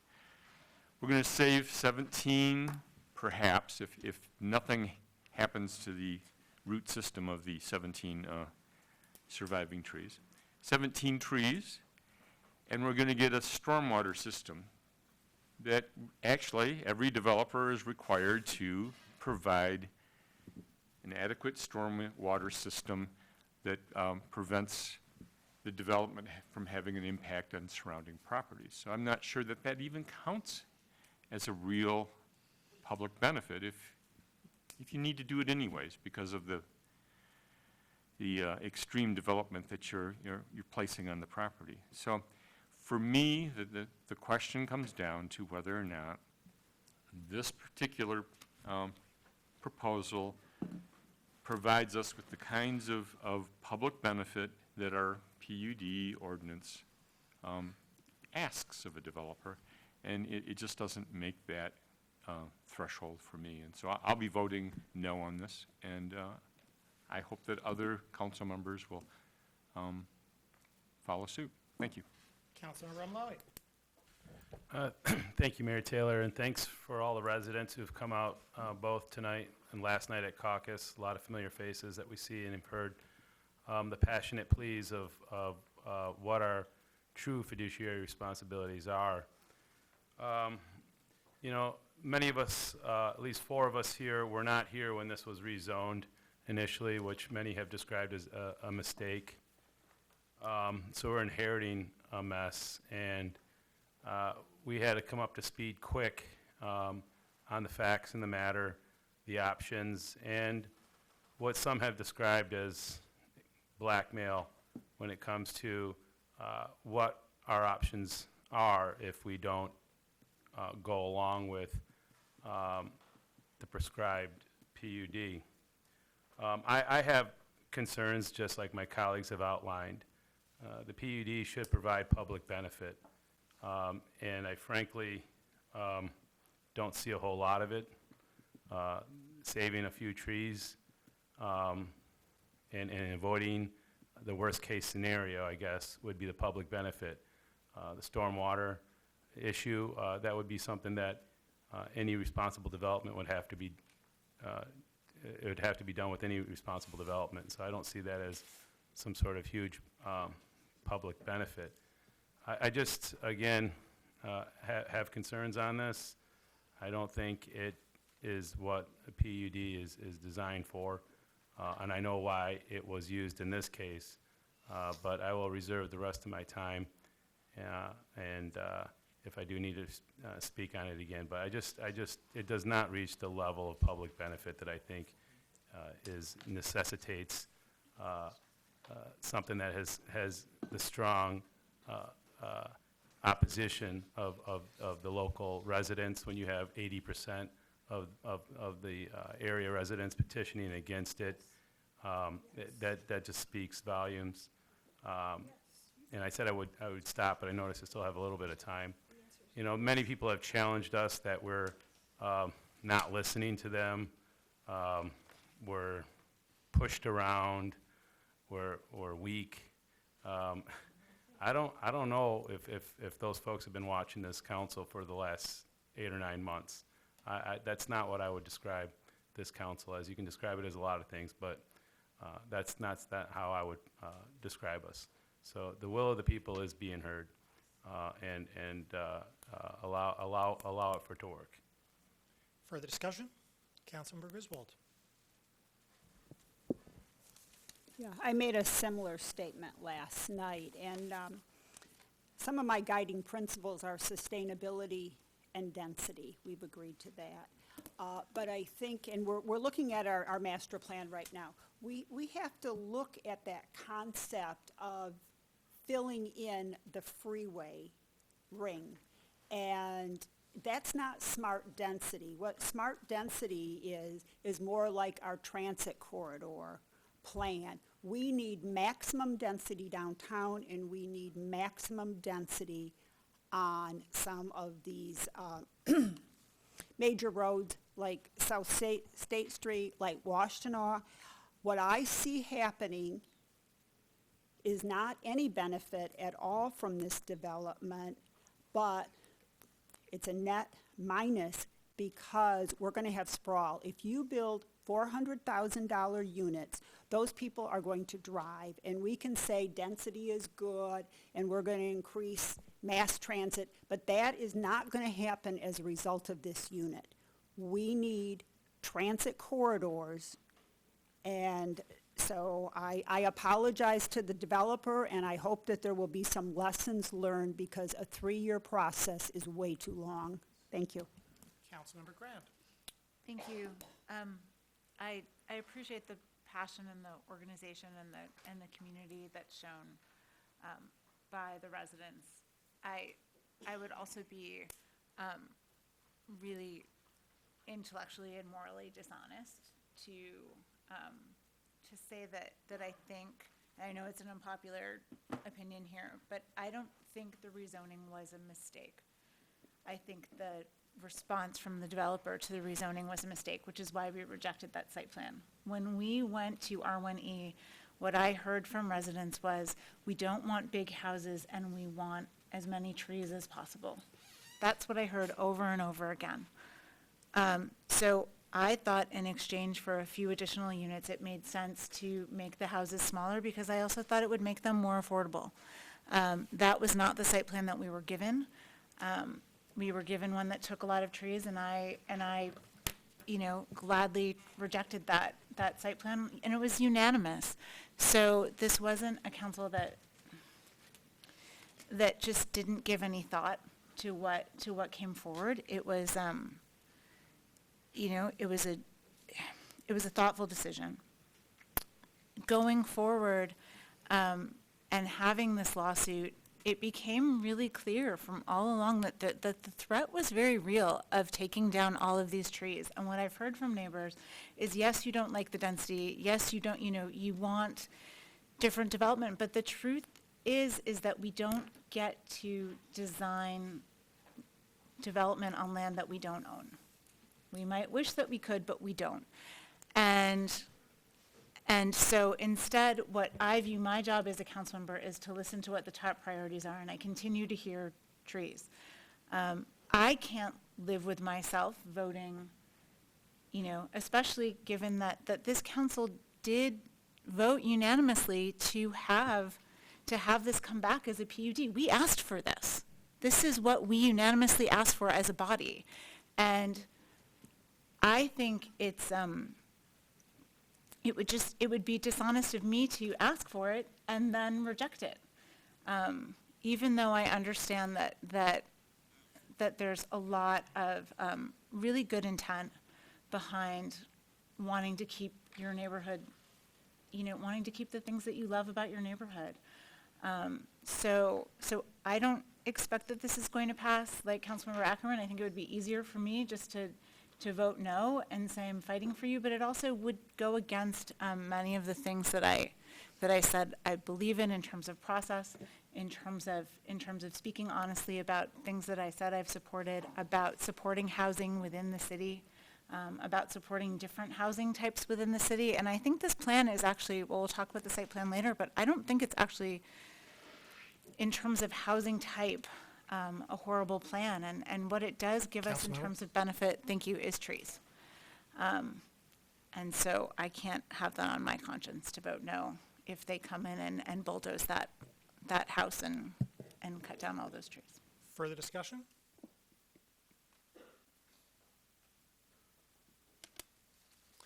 I'd like to touch upon a couple of things. First, with respect to the R1E zoning, I'd like to echo what Councilmember Grant said. I believe that was a solution to a stated neighborhood problem. The solution to this, that the problems were identified, was that there were going to be mansions next door, buffered right next to the adjacent properties, and that folks wanted help. The R1E zoning was the solution. That is to say, it added 5 units, smaller square footage, added vegetable buffering, and additional setbacks from adjacent properties. My concern here, as it's been stated, is not the lawsuit. I don't believe the lawsuit to be leverage. I believe the leverage is the trees. As we know, the property owner, not the developer, well, perhaps they do, but who knows, either the property owner or the developer has the right to clear cut the property presently. Has the right to clear cut the property and then resubmit an R1E, which would be by right, obligating us to accept it. And that I take, that's a concern and a risk I take very seriously.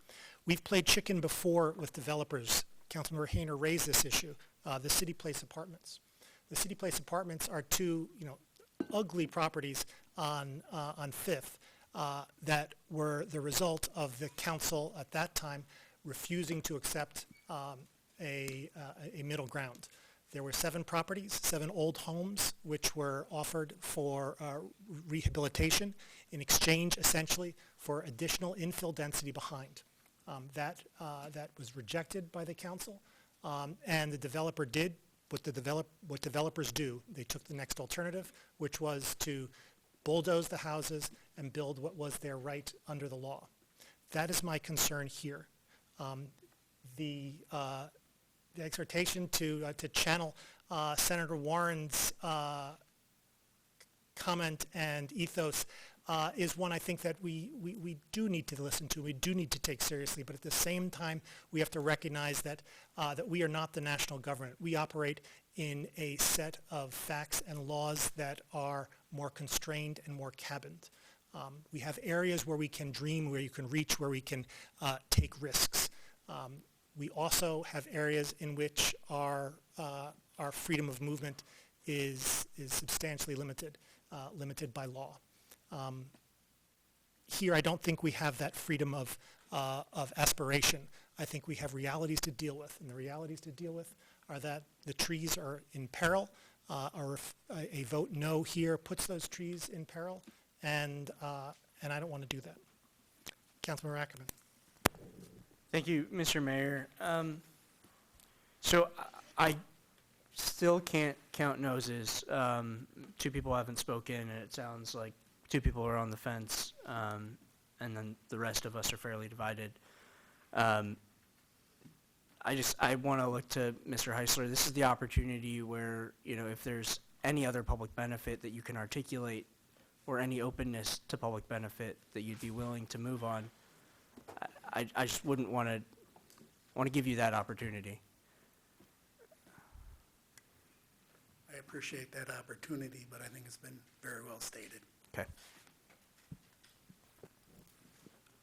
Further discussion? Yeah. No, I'm afraid not. It's his property, I'm sorry. Councilmember Griswold. Companies work very hard to protect their reputations. We talk a lot about brand. I hope that we can come up with an acceptable solution, because if someone were to clear cut that area and all of those 300-year-old trees, I would expect it to make national news. And I don't mean that as a threat. I mean that as someone who has an MBA who studied that, and it's corporations spend millions of dollars to protect their reputations and their brand. And so I really hope that we can come up with a solution that doesn't make national news. Thank you. Further discussion? Councilmember Smith. So if this were an easy one, we would have done something about it already. I think I too hearken back to the City Place Apartments debacle and proceed with caution, knowing how that turned out. I think sometimes this job is really hard because we have to pick the least bad of several unpleasant options.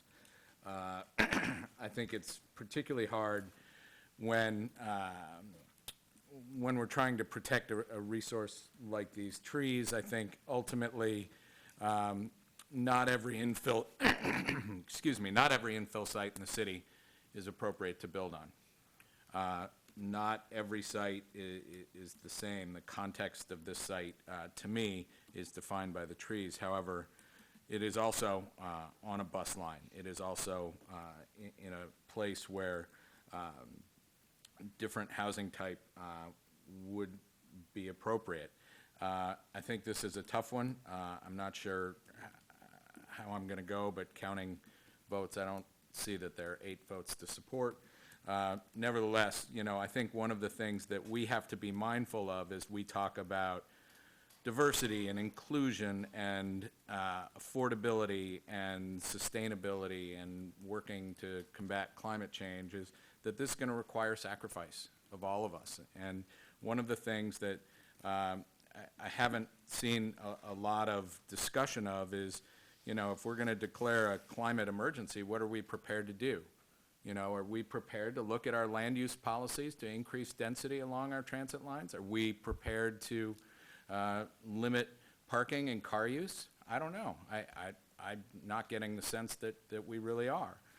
So I would like to have lots more discussion about that, and I'll be interested to see what my colleagues, how they vote on this one. Thank you. Councilmember Remlawi. Thank you. There's been some discussion about the City Place on Fifth Avenue. I wasn't a part of government back then, but I do remember the conversations around that. And I think there was a couple failures, and one of the failures was failure to designate a historic district, a historic overlay district that would have preserved those 7 centennial homes.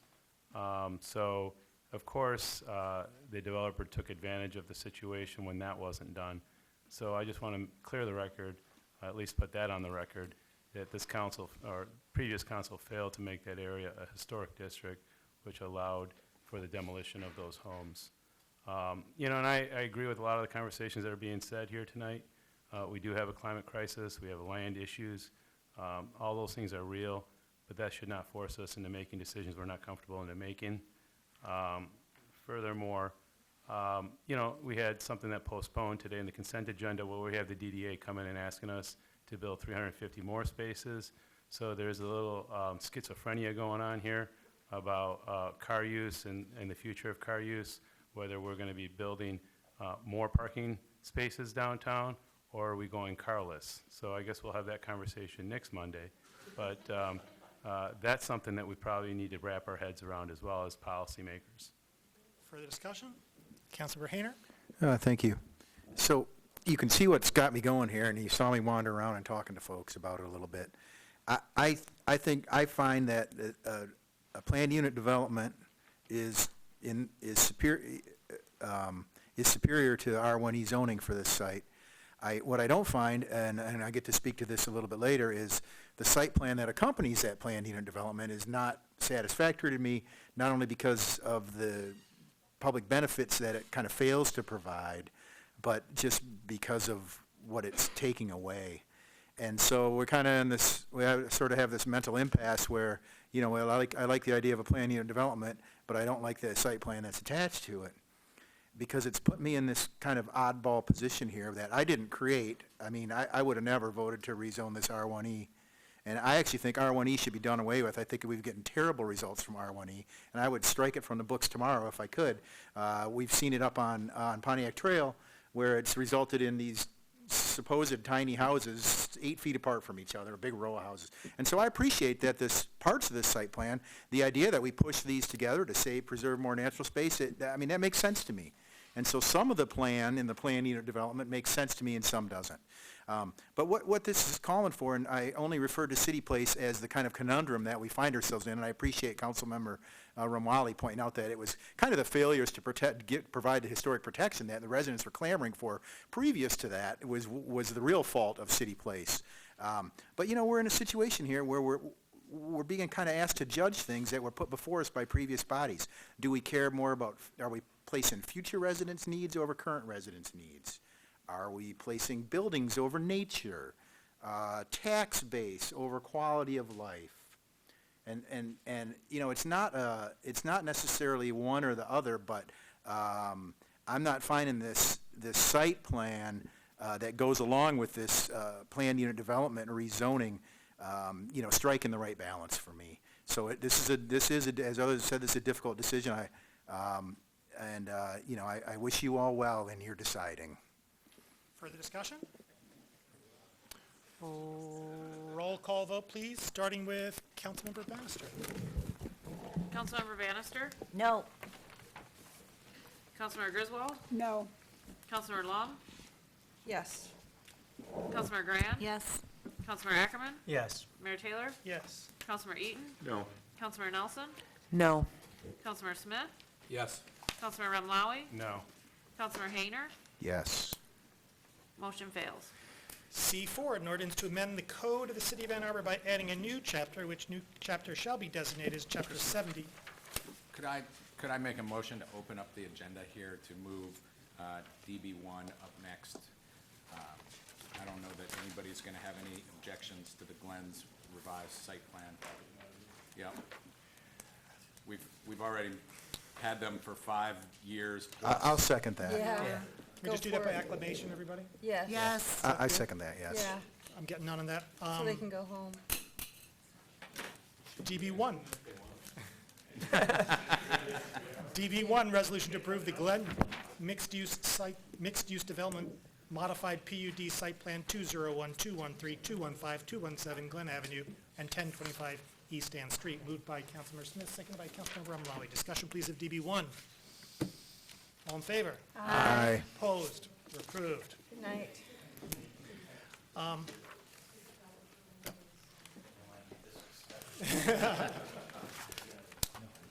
As long as we're rolling with that, want to go DB2? Sure, yeah. I'm sorry. Yes. Oh, what are we? Where are we at? I'm sorry. Do we have any anybody, since the, Oh, DB2. Since we're into the Ds? is there any objection to rolling DB2 in now No, as go well? for it. Yeah, it's There's relevant. nothing. The site plan. The site plan. The site plan. Yeah, let's do it. Is that proper, Mr. McDonald, is DB2 properly withdrawn or voted down? I think it's in front of you, and if you voted against if the zoning has been denied, then it's appropriate to deny the site plan because it doesn't meet the requirements. Fair enough. DB2, is council comfortable with us rolling with DB2 presently? Can I just, yeah, without comment? I'm assuming that people will not No, comment on just a it. vote on it now. Just voting Can I make one little comment? Of course you I only can. spoke once. No, I think. You promised, you said you were speaking The motion right now, is just to bring it to this point in the agenda. So I think we're all in agreement that it should be Yeah, done. yeah. Yes. I- Is that all good? Yeah. Yeah. All right. I know I said what I said. DB2, resolution to approve Weber PUD site plan and development agreement, I also 258 didn't Packard speak twice Road, like moved most people by do. Or many Councilor people Hayner, seconded by Councilor Lum. Brief discussion of DB2. Councilor Lum. Well, I just, I was gonna vote against the site plan anyway, even though I just voted for the zoning, because I do think, I mean, I wasn't around when the debacle occurred in the Fifth Ward, when the historic district wasn't declared and those properties were leveled, and there've been a lot of regrets that followed on to that. And in this case, we're talking about the trees that could be annihilated, and so I do think the PUD, were the public benefits substantial, in my view? No, but the trees are a significant matter that, and we, with this PUD, have a better chance of saving more trees than we would have otherwise. So I voted for the zoning. I was not going to vote for the site plan. We just got the advice that it makes sense now to deny the site plan also, and I am hopeful that whatever comes back to us, that I will pursue, if possible, creating a study committee, a historic study committee to look at the 1850 property. I don't know where this is going to go, but I did ask about it previously, prior to tonight, obviously, and, but now I think maybe, we can work that potential opportunity, who knows, but I will certainly give that a try, and welcome the support of anyone. Councilmember Ackerman. Thank you, Mr. Mayor. Thank you, Councilmember Lum, for that. We've made some incremental improvements into preserving, if there were ever a knockdown, when that would be, so we have some time. I'd be glad to work with you on that. I'll be voting against the site plan. I figure we should at least be of one voice now, so. Councilor Smith. Just like to point out that the site plan doesn't meet the zoning, so it's our responsibility not to approve the site plan. Details. Further discussion of the site plan that we're all voting against? Right. Just to say that it's, Yeah. Councilmember Hayner. Thank you. You know, I had just had one of those moments there where I was kind of disappointed in myself, not for the way I voted, because I think that planned unit development was better, but that I didn't express myself in a way to my colleagues that convinced one more person to vote for that. And I regret that I wasn't convincing enough, because I think that we had a better opportunity to have a planned unit development and then question the site plan that accompanied it, even in the parameters of the planned unit development, than we do now. And so I apologize for not doing more to convince one more person to maybe support that PUD. But obviously that this is out of bounds now, and so we have to vote this down, which is not a problem for me. Further discussion? Councilmember Bannister. Yes, and I just want to say that I agree with Councilmember Griswold that it would be national news if the developer were to come through and try to tear down this extremely valuable stand of trees. And so I'm asking you, Mayor Taylor, and if not you, another council member, to dig deep into our leadership skills and our communication and persuasion skills, to call out to our developer and our property owner and come to the table and have a heart-to-heart conversation about the climate crisis and how these trees are invaluable. And I really urge you to use your leadership skills, your considerable leadership skills, to do that for us. And if you don't want to do that, then I think the rest of us are going to have to do that instead. Thank you. Understood. Further discussion? All in favor? All opposed? No. It is not approved. Or rather, the motion fails, I guess is the proper nomenclature. And let the record show is unanimous. C4, ordinance to amend the code of the City of Ann Arbor by adding a new chapter, which new chapter shall be designated as Chapter 70, Adult Use Marijuana Establishments of Title 7 of said code.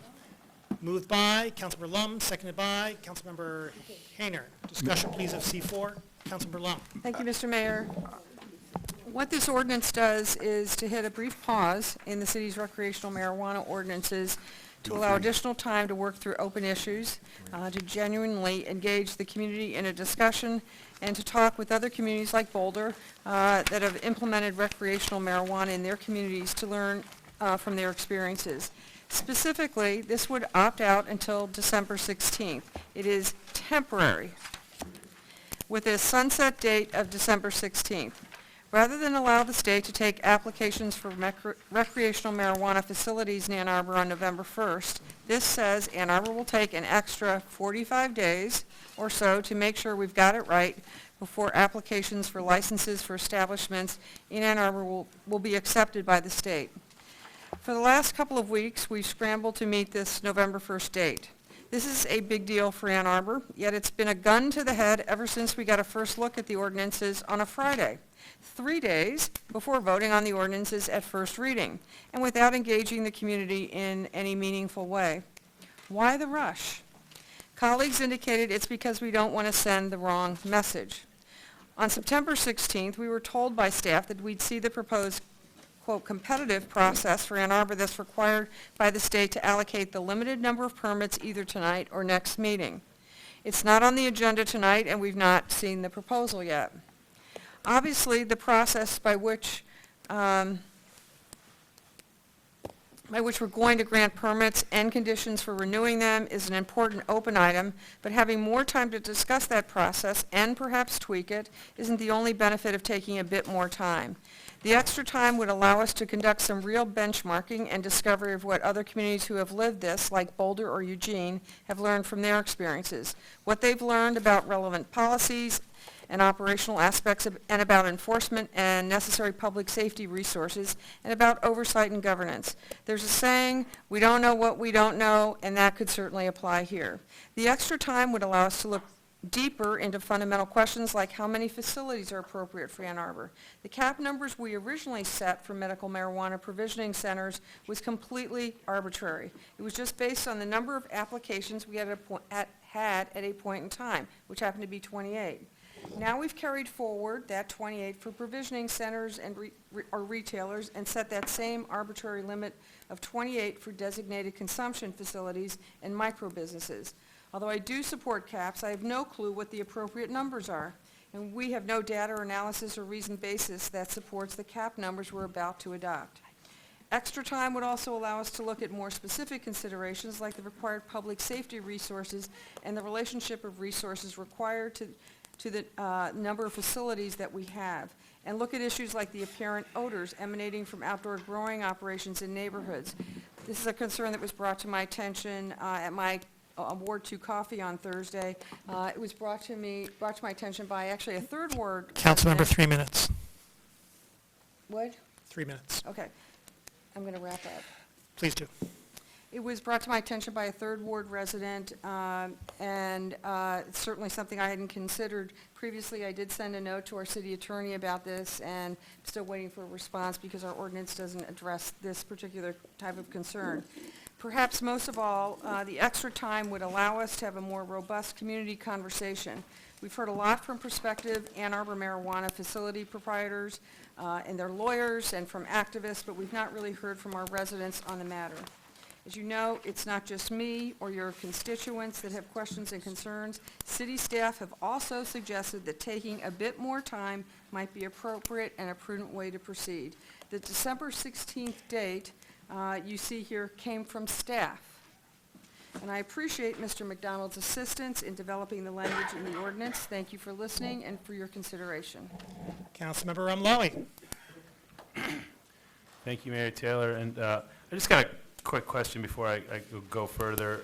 Councilmember Lum has talked about odor nuisance. Is that something that's addressed in the ordinance?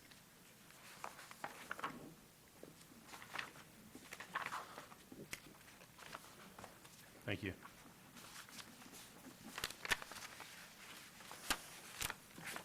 Good evening, Mayor and Council. I'm Brett Leonard, the planning manager. The UDC, where we regulate the land use aspects of marijuana facilities, does prohibit the detection of odor at the property line for any type of facility. Okay. Thank you. I appreciate Councilmember Lum's diligence and persistence and just vigilance when it comes to good government. And, here's another application of it, allowing the citizens to engage their government to get it right. There's nothing that's perfect. This isn't going to be perfect. But we've had over 10 years of experience with medical marijuana in our community. There have not been any major issues.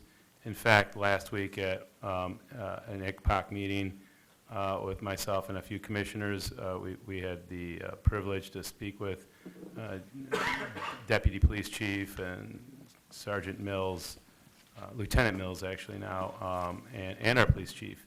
And we talked about some of the months where there was most calls and people resisting arrest and all that. We went into, it was a 5-hour meeting. And one of the commissioners, I guess April is one of the months where you have more problems than not. One of the commissioners said, well, that's maybe because of hash bash. And they were quickly corrected and said, no, that's actually not a day where we have major issues. It's not like a football Friday or a football Saturday. So even with events like hash bash, which we heard about earlier tonight, we don't have this, the issues that we have on football Saturdays. I mean, take a ride along on a hash bash. I don't think it's going to be the same kind of experience that you would have had last Saturday or last Friday.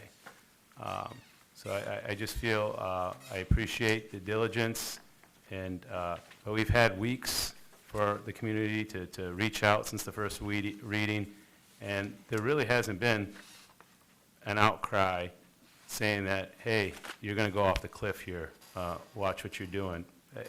Frankly, we haven't heard that. So I appreciate it, but I won't be supporting this tonight. Further discussion? Councilmember Hayner? Thank you, Mr. Mayor. I mean, I don't have a problem supporting a temporary opt-out like this with a date certain at the end of it. And I'll just share with you why. Because every day that goes by as I pay attention to this and read this and listen to stories on the radio and look on the internet and so on, and try and do my research into what other communities have done and has been happening, these new questions keep coming up. And it's just question after question. At some point, we've got to draw the line and make these laws. I understand that. But I mean, now we have health concerns over the quality of the vaping cartridges. Or people are dying. We're going to let that into our community? Are we going to guarantee that we're not? We have spacing concerns that some residents have talked about. And those aren't new. We've had concerns about that for medical marijuana. But I'd like to point out that this isn't medical marijuana. This is recreational marijuana. This is a different animal here. We have questions about the numerical limits. I tried to set some limits that were high for all of them. That didn't pass. Perhaps we should have no limits on any of them because it's starting to seem kind of arbitrary, and I wonder if this kind of arbitrary setting of limits is going to open us up to litigation. There's ecological concerns I just heard about yesterday on the radio in the state of Colorado, especially Denver, which has air quality issues just like Ann Arbor, where it turns out that these large grow operations, the terpenoids that are coming off of these plants are getting kicked out of the buildings, and they're mixing and they're creating ozone issues in these communities. That's brand new science that I just heard about this weekend, air quality issues.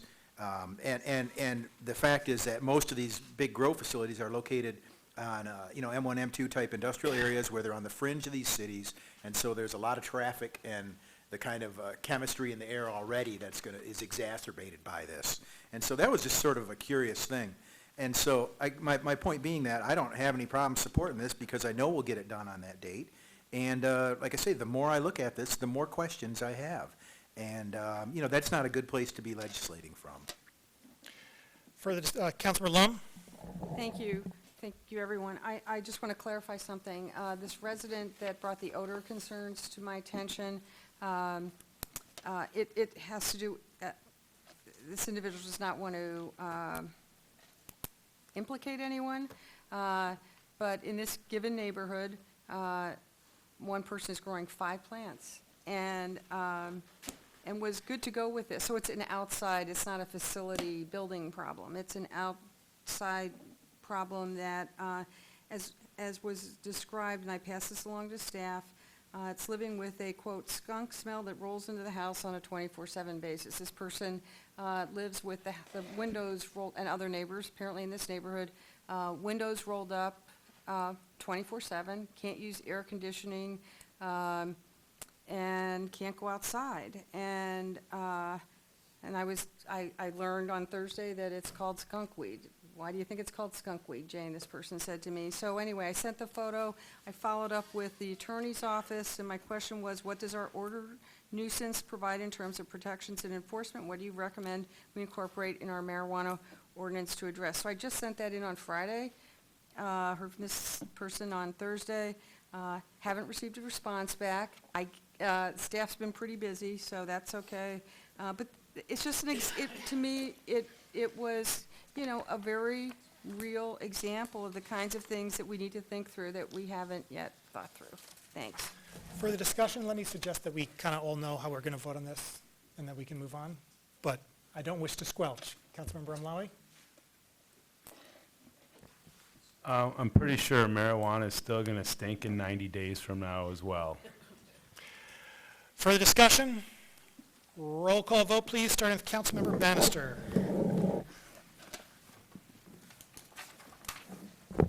Councilmember Bannister?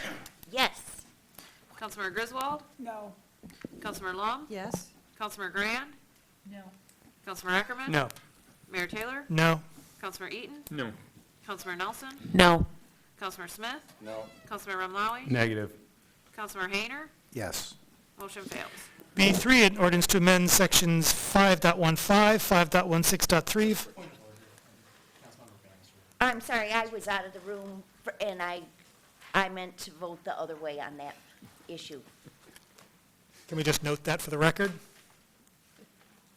Is there any objection to that from the body? So, Thank Councilor you. Bannister, negative on that vote. Thank you. Thank you. B3, an ordinance to amend section 5.15, 5.16.3.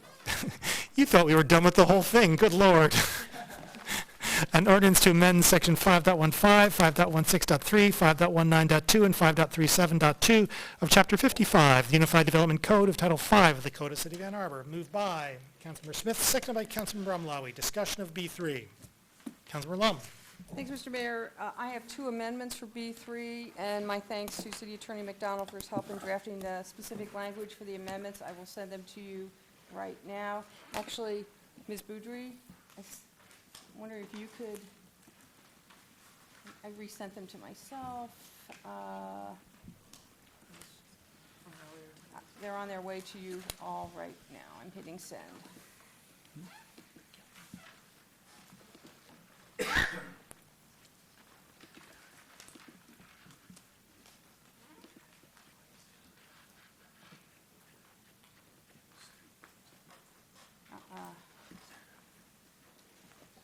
You should have them.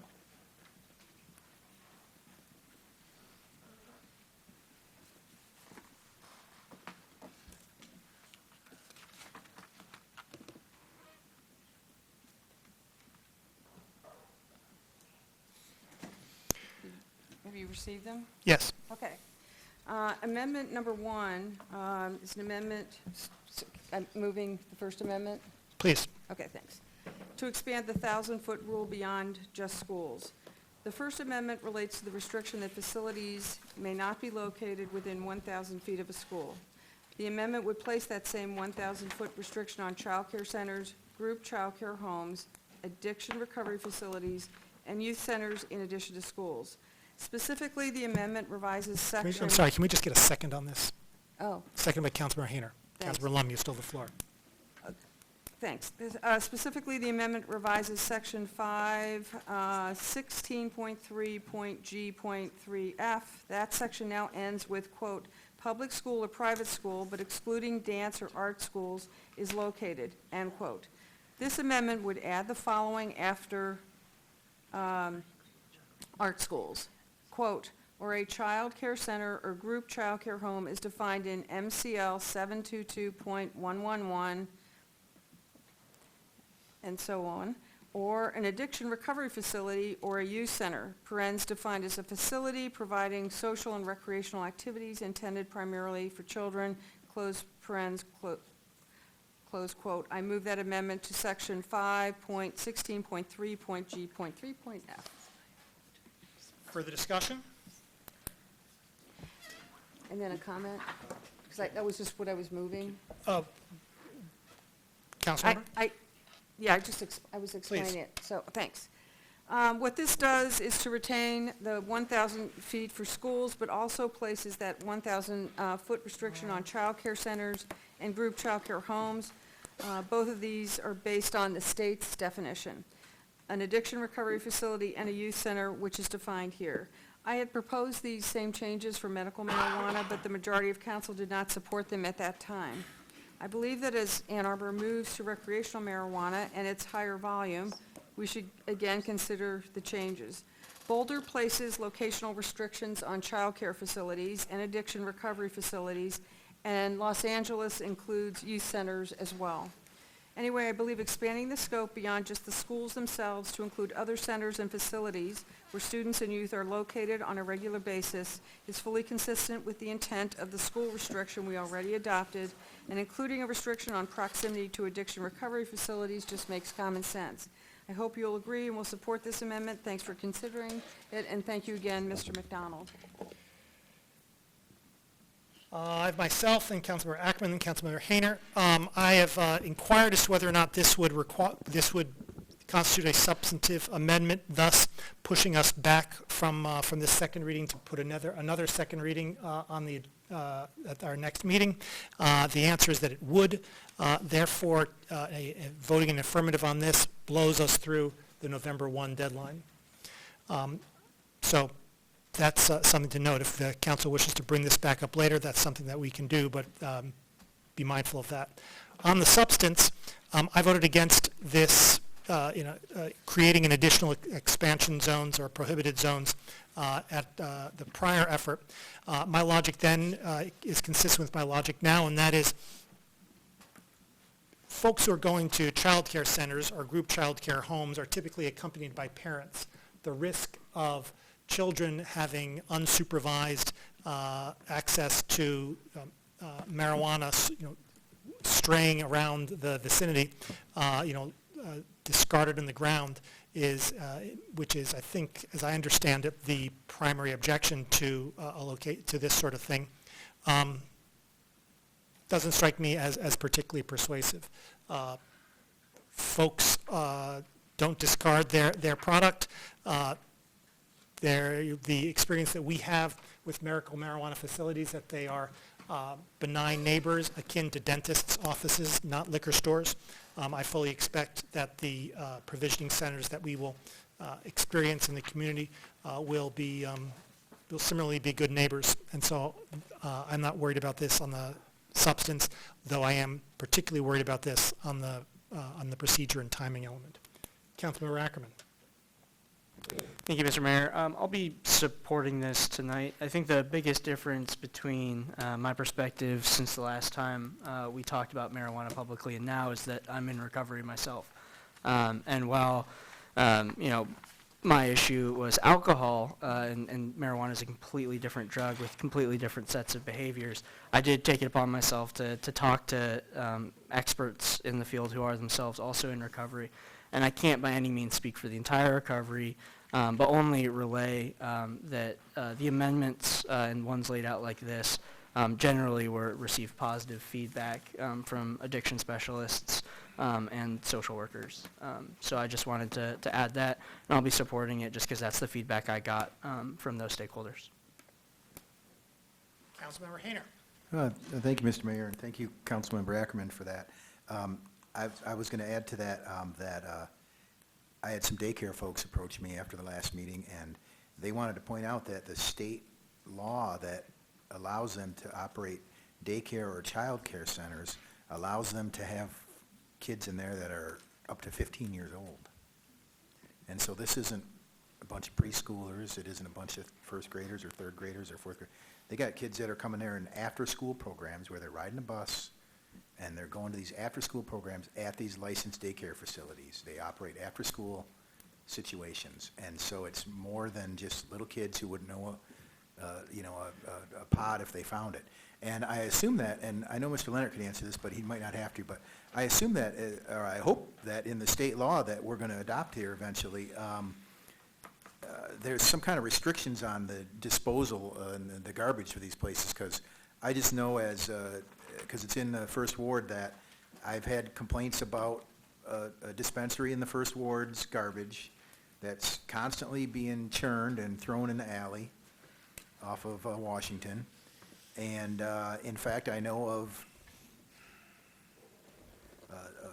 folks who know which dumpsters to jump and pull out expired marijuana products that are being discarded and not locked up and discarded in a secure manner, and they do what they want with them. And so I don't know if there's a state provision that the garbage of these places has to be locked down or secured in any way, but if not, there should be, and this is one of these many questions that has come up since this has come before me.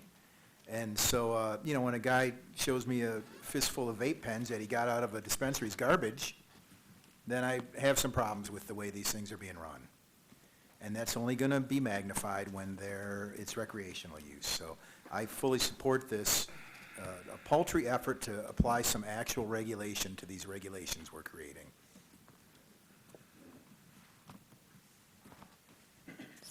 Further discussion? Councilmember Ronlawi. I appreciate the concerns that have been raised. I just have a problem with the procedural aspects of it all. This will negate us having anything in effect for the November 1st deadline. We can take up these other issues at a later time. I have issues with this. It's not perfect, but we will have much more time and opportunity in the future to address all these concerns and just, I cannot support it because it effectively opts us out. Councilor Nelson. I just have a quick question, or maybe a confirmation. All of the permits related to the location of these centers is going to, they're still special exception use, aren't they? Or are they not? Yes, all provisioning centers and retailers are special exception uses.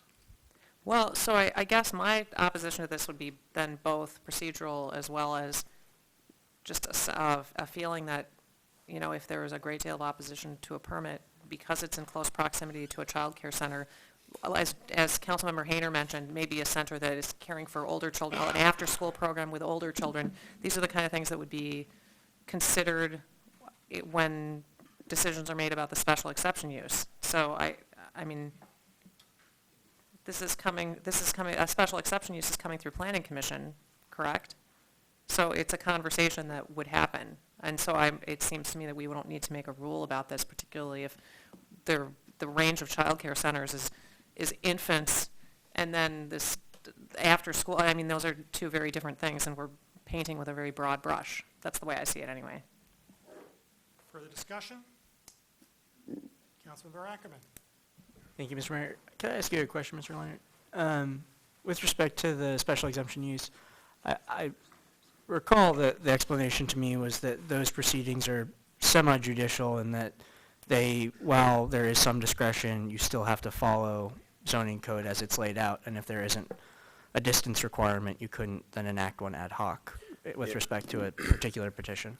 So the special exception use does put forth a series of standards. Those standards are around, does, sort of a yes/no is, does the use meet the requirements, if there are specific requirements, and then the special exception use standards evaluate other things such as the proximity and operation of that business in proximity to other surrounding land uses, consistency with the master plan, and has specific evaluation as it relates to transportation access to that use at that location, both for vehicular and non-motorized. So you're right, there is a level of, I would say a level of discretion is applied. However, it is not wide open. It is set forth by standards by which the Planning Commission is directed to consider those special exception use permits. Okay. So I guess if I'm interpreting that, I guess just to cut to the chase, the amount of discretion articulated by Councilmember Nelson, and I don't care either way, is that amount of discretion available to the Planning Commission? So I would actually go back to previous experience. We've actually, the Planning Commission has actually had dialogue about petitions that were in proximity to child care centers that without such language applying. And I would say some of those aspects were daylighted as part of that discussion. Mm-hmm. Ultimately, that special exception use permit was granted. So I would generally say that if the standard is schools and it doesn't include child care centers, I would probably not add the discretion to say, well, in this case, we think because there's a daycare center, Yeah. it would be inappropriate to locate it there. If that was an intention to use that as a factor, I think it would have to probably be idealized, more broadly applied. That is, when those facilities are located there and meet that definition, whether or not they are strictly serving preschoolers or a wider range of children, then it would fail that test. Okay. Thank you. Further discussion?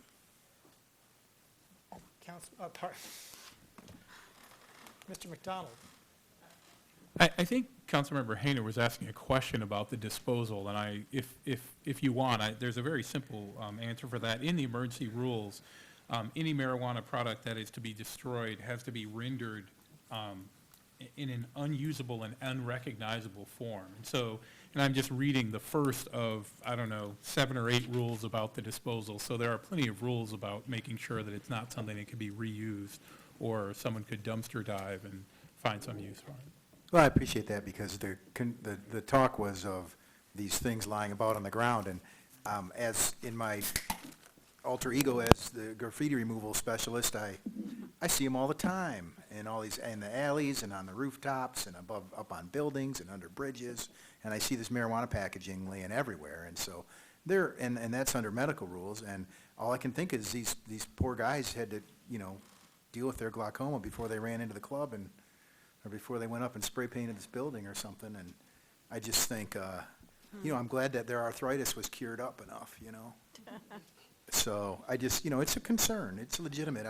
I think that the fact that we kind of, we're thinking this is some kind of outrageous restriction on our authority to manage this by saying keep it away from daycare centers, it's unbelievable to me that it's likely that this amendment is going to fail. I can't even imagine that we show so little concern for the youth in our community. Further discussion? Councilmember Grand. Thank you. I'll just say very briefly, due to timing concerns, I won't be supporting this, but I'm very open in the future to talking about this issue of addiction centers because, well, I think that I don't see the preschool piece as being viable, just due to my own experience with kids in preschool and understanding how contained those spaces are.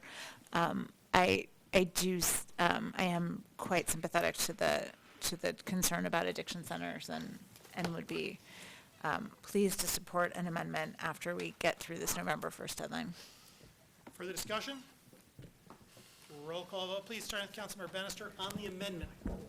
Councilmember Bannister? No. Councilmember Griswold? No. Councilmember Lum? Yes. Councilmember Graham? No. Councilmember Ackerman? Yes. Mayor Taylor? No.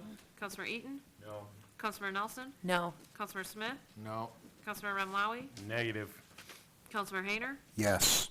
Motion fails. Councilmember Lum, you have the floor with respect to your second amendment. Thanks. The Second Amendment adds designated consumption use facilities to those facilities where there's a location restriction in terms of proximity to another facility. Specifically, the amendment revises Section 5.16.3.G.3.C.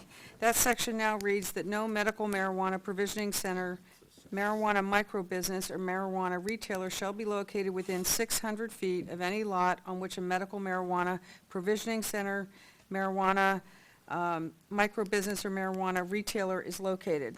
With the amendment, the section would read, quote, "No lot containing a medical marijuana provisioning center, marijuana microbusiness, designated marijuana consumption facility, or marijuana retailer shall be located within 600 feet of any lot on which a medical marijuana provisioning center, marijuana microbusiness, designated marijuana consumption facility, or marijuana retailer is located."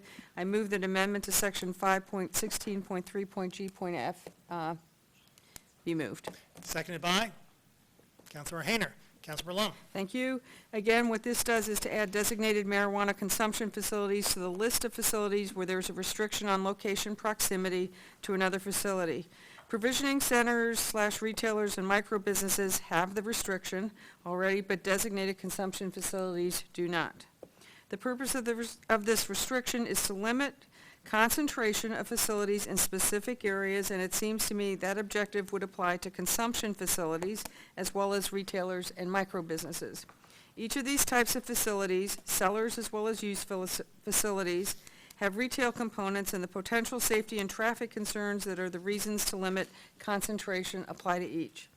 Mr. Leonard mentioned that he didn't expect there would be many requests for designated use facilities. That may very well be right. But he also mentioned that that was just his speculation, and in the event that there is strong demand for designated use permits, I think it's wise for us to apply the same regulations to limit concentrations for designated use that we do for provisioning center retailer and for micro-business. Thank you. Similar to the prior amendment, my understanding is that the passage of this amendment would necessitate return to second reading at our next meeting, thus effectively resulting in us not having the regulations in place in time for the November 1st deadline. For that reason, at least I'm going to be voting against this amendment, and I urge my colleagues to do the same. Further discussion? Councilmember Ackerman. I have a question about the interpretation of it. So the distance requirements, is that from like facilities, meaning that consumption lounges would have to be 1,000 feet from consumption lounges, but they could be located next door to a retail establishment? Okay. Councilor Griswold. I'll be voting no at this time, but I would like to bring this topic up again. Further discussion? Councilor Nelson. Couple things. Maybe I misheard you, Councilmember Lum. I thought you said 600 feet. Was it 1,000 feet? Which was it? I may have. 600. 600, sorry. Oh, okay, okay. I may have, All right. I misspoke. Okay, It's I was similar to what the trying to like. restrictions for all the others. Gotcha, okay. I think I have a question for Mr. Leonard, because there was sort of a lot of back and forth at the last meeting. My understanding was that the consumption facilities were not allowed outside of like D1, D2. Am I misremembering that? They are generally allowed in the retail locations, and at that meeting, you also amended that to allow them to co-locate with retailers and provisioning centers. So my interpretation of this is that it would be possible for a consumption facility to co-locate with one of those establishments. However, apart from that co-location, it would have to be at least 600 feet from another similar use. Okay. Okay. Well, okay. I'll have to look up my notes again from the last meeting, because I thought I remembered there was one category that was restricted to D1, D2. And do you remember? I think originally there was some discussion about that, but let me check the notes. Mr. McDonald? I think the restriction from D1 and D2 was removed by the council on the floor for designated consumption and designated marijuana possession facilities.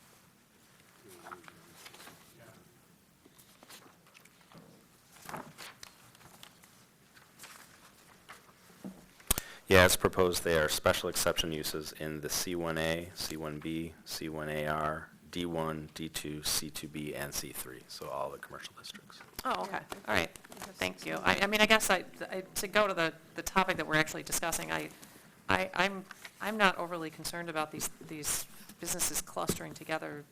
I can't support this amendment. I'm not overly concerned about it, about the idea of them having a district that's all consumption facilities. I don't really see that potential.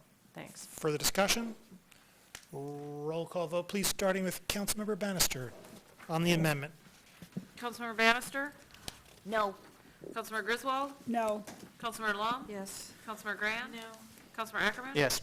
Mayor Taylor? No. Councilmember Eaton? No. Councilmember Nelson? No. Councilmember Smith? No. Councilmember Mlawi? Negative. Councilmember Hayner? Yes. Motion fails. Further discussion of the main motion? Councilmember Hayner. I just think it's a riot that we're sitting here discussing this as if people don't have access to marijuana in Ann Arbor. Like, honestly, does anybody know somebody who smokes who can't find marijuana in Ann Arbor? And so the hurry to pass these things is not a hurry to act responsibly towards our community. I'm not sure what it is. I don't buy the notion that some people have put forward that we're showing some kind of leadership by rushing into this. And so these artificial deadlines that have been set, really by us by not acting on this sooner, are just, they're not ringing true with me. I think there's reasons to, either limit the number of these facilities in a uniform way, like I suggested last week, or remove the limits completely. Because right now it's arbitrary, and I think it's going to open us up to potential lawsuits from folks who want in on the business. And I know that failed last week at the reading, and I'm afraid it will fail this time because we're going to, mess with it and send it back to the first reading, and we won't have time to sell our marijuana. And so, I think that something needs to be done about this, and I don't know the legal remedy for, this getting passed tonight against my wishes and coming back and changing those numbers in the future and changing the location of these. I mean, I think that everybody knows and is fairly confident that once the lid's off this, how are we going to come back and start and restrict these places without opening ourselves up to all kinds of suits? If the 1,200-plus communities that have opted out already here in the state. I know Ipsy's in, so Ipsy will have their own thing going. You know, people are going to be looking to the city for good and bad. And so I'm having a hard time support this. I'm disappointed that we couldn't put some moderate restrictions in place. I'm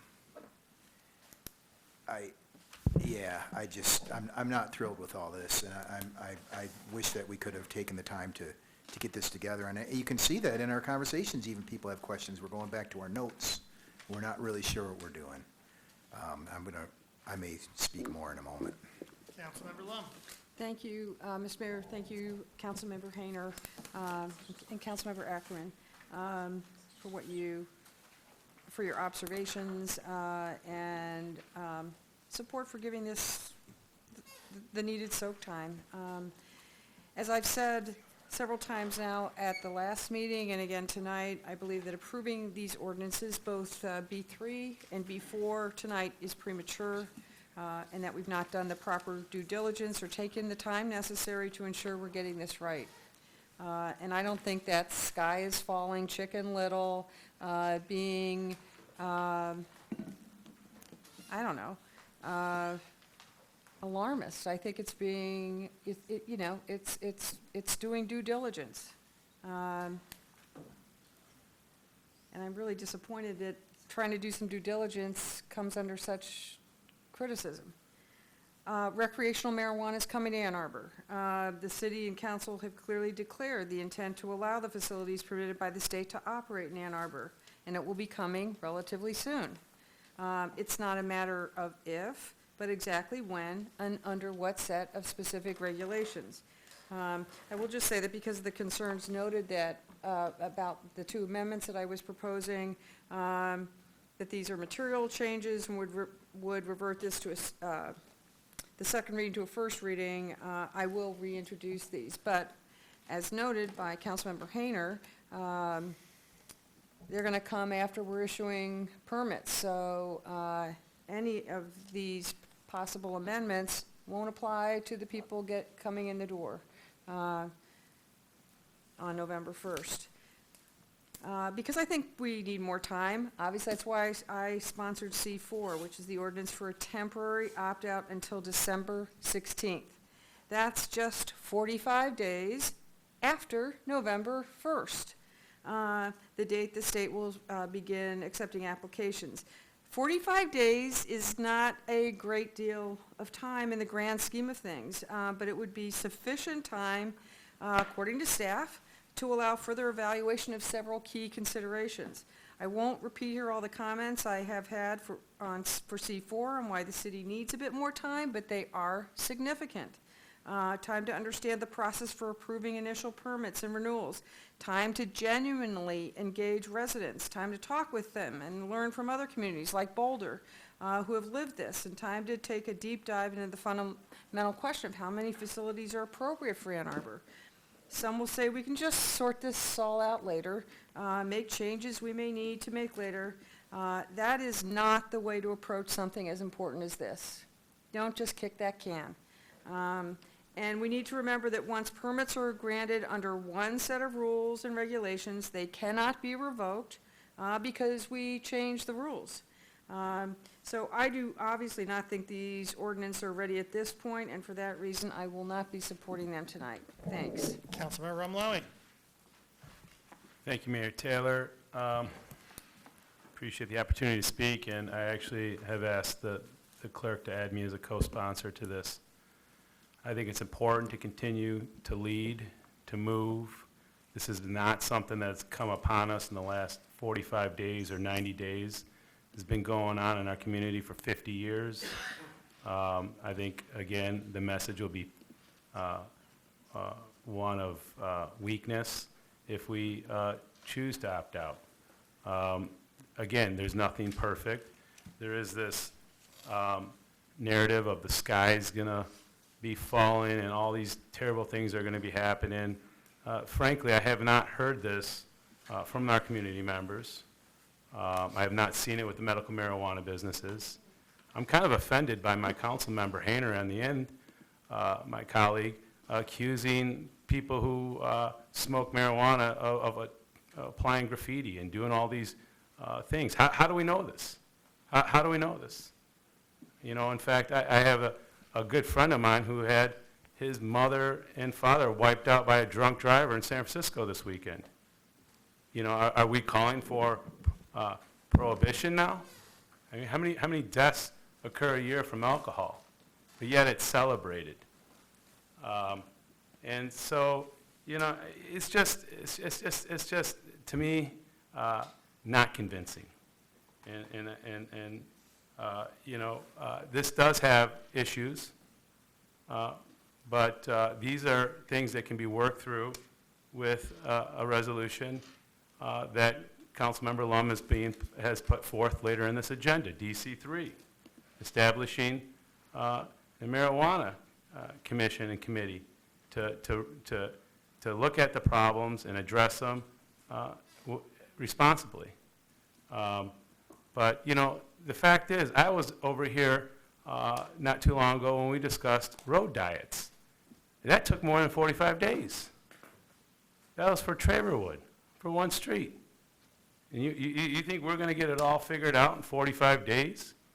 I don't think so. I highly doubt so. So much so that I'm not going along with it. This council has not shown that it can act that fast. The work that needs to be done through the commission that we hope to set up to evaluate and look at the issues one by one. But I just find these fears completely unfounded. Councilman Reeton. Thank you. So Ann Arbor already has adult recreational use of marijuana going on. These ordinances simply provide a regulated business where safe product will be sold in secure facilities. We're not going to change the availability of marijuana. We're going to change the quality of the marijuana that's sold and the ability to secure the seller from theft and other crimes. This is not an enormous change in this city. The state has provided substantial regulation of this business, and those people who engage in this business have to follow those regulations or suffer the consequences of losing their state permit. So we aren't rushing into things. It isn't something dangerous. What we're doing is we're actually establishing a set of regulations for a business that already exists throughout the country. And so I don't know that any delay to describe how many feet we have to be apart from each other when we sell marijuana, or the proximity to other businesses, really is reason to stall this. We should go forward and legalize a highly regulated, safe business practice and watch how it develops. I have not seen significant problems surrounding our medical marijuana facilities.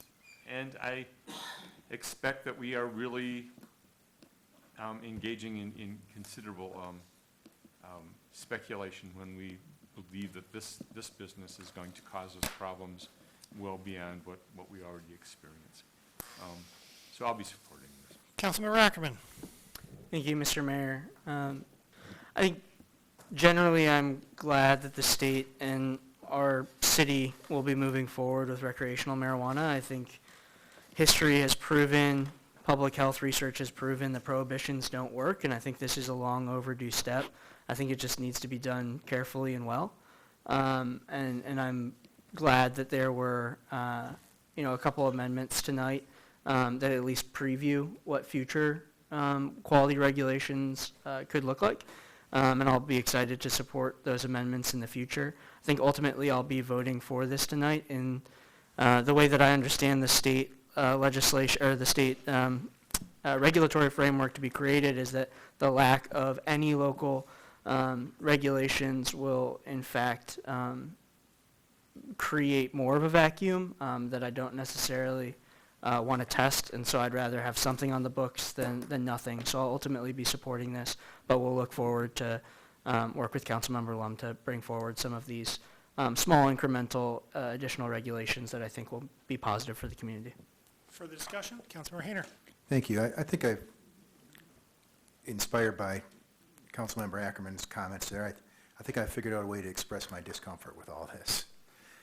So, I stood on that stage behind Ann at Hash Bash this year because I supported the decriminalization that was part of Prop 1, and I supported the responsible legislation that was going to allow this to happen in our community. And as Councilmember Eden just said, we all know, and I was alluding to that earlier, we all know that it already is happening in our community. There's no mystery about that. And the changes that this state and local regulatory structure is going to bring is just going to sort of, firm that up and also, kind of kick a pittance back to us as a community in tax revenue. We haven't figured out how we're going to spend that tax revenue yet, and I'd like to see an amendment that discusses that. But, nobody's celebrating alcohol at this table. And some of my concerns are because I've spent time in other communities that have legalized marijuana, and it is a change in the culture when you look in the advertising, the periodicals. The whole back section is marijuana advertising. When you look in the newspapers, there's marijuana advertising. When you drive down the street, there's giant pot leaves and so on and so on. And that's okay, and for some, and it's not okay for others. And some of those others spoke here tonight, and some have reached out to us, privately, and said it isn't okay with them. And obviously, this is going forward, but my discomfort is not with the fact that marijuana exists in our community. Obviously, it does. It's with the fact that we don't seem to be showing the responsibility and care for establishing the local authority over it that I think is appropriate for our position here on City Council. And when you look at the Boulders, the preambles to Boulders resolutions, they say that these laws are to protect the greater good of the community, not only to establish these businesses, but to establish the environment in which these businesses can safely and reasonably operate. And I don't think that that's where this is right now. And I don't need the campaign contributions that come with it. In 2013, Sabre got a third of her money came from medical marijuana fundraisers. Well, she sat on the Medical Marijuana License Review Board. And so this isn't a money issue for me. I didn't get any of that. And, it's just I don't think we're doing our due diligence. And so I'll be happy that it passes. I hope the state does more with decriminalization efforts and expungement of people who are going to jail for smoking a joint. I think that's always been wrong since I was in high school. And so, I look forward to those benefits of it coming to our state. And I also look forward to, adding some reasonable and responsible legislation around our local control efforts. Councilmember, for Councilmember Baxter. I'd just like to show my support for the industry and like to be added as a co-sponsor with Ramlali and Taylor. Further discussion? Councilmember Ramlali. Thank you. There's just been a lot of allegations that we're not doing our due diligence, that we're rushing to things, that we're putting the public at risk and danger. And I just want to push back a little bit. I mean, the state has given us over 60 pages of guidelines, rules, regulations. They've done a lot of the heavy lifting. A lot of this has already been vetted out. And furthermore, our legal department has worked with us. They've been working hard on this for the last several weeks. I think if they thought we were putting the city at jeopardy, they run very conservative, as we know. And for them to allow this to go forth without any major reservations, it leaves me with comfort that I am not rushing to judgment, that I am not putting the public at undue risk, and that a lot of these concerns that keep getting raised, as we find out later, if we thumb through, the state manual, the state statute, they're already addressed. So I think if people are rushing to judgment, it's not the folks that are in favor of this ordinance right now. So I would just leave it at that. Thank you. Further discussion? For my part, I'm glad that this is moving forward. It's, I think, plainly and obviously something that the folks in Ann Arbor, the community of Ann Arbor, wants, and I think that the solution that we've devised is orderly and will meet the community's needs and do so in a tempered, reasonable manner. I would like to, piggybacking a little bit on what Councilmember Amlawi said, like to thank and credit the incredible hard work that has been done by the attorney staff, by planning staff, by folks on the Planning Commission getting this to us. It came to us fairly quickly, but it came to us fairly quickly after a lot of work, a lot of slow, deliberate work performed by those folks. Once the state guidelines landed, it was a flurry of work for weeks, if not months, before we saw the end product. And the end product that we have is reasonable. It meets the community's needs. It meets the community's, I think, desires and instructions with respect to the sale of legalized marijuana. And I think that we're doing the right thing here. Councilmember Long.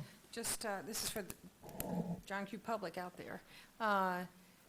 So I didn't come up with this December 16th date, staff did. I asked them what they would recommend, what they needed. And so despite all the smoke, despite what you just heard, it's not a Jane Lum recommendation. I sought guidance to get this right, and December 16th was the date that was recommended by staff.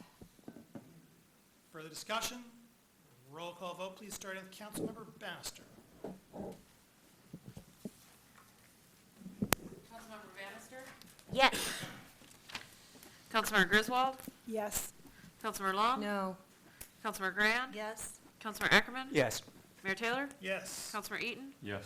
Councilmember Nelson? Yes. Councilmember Smith? Yes. Councilmember Ramlawi? Affirmative. Councilmember Hayner? No. Motion carries. B4, an ordinance to amend the title of all sections of and to a new section 5613 to chapter 96, medical marijuana facilities of title 7 of the code of the city of Ann Arbor. Moved by Councilmember Griswold, seconded by Councilmember Ramlawi. Discussion. I'm sorry, what are we on? B4. Roll call vote, please, starting with Councilmember Bannister. Councilmember Bannister? Yes.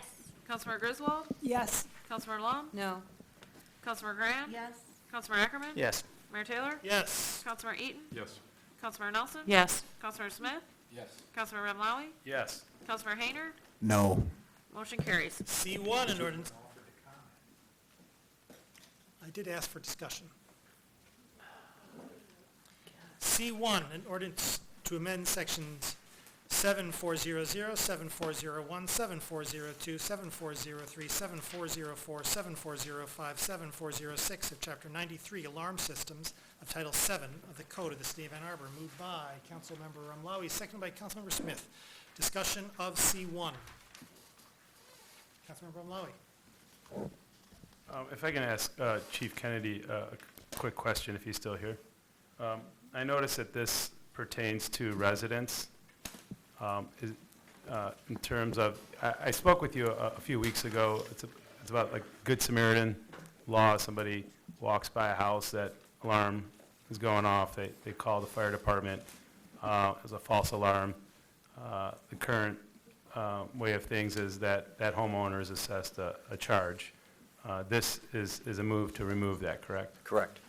Now, is it going to be applicable to businesses or other types of dwellings that fall under the same situation where, the businesses, has an alarm going off, someone else called it in?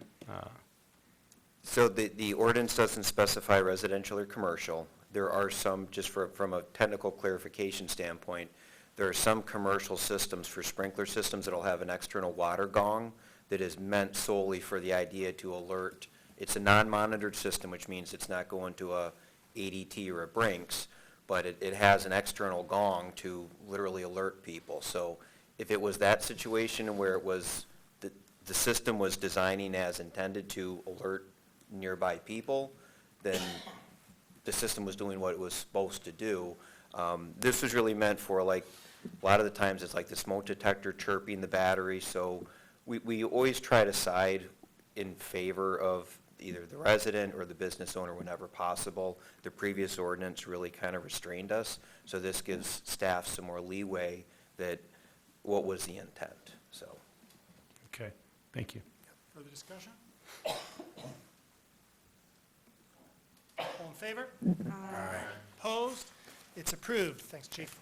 C2, an ordinance to amend sections 5.13.9, 5.17.4, 5.18.6, 5.28.1, 5.28.6, 5.28.10, 5.30.1, and 5.37.2 of Chapter 55, Unified Development Code of Title 5 of the Code of the City of Ann Arbor.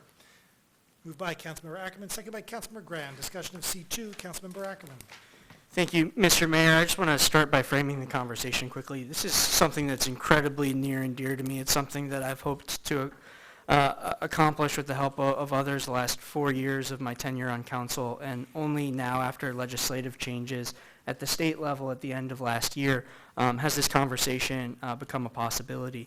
And I just want to say this is a result of a lot of tremendous work on behalf of the planning staff and the Planning Commission, as well as with input from the Ann Arbor Housing Commission, folks at Avalon, and then representatives from the development community, both on the architectural side, but also the financing side. I also just want to say no pride of authorship, so please ask questions tonight, push back, and either at second reading next time we'll deal with it, or however long it takes. But hopefully we can make some incremental changes that will make a really positive impact on our downtown and our community. So back in March, I was glad to bring forward a resolution to re-examine and hopefully reform the way we incentivize downtown development. Over the past 5 months, the Planning Commission has been working to make that request a reality. So how did we get to where we are today? So first, in 2010, the city undertook a large rezoning of our downtown. In these changes, the city simplified zoning designations to the D1 and D2 districts that we see today. As part of that initiative, the city also created a set of incentives or premiums to help our community realize the kind of construction that it wanted. So examples of this were downtown residential construction, sustainable building methods, sidewalk connectivity, affordable housing. And I think in the last 10 years, there have been a lot of successes. Our increased downtown population has created a lot of vibrancy. It's created a more resilient market for retail, despite a lot of disruptive changes like Amazon. And it's trying to keep up with U of M's increased enrollment. Also, downtown construction is more energy efficient than we've seen in the past, which is great, but I think it's 10 years later now, and we need to look back, learn, and improve. So as we look back over the last 10 years, we've seen a very clear pattern of development. Almost every development is 90% residential, right? And we really incentivize people to build more than 40% residential. So we've learned now that that's essentially incentivizing something developers want to do anyways. At the same time, we have an affordability premium, but only now, 10 years into it, 9 years into it, are we seeing 2 proposals for the first time utilize that premium. So that makes you want to, scratch your head a little bit. Why are we incentivizing what developers and financiers want to build anyways? And in the midst of a housing crisis, an affordable housing crisis, why are we only seeing 2 developments take advantage of that premium? 2 potential developments take advantage of that premium. So I think it's really important right now to ask those questions, and then this amendment seeks an answer. So first, it eliminates the residential zoning premium. It eliminates, it cuts, it rolls back an incentive of something that developers already want to build. And then it replaces that by greatly strengthening our expectations for how much affordable housing we demand for the amount of added density we provide through our premiums. To put it into scale, the 2 proposals that we'll see come forward are going to have between 9 and 12% of their units be affordable. This is going to set a minimum of 15% and up to 30%. So even at a minimum, we're going to be exceeding the affordable housing premium we get today.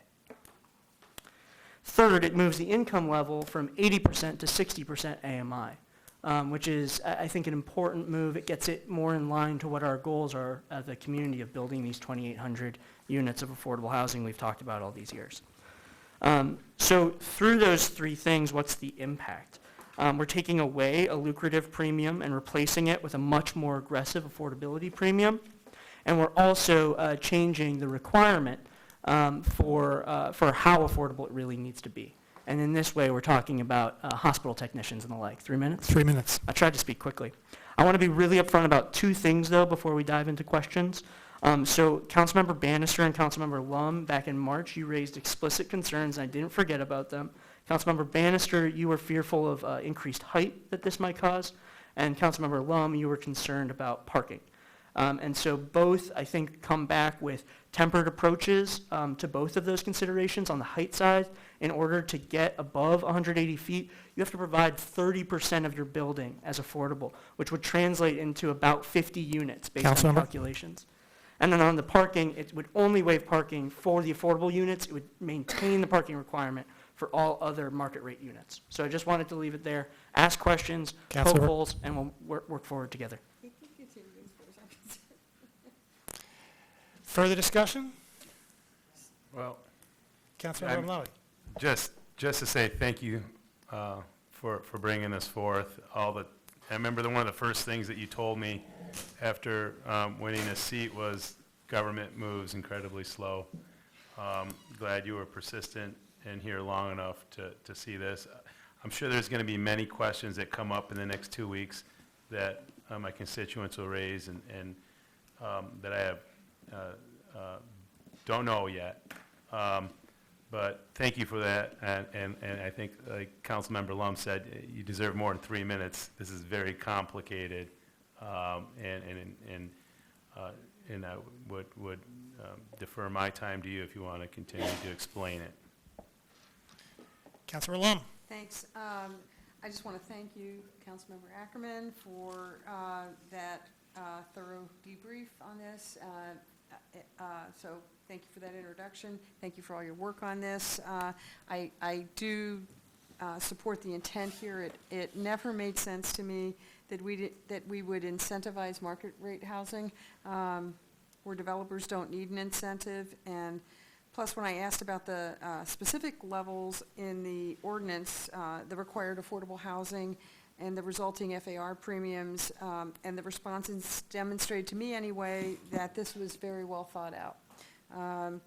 And I think it's also good to see the requirement that at least half of the affordable housing actually needs to be in the project. It can't be, 100% payment in lieu, so that's a good thing. Thanks for bringing up the parking. I did ask a couple questions about that. I asked about the off-street parking requirement, how that would work. Staff's response was parking's expensive, so not having that requirement reduces costs and ultimate affordability, plus council specifically directed the Planning Commission to reduce parking requirements for affordable housing premiums. So again, I mean, it's another example, this was well thought out. So there may be issues at the public hearing that I'm not aware of, but I'm happy to support this at first reading tonight. Thanks. Further discussion? Councilor Hayner. Thank you. So, I appreciate the explanation that Councilman Ackerman offered. So I asked a couple questions about this, and they were mostly answered, so I appreciate that too. One of the concerns about incentivizing parking or incentivizing no parking I have, and this will probably come up in the intervening 2 weeks, is that we have a situation where you may have seen the response. We talked about the DDA coming to us for a new parking structure, of how many spaces we give away in these structures to developers because we don't offer, we're trying to do away with these parking minimums, and so they're taking them out of the city structures, which I don't think is a great situation. But more to the concern about affordability on this, and I think it's a great step in the right direction, and I appreciate it coming forward. My concern is I think it's good that we lowered from 80 to 60 AMI, but the Housing Now folks are saying, and even some of the Housing Commission people are asking us to hold the line, and 30% AMI is affordable housing. That's genuine people who are working hourly jobs for not great wages is 30%. And, I mean, I could give you examples from my own life, from neighbors' lives and things, and you know, things change in people's lives. And I don't think 60% of Washtenaw County's area median income would be considered affordable by most of the nation. And so I know we have to set and work with what we have, but I think 60 is too high.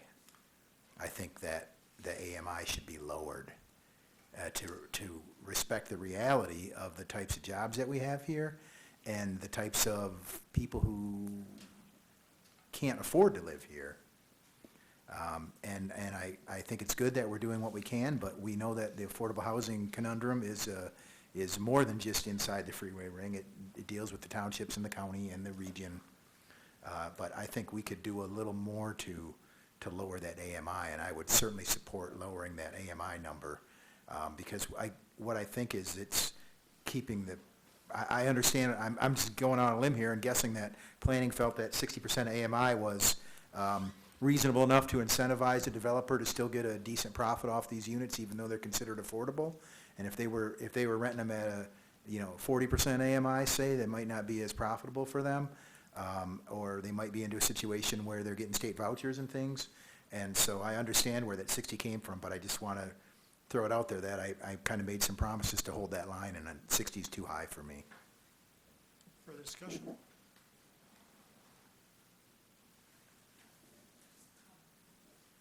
Councilmember Graham, sorry, I had you in the Thank queue. you. No, I just want to also not only thank Councilmember Ackerman and staff, but also the Planning Commission, and just in reading through the minutes that were included in our packet, I was really impressed by the depth of discussion and the iterative process that happened at the table. So just as we think about potentially making changes, I would encourage anyone to go back and look at some of the changes that were already made, just to get a sense of what their thinking was here. Further discussion? Councilmember Ackerman? Thank you, Mr. Mayor. Thanks for the feedback. And just to note, it's going to be a month until the next reading, not just 2 weeks, because it's a zoning amendment. So you have plenty of time to do research and ask questions, and I invite you to copy me into that, and happy to share perspective. Just to quickly respond to the 60% AMI, because I think that's a great point that came up several times in discussion.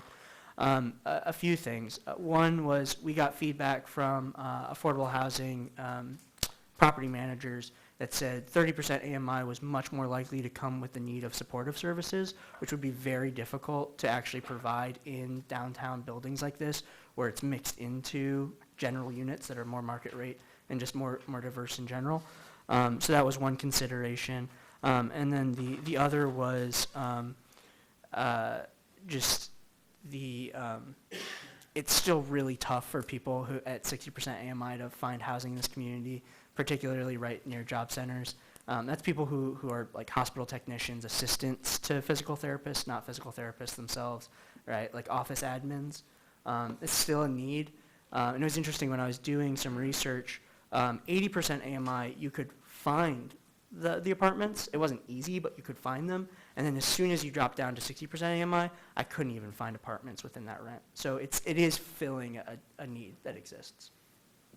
Councilmember Hayner? Yeah, I appreciate that, and I think what we might have here is kind of a semantics issue, is how we decide as a council to address these different types of housing we're trying to support as a community, because this might be what you consider, like we might have used to call a workforce type of housing. And I've heard that the language around all these things has changed so rapidly, I don't want to say the wrong thing and offend somebody, but I think that it's a semantics issue, right? So, because just like you said, when you did the research and when you look online, and I talk to people who are waitresses or whatever, and not only are they paying for parking because they're working downtown, but they can't live here, which is why they have to pay for parking, right? And so I appreciate that feedback, and I'll try and look through the rest. I couldn't find all the planning commissions on the CTN site, but I'll dig them up. So, thanks. Councilmember Romali? Thank you. As a small business owner here in town, I can just say that the wages that people earn in our industry are not 30%. They're 60 to 80%. And, you know, we need to be attacking this crisis at all levels. We need to be realistic. Construction costs are not cheap. You're building downtown, which is not cheap. And then we want it at 30% AMI, which is practically impossible without some huge federal government subsidy grant, some philanthropist. But it's not going to happen in a capitalistic market system. I don't want to set up goals that are completely unattainable. I'd rather have something that is attainable, that is going to address the issue that my employees face, and I would be happy to see 60 and 80% AMI, and it's going to relieve the pressure on the other price points and the other parts of the spectrum. So I think becoming too aggressive is a recipe for failure. I'm delighted that this is going to move forward. I think we've all heard folks that, you know, who need this housing, folks who support people who need this housing, that we want more affordable units in the downtown, more affordable units throughout Ann Arbor. But the downtown has a a connection to everyone. Everyone feels like their downtown is, it's a communal resource. And I'm glad that this is moving forward because we need more people who are to be able to take advantage of that and actually live and enjoy that resource. So this is, I think, a step in the right direction, and I'm glad that the Planning Commission has worked it out so carefully, and I look forward to its further consideration. Further discussion? All in favor? Aye. Opposed? It's approved. C3, an ordinance to amend Section 1239 of Chapter 8 of the Code of the City of Ann Arbor to add a Public Art Commission liaison to the Design Review Board. Moved by Councilmember Ramlawi, seconded by Councilmember Smith. Discussion of C3. Councilmember Ramlawi. Yes, thank you.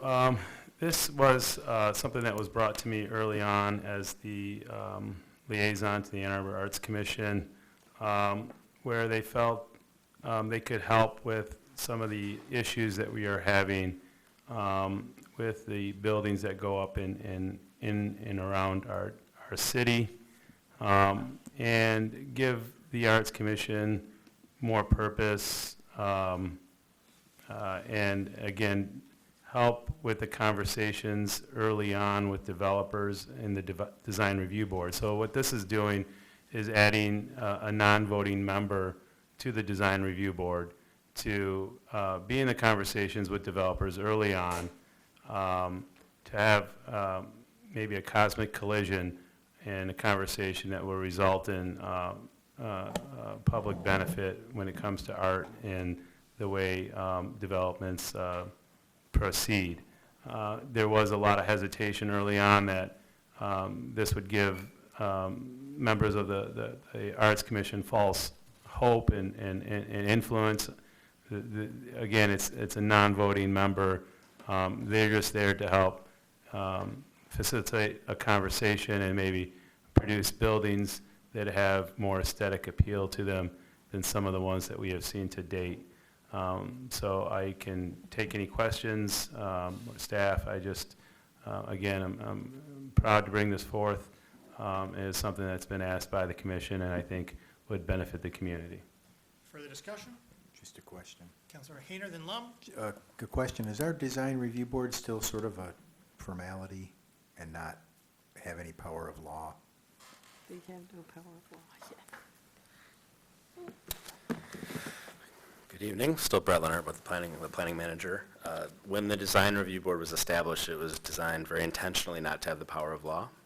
It was designed to be advisory, so all projects that are in the downtown, the D1 or D2, that are not in the historic district are required to come to the Design Review Board for review and advice relative to the design guidelines, but you're correct that it's not binding in any way. Okay.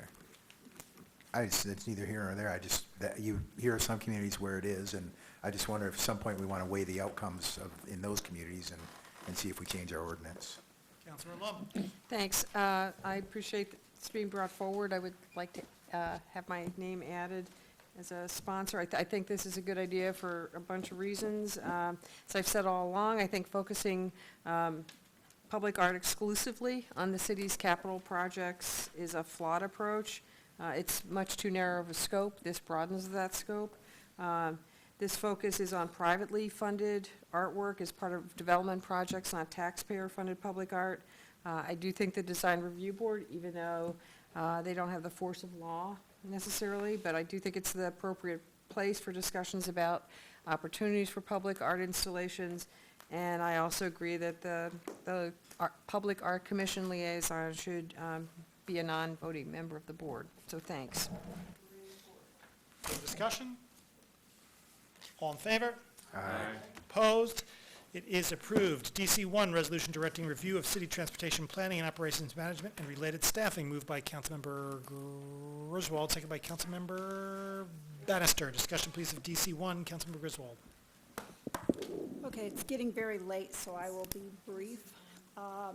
In the budget for this year, we approved a senior engineer. That position has not been filled yet. This resolution moves us in that direction. I also submitted to Jackie an amendment to this resolution a few hours ago. Do you have that, Jackie?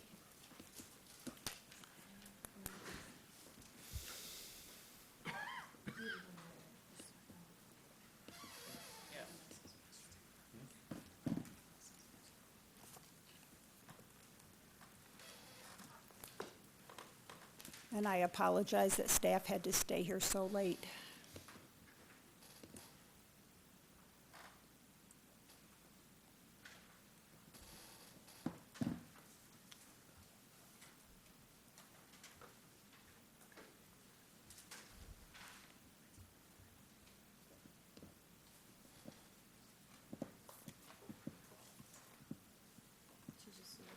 Yes. Okay, and I can read it out loud. Resolved that the city council directs the city administrator to negotiate with Sam Schwartz Consulting to amend the existing contract to include an assessment of our pedestrian and cycling environment before November 30th, 2019. Seconded by Councilmember. Seconded by Councilmember Hayner. I just have a question about the form of that amendment.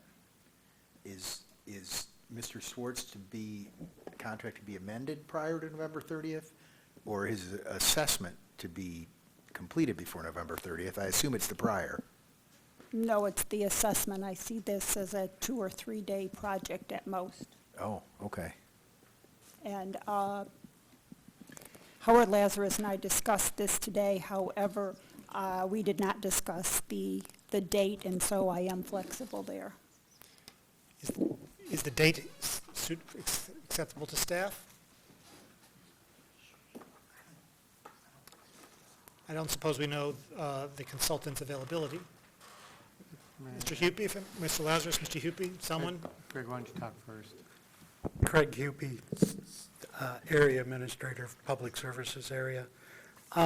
We haven't discussed it with the consultant yet to know their availability, and we don't know to what depth that assessment would be done.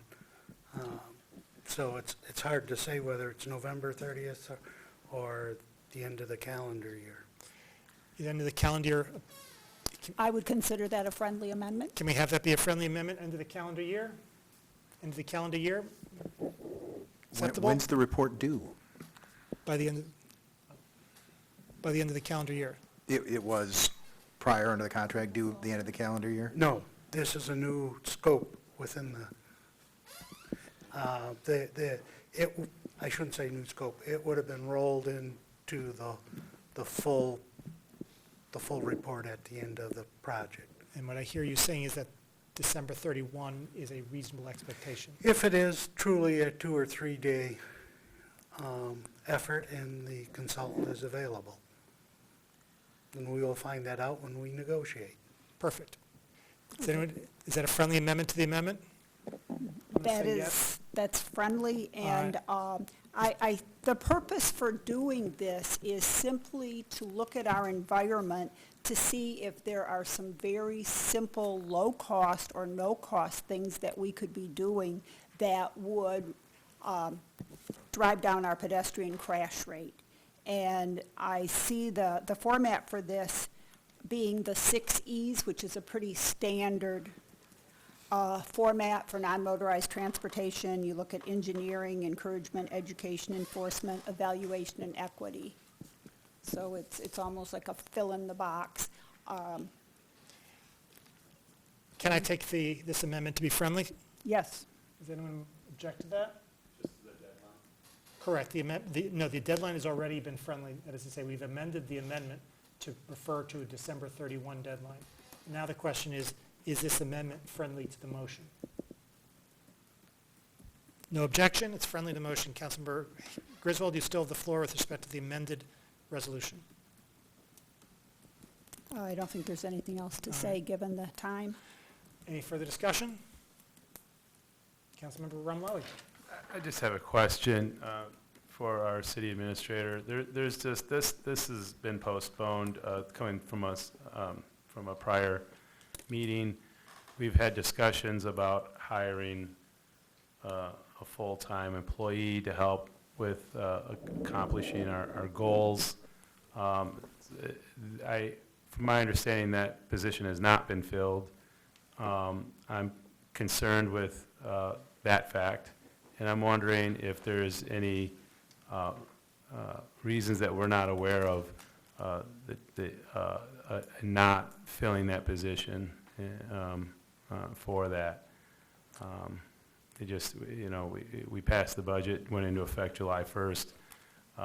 We're in October right now, so just a little, if you would, let us know if there's anything that's keeping you from filling it. I think we want to be diligent. I think there was direction and concern about it, the person to be hired having specific experience in the area of Vision Zero.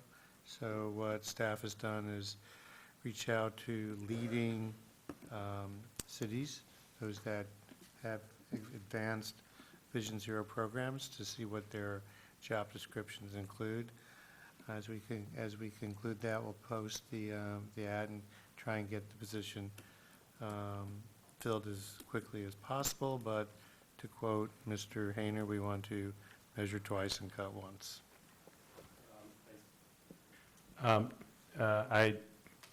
To be honest with you, I don't find that a satisfactory response. We have lives at risk daily. I would have hoped that this would have taken a faster track and higher on the priority. I'm sorry, I just feel like that we should be much closer to that hire. Well, I would call the council members' attention then to the reports we submit monthly on the amount of improvements that are made to pedestrian infrastructure. And those I appreciate. They do have seemed to accelerated. We are getting much more work done. I appreciate that, but that's not what we're looking for here. We're looking for someone who can have a more comprehensive understanding of all the moving parts, so we're not dealing with hodgepodge. Further discussion? Councilmember Nelson. I think I just want a clarification from what for the answer that Councilmember Rumlowy just got. It's taken this many months to collect information from other cities about how the job should be described. Is that what I'm understanding? Like we don't yet have a job description to even post? That's what I think. That's correct. Oh, okay. Thank you. Further discussion? Councilmember Griswold. I do see this resolution, though, as a compromise, and I think that this position is someone who's very specialized, And bringing in someone from the Sam Schwartz consulting firm for 2 or 3 days, I think we'll be able to compensate for the fact that we don't have anyone on staff yet that has this expertise. So we've had that conversation before about the qualifications of our staff, and I'll accept the comment without necessarily agreeing that we don't have a qualified staff, but, you know, the direction is pretty clear and we'll comply with it. Further discussion? Councilmember Romali? Do we have any estimate on what this additional work that's being asked for from this consultant will cost us? Is this going to be already, is it already a part of what we paid, or is this an additional fee? And what will that fee be? We haven't had that discussion yet with the consultant, so I can't speak to the dollar value that they may assign to this. And that'll be a part of what will come back to us by the end of the year?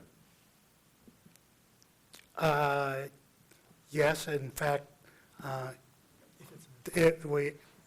we have a contingency with this contract. I'm looking at staff. Did we cut? I can't recall. If we have a contingency, we can, and it's as much, as little of work as described, we can do it within the contingency. As we pared this contract back, that's why there's the question of whether contingencies was left in it or not. If there isn't a contingency, we'd have to come back to council. Yeah, I just am troubled by the lack of specificity. What is the assessment? What degree are we going into? I'm not gonna pin I'm not gonna pin high hopes on this. Further discussion? Roll call vote, please, starting with Councilmember Bannister, of the main motion.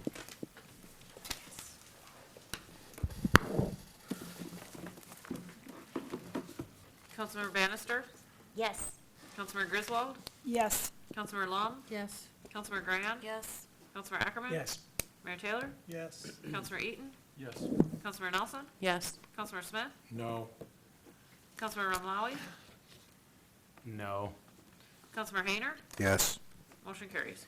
DC2, resolution to approve closing William between South Fifth and Thompson Streets and South Division between William and Jefferson Streets for the William Street Bikeway grand opening on Sunday, April 27, 2019, from 12 noon to 5 p.m. Moved by Councilmember Smith, seconded by Councilmember Romlawi. Discussion of DC2. Councilmember Hayner. Is there some kind of, is there like a critical mass event or something? What's happening there? It's a big old party. Big party? Are you cutting a ribbon? What good am I if I'm not cutting a ribbon? Oh, all right. Oh, we have answers to our yes, we do. questions. I'm Maura Thompson, the communications person over at the DDA. So we are planning a grand opening celebration for the William Street Bikeway. The whole point of it is to really celebrate the first in potentially a network of protected bike lanes. So we are partnering with a number of different community organizations. We're working with WBWC, Common Cycle, Bike Alliance of Washtenaw, actually the Ann Arbor Police, the Ann Arbor Fire Department, PEAK, which is the Programs and Education for All Cyclists. So they're all part of this event. We're running it as a bike rodeo, so safety is what we're focusing on. So we'll have a number of different stations set up on William Street. So we'll have bike helmet fitting, and we're actually providing 100 free bike helmets. We're working with Safe Kids on that out of Mott Children's Hospital. We'll have a bike repair station. We're going to have turn box training, because we'll have turn boxes along William Street. They'll be the first in Ann Arbor. So we feel like it's really important to focus on that. So we're actually going to have turn box trainers, where if you go through turn box training, you'll get a t-shirt. We are working with the Ann Arbor Police. They're going to lead rides along the bikeway, so we'll have ambassador-led rides. So we're working on a whole host of different initiatives to get people involved and excited about this. Oh, thank you. I think one of the greatest things that the DDA ever did was provide those, the light kits for the bikes. Yes. I see so many of those on kids' bikes in my neighborhood, and what's that? It's a city. Did the city do that? I thought it was a The DDA DDA has project. done that in the past. Get Downtown has done it in the past, and the city Yeah, has maybe it was a also. Get Downtown program. I would really think that's great. I'd love to pry up some money for some more of that, because that is really like a direct impact on kids' safety, having those bike lights, so. Yeah. But We're also thank- providing bells, bike bells at the event from WVWC actually recommended that because that's something that helps with safety with pedestrians and bikers, so, yeah. Councilmember Griswold. I'd like to be listed as a co-sponsor, and I'm planning to be there as part of the Safe Kids Worldwide group with the helmet fitting and other safety activities. Councilmember Ramlawi. I'm not the biggest fan of ribbon cutting ceremonies. I don't go to too many. I'm just a miser, and I really want to know how much money we've spent on this promotion for this really small stretch of protected bike lane. I feel like we've spent tens of thousands of dollars promoting ourselves that could have perhaps gone into actual infrastructure or more safety rather than just patting ourselves on the back. I'm really concerned with the amount of money that's been spent on promotion and marketing rather than doing. So really curious to see how much money has been spent on promoting this. It's a very big concern of mine. You know, I want to see substance, and I frankly, I appreciate the work that's being done, but I see a lot of money being spent that could be spent fixing the unsafe crosswalks in our downtown, the trip hazards that exist pretty much everywhere. I'm just one council member, but I'm very critical of the money that's being spent on marketing. And just to point out, our whole campaign surrounding this bikeway was really twofold. First was awareness, and the second was education. So a lot of the money that we are spending is going towards educating the community on the new elements of the road. Do we have any figures on how much money we've spent? I can get, I don't Can you off the get top me of my that, head. please? Can I get that? Sure. Thank you. Further discussion? Roll call vote, please, starting with Councilmember Bannister. Councilmember Bannister? Yes. Councilmember Griswold? Yes. Councilmember Lund? Yes. Councilmember Grand? Yes. Councilmember Ackerman? Yes. Mayor Taylor? Yes. Councilmember Eaton? Yes. Councilmember Nelson? Yes. Councilmember Smith? Yes. Councilmember Ramlawi? Yes. Councilmember Hayner? Yes. Motion carries. DC 3, resolution regarding establishment of a City of Ann Arbor marijuana permitting oversight and review function and body. Moved by Councilmember Lum, seconded by Councilmember Ackerman. Discussion, please, on DC 3. Councilmember Lum. Thanks, Mr. Mayor. In the near future, Ann Arbor will be host to a number of new recreational marijuana businesses and facilities, and this resolution relates to the implementation of our ordinances and ongoing oversight of those ordinances and businesses. The premise underlying the resolution is that an oversight body to supplement staff's efforts will help ensure a safe, effective, and equitable implementation of our ordinances, and what the resolution does is to begin a dialogue of what an oversight function and body might look like. The resolution is not prescriptive, and it does not assume an answer in terms of the authority, structure, and scope of an oversight function and body. What the resolution does do is to indicate that council endorses creating an oversight body, and it directs the city administrator to prepare a report for council consideration within 90 days outlining alternatives and recommendations. More specifically, the resolution outlines the expectations for the report, including discussion and recommendations on authority and scope, such as allocating permits both initially and renewals, ordinance enforcement and other policy considerations, as well as structure and membership. Proper oversight of marijuana facilities and permits is similar in many respects to oversight of liquor licenses. We have a standing liquor license review committee, and at the last meeting, Councilmember Hayner and I believe Councilmember Ramlawi suggested the roles and responsibilities of that committee could be expanded. That's certainly a viable possibility, but this resolution doesn't assume that, and specifically requests recommendations from staff regarding whether the liquor license committee's scope should be expanded to include this, or whether the city should create a separate standalone marijuana review board, commission, or committee. I am not wedded to 90 days, and if the administrator believes more or less time is needed, that's fine. But I do believe it's important for us to have established an oversight mechanism similar to liquor licenses, and to expeditiously have the discussion on what that looks like. While recreational marijuana is new, important ground for Ann Arbor, it's not new nationally. Boulder, a city much like us, and one we often look to as a benchmark, has lived with this for 5 years now. We can certainly learn from their and other cities' experiences. Boulder has had a marijuana advisory panel since early 2016 and is presently looking at creating a marijuana licensing authority. I'm not suggesting we need to copy Boulder, but we can certainly learn from their experiences. The most obvious role of an oversight body is in allocating initial permits and renewals. That's the case with liquor licenses. But it's more than that. Beyond just the permits, because recreational marijuana is new, I think effective implementation of our ordinances and successful introduction of recreational marijuana in Ann Arbor also likely will require oversight and engagement on a variety of operational, enforcement, and policy considerations. Anyway, I hope you all will agree and support this tonight. As I said up front, this does not presume an answer, but begins the dialogue, an important dialogue on what the appropriate level and nature of oversight of recreational marijuana needs to be in Ann Arbor. Thank you for listening and for considering this resolution. Councilmember Ackerman.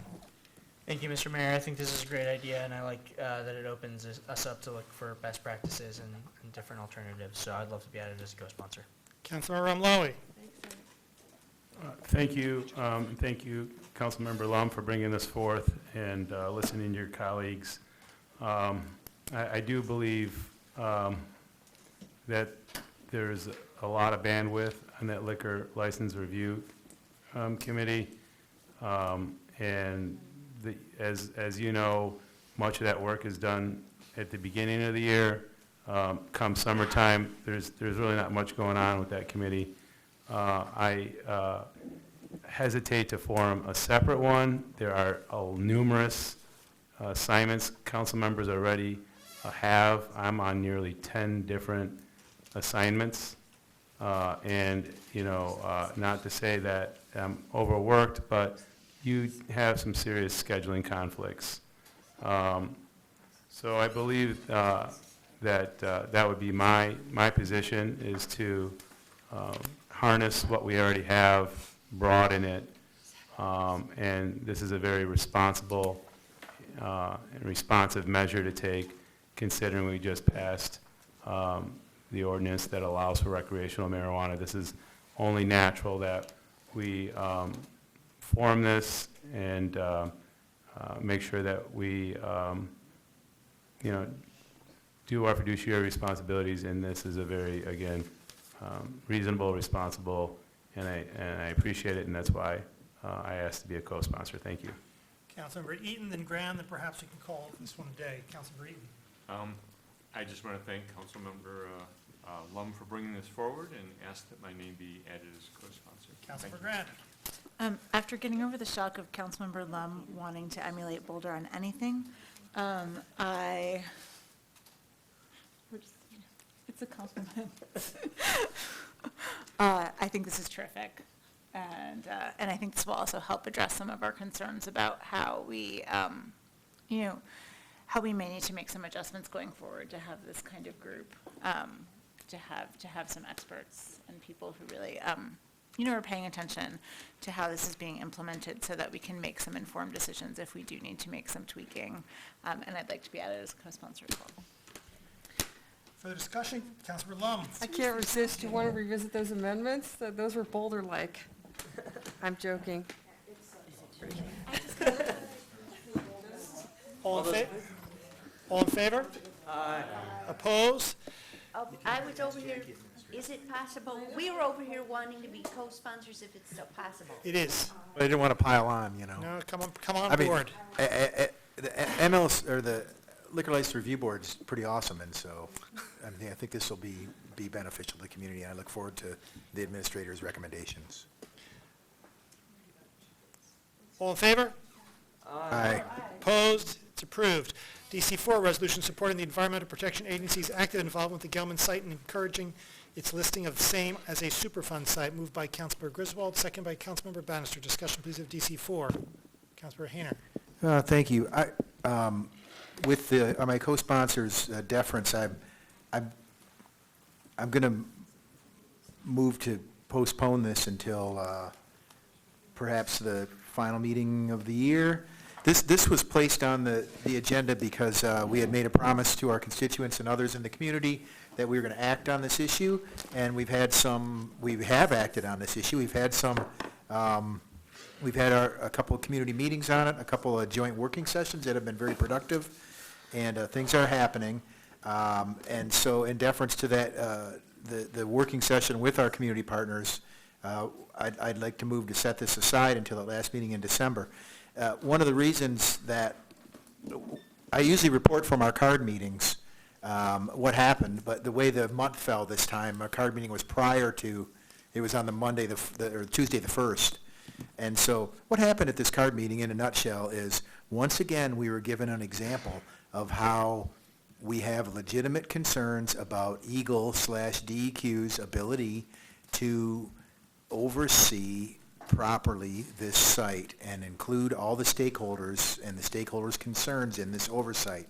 So they allowed the polluter to abandon 3 wells, one of which 3 monitoring wells in a cluster of 5 wells, a property cluster of 5 wells, and these 3 wells, one of which was a compliance well under the terms of the consent judgment. And so the idea that DEQ, without seeking any other community input whatsoever from any of the intervening parties, would allow these wells, a compliance well, to be abandoned is beyond the pale to me. And so at some point, this decision is going to come before us, and hopefully that point will be soon, because month after month, we get a report at the card meeting that the best protections are not in place. Is there a second on the December 31st? I apologize for going on about that without a second. That's all right. Is there a second on the postponement? I'd like to correct it, Correct the postponement? yes. But I'll second it first. And then Oh, have to the date- discussion. the date you Second, and mean. then a proposed amendment to the Yes. postponement, I assume. I may have had the wrong propose date. an amendment of January 7th, 2020, Is that which friend- is what's been recommended by the legal staff. is that- Okay. Is that And friendly it- to the body? Just, Thank you. Yeah. Councilor Griswold, you still have the floor? Oh, okay. It distresses me to move this on to 2020, but we need to continue with the path that we have taken with our lawyers, and I believe that having this at a date certain in January allows us to negotiate from a position of power and realize that we're not negotiating with Gelman, we are negotiating with Danaher, a multi-billion-dollar company. Thank you. Oh, I also want to provide the opportunity for other co-sponsors. Further discussion of the postponement? Further discussion of the postponement. I'm going to vote in favor of the postponement, but I also want to be added as postponed. Further discussion? All in favor of the postponement? Aye. Opposed? It is postponed. DC5, resolution to appoint a member of the Center of the City Task Force filling a vacancy. Moved by Councilmember Hayner, seconded by Councilmember Lum. Discussion of DC5.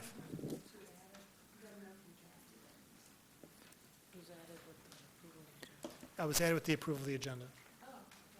It takes 8 votes because we're doing it all in one meeting. Councilmember Hayner. Yeah, I appreciate legal's advice and help and put this together, and my understanding is that we can choose to do this in one meeting if it meets a vote threshold.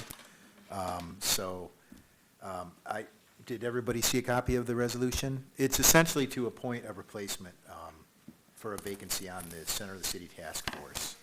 And so that's where it is. So when Councilwoman Grant and I came up with the list of folks, we had sort of an alternative list in case it was necessary, and I basically pulled somebody from that alternative list and brought it forward.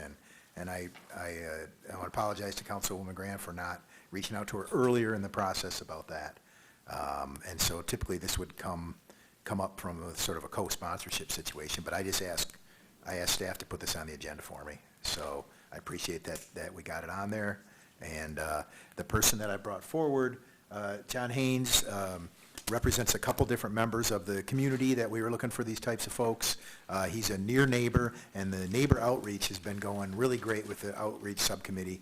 And he also has many decades of experience in fundraising, which was identified as an issue around this site. And so we're hoping that he can bring some of that valuable experience to the group and some of the group's partners and, be a suitable replacement. Councilor Armawi.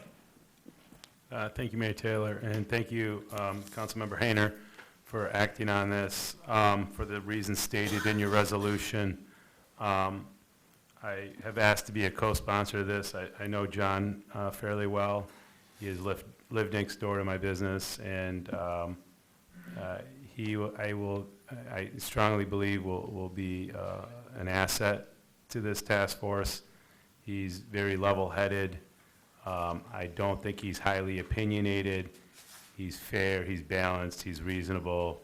He can engage in conversations in ways I don't see very many people doing, and you're correct in his background and his experience. He's done a lot of different things, and I think it'd be a great fit considering we lost a Ward 5 person who had to step down. He helps replace that. His residential credentials are the same, and I can speak highly of his character, and I urge my colleagues to support this appointment. Further discussion? Councilor Grant. I'd just like my name to be added and appreciate the recognition that the process was a little flawed, but I think there are great reasons for having this person on the task force, and one of them being that he reached out to us. So, I think his enthusiasm will serve the task force well. Oh, good for him. Further discussion? All in favor? Aye. Aye. Opposed? It is approved. We passed that. DS1. DS1,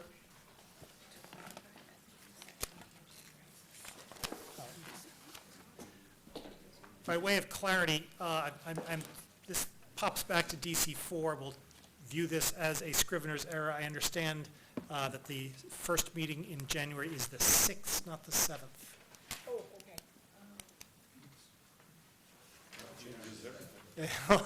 okay. Whoa. Get those people back in here. DS1, resolution authorized summary publication of ordinance number 1931 and ordinance to amend section 5.15, 5.16, 5.19, 5.37 of Chapter 55, Unified Development Code of Title V of the Code of the City of Ann Arbor to specify regulations of uses established by the Michigan Regulation and Taxation of Marijuana Act. Moved by Councilmember Lawley, second by Councilmember Eaton. Discussion. All in favor? Aye. Opposed? It is approved. Do we have communications today from our city attorney? We have before us the clerk's report of communications, petitions, and referrals. May I have a motion, please, to approve the clerk's report? Moved by Councilmember Amlawi, second by Councilmember Nelson. Discussion. All in favor? Aye. Opposed? The clerk's report is approved. We now come to public comment general time. Public comment general time is an opportunity for members of the public to speak to council and the community about matters of municipal interest. To speak at public comment general time, one need not have signed up in advance. Speakers will have 3 minutes in which to speak, so please pay close attention to the time clock. As a matter of courtesy, we may have only one person speaking at a time. And finally, if you require assistance in speaking before council today, we'd be delighted to provide it to you. Is there anyone who'd like to speak at public comment? Councilmember Hayner and Councilmember Lum, I don't speak much on the topic of marijuana, but I appreciate your thoughts tonight. It's one of those topics and votes that sets you apart from the rest of council. It's a topic that I appreciate your difference and diversity at council. Since I'm in Ward 2, I want to give thanks on 2 Ward 2 issues. This summer I noticed that there's a new crosswalk with an island at Gallup Park. I know that was a debate that you guys had, but thanks to Councilmember Griswold and Councilmember Lum for that, because it's a pretty cool island and it's a good crosswalk. On another note that's related to my ward, you guys, I'm happy you passed CA 14. That deals with Fuller Court, and it deals with looking into a sidewalk along that section. One argument that could be raised against that is that there's a sidewalk on the northern section of that road, but I will tell you that people are lazy. They don't walk along that section. What happens is that they walk along the south side of that road, along the road, And quite often I drive past there and I have to dodge people, and that's not safe, and it's a kind of a dangerous area. Plus, that area might have the north-south connector at U of M, that I think it's a good idea that, you know, if they do build a sidewalk here, it's a good idea. On another topic, I just want to mention that if a developer cuts down those trees, it will not make national news. I mean, no disrespect to Ryan or MLive, but that is not a national park or a state park. No one will care outside the region. I highly doubt people will care. Lastly, Howard, as much as I'm sure you'll do great in any city, if you go to any other city, I'm happy you are here. So thanks for being here. Otherwise, have a good night. The devil's advocate. Further discussion? Pardon me. Is there anyone else who'd like to speak at public comment? Hi, I'm Adam Oxley. I'll keep it brief. But I want to say thanks to Councilmember Griswold for explaining from my earlier public comment some of the nuance of the resolution, DC1. And I think that it's nice to be able to get those clarifications, because I think probably other people have similar questions about how council is run. So it's nice to be able to ask and get answers quickly. And also, I'm really excited about the affordable housing changes that Councilmember Ackerman was presenting earlier. And that's it. Thank you. Thank you. Is there anyone else like to speak at public comment? Seeing no one, public comment is closed. Do we have a closed session today? No, we do not. May I have a motion to adjourn? Moved by Councilmember Ramlawi, second by Councilor Nelson. Discussion. All in favor? Aye. Opposed? We are adjourned.